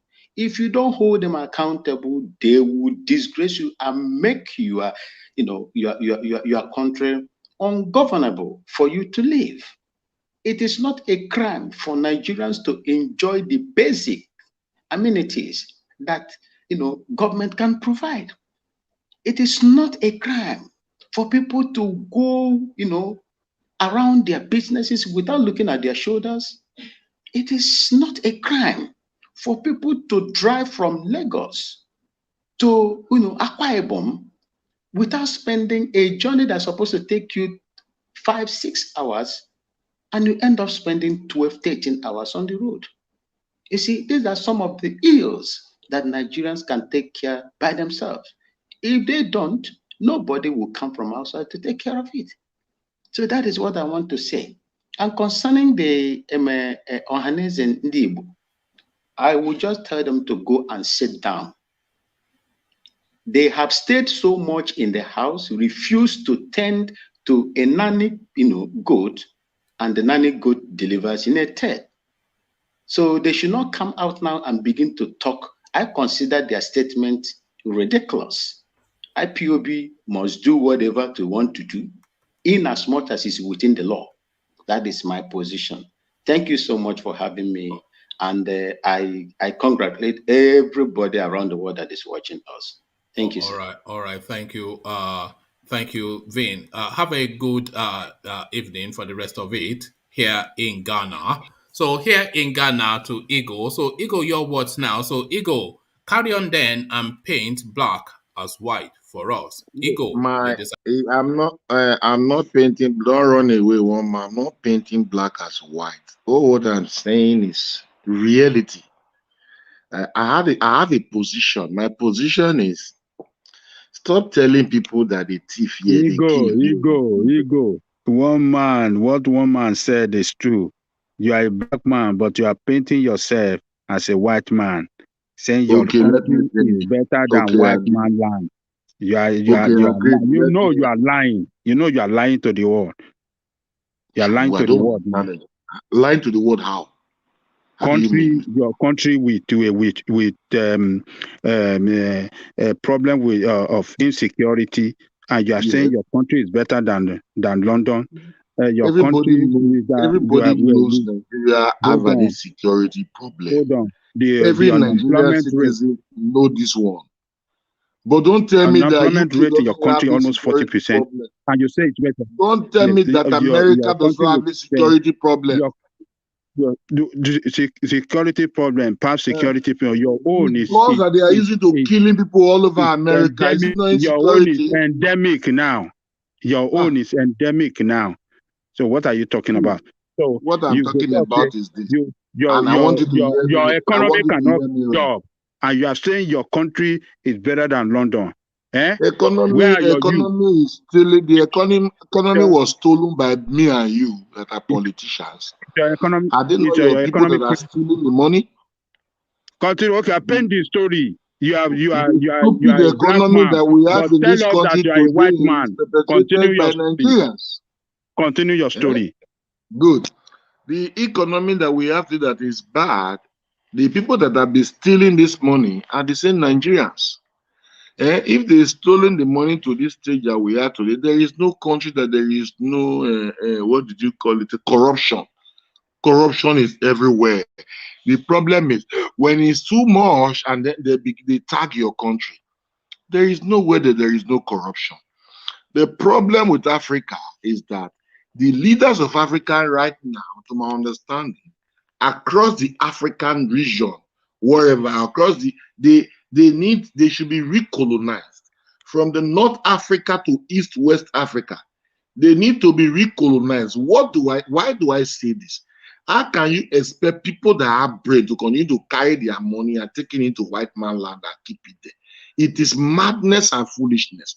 They should begin to repatriate their money back to Africa and use it to build road and build a better Africa that these people will come and continue to come and steal because they keep stealing from us. We should not continue stealing our money from our own people that are hungry in this country, from the vulnerables and the poor and the needy. We continue to steal the money and take the money to those criminals who call themselves Americans and Londonians or whatever. They should leave the money in Africa. If African leaders fail and continue to perpetrate their criminality against their citizens, we are open to be recolonized. Anytime from now, it won't take time. You will see why people coming in, all the Chinese now recolonizing Africa so that they can have brains. They can have brain to understand that this continent can be built and be better off than even the US. They built America. They built the UK. Or is it not the slave people that built the whole of those tunnels you are seeing across the Western and the Americas?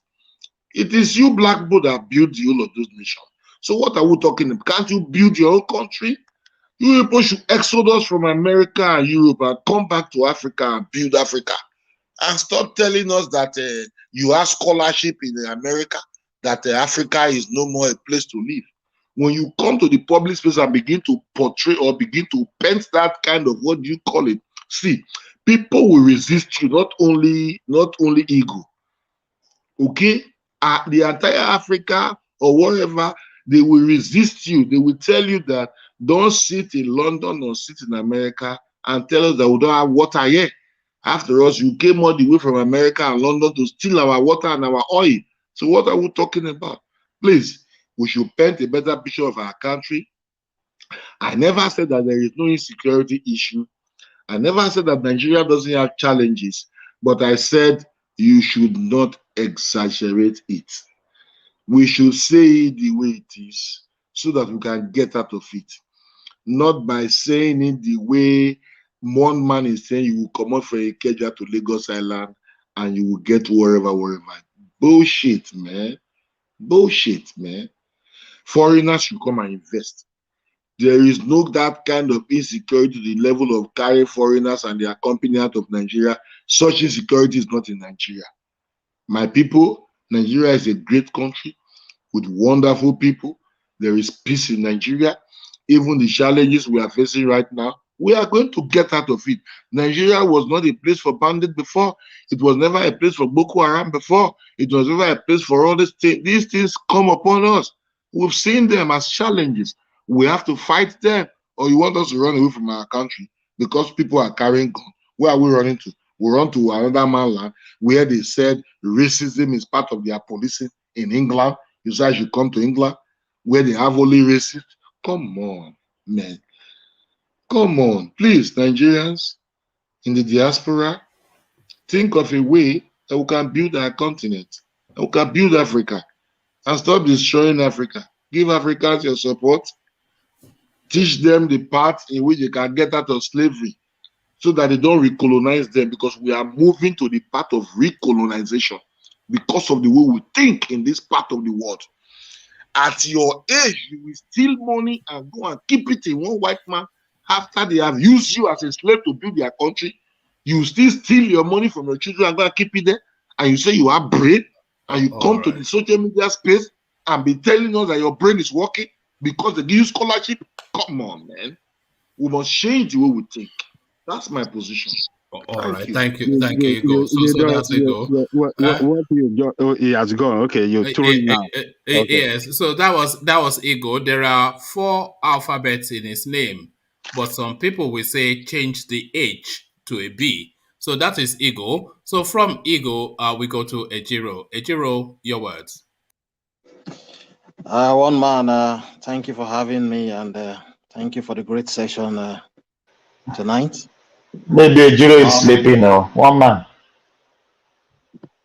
You can't hear me, Thomas, no? Can you hear me? What do you mean I'm sleeping? Yeah, can you hear me? Now we can hear you. Don't just assume and begin to talk, okay? No. It's just a joke. It's just a joke. Okay, that's okay. That's okay. Thank you, one man, for having me, and thank you for the session tonight. It was a great one, you know. My closing remark. In my view, Nigeria only will move forward, you know, as a nation forged in unity, by optimizing every single public resource, you know, and making the health, safety, and prosperity of his people an urgent concern, you know. There are no shortcuts.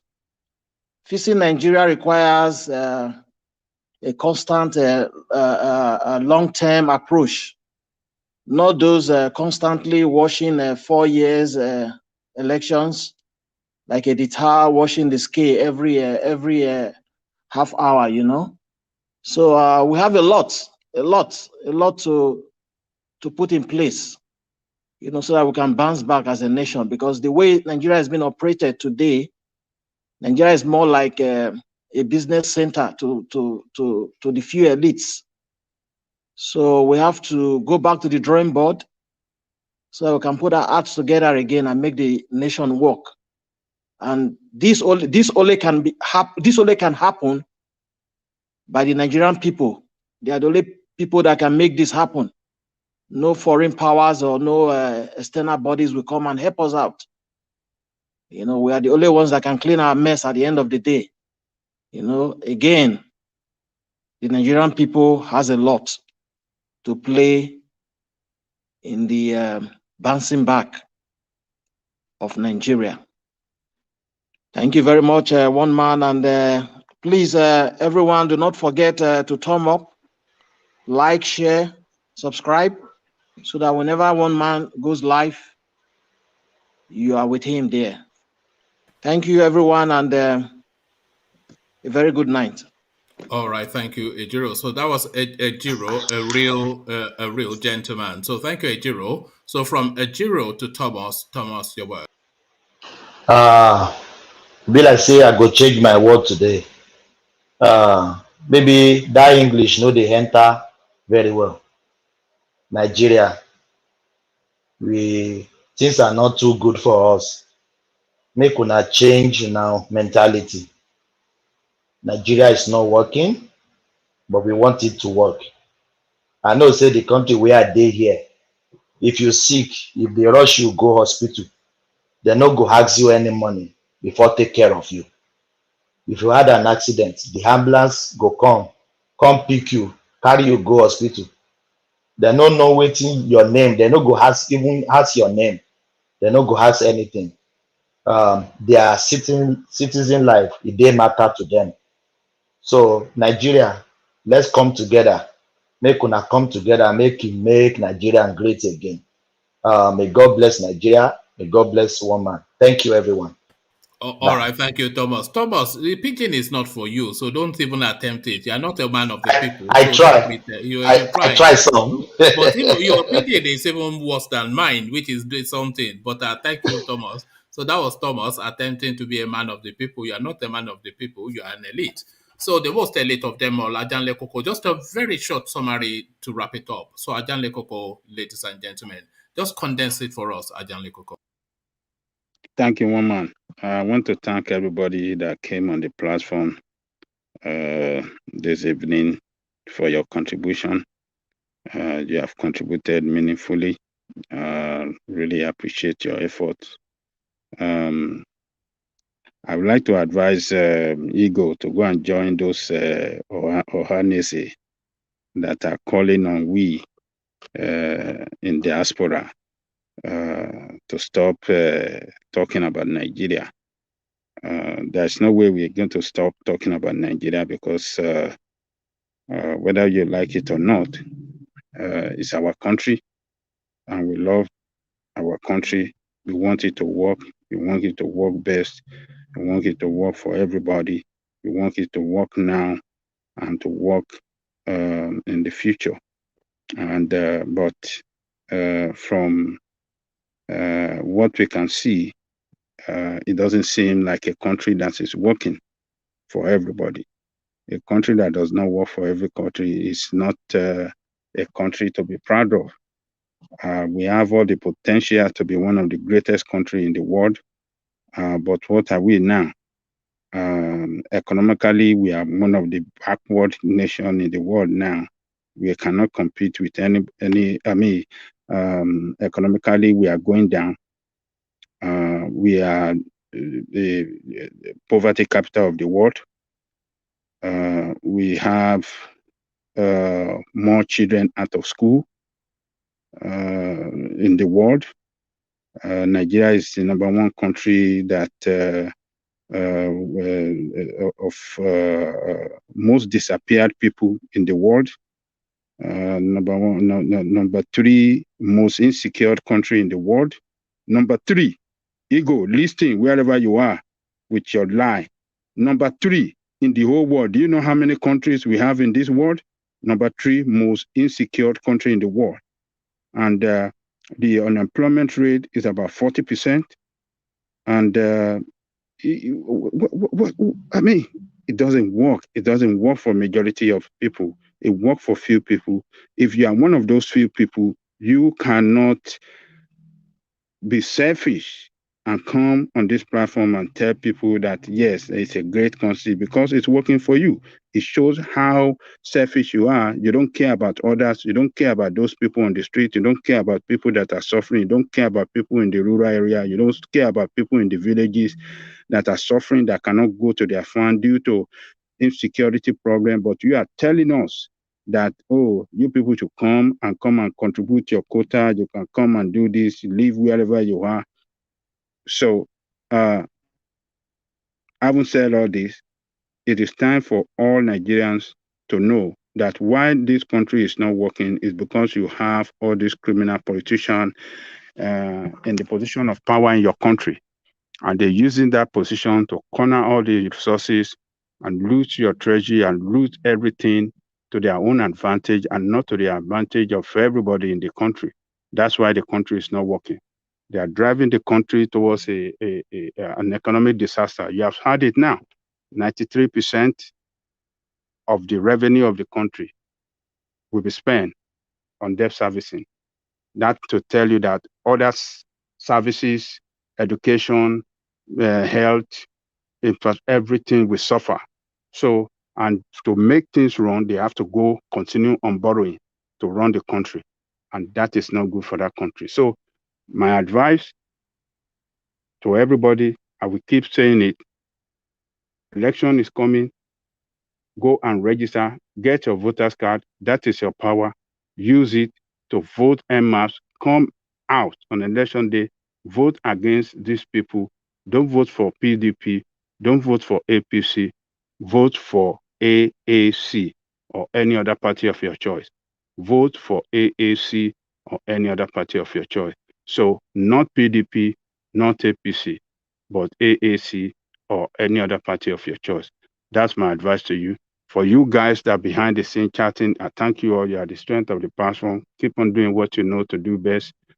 And if you are listening to us around the world, please like, share, subscribe, hit the notification button so that any time One Man Went to More is going on live, you can get notified.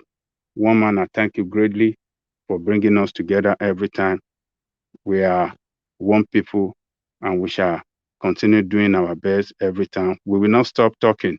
All these yam-head Nigerians, they want us to be praising Nigeria. Yam-head like Ego, we are not going to praise Nigeria because it's not working for our people. Thank you, One Man. Tomorrow is going to be another day.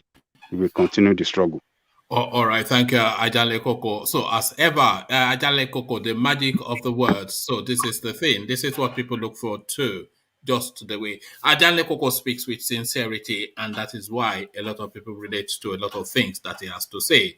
So that has been the session. It started somewhat slowly, and we're just having like just a standard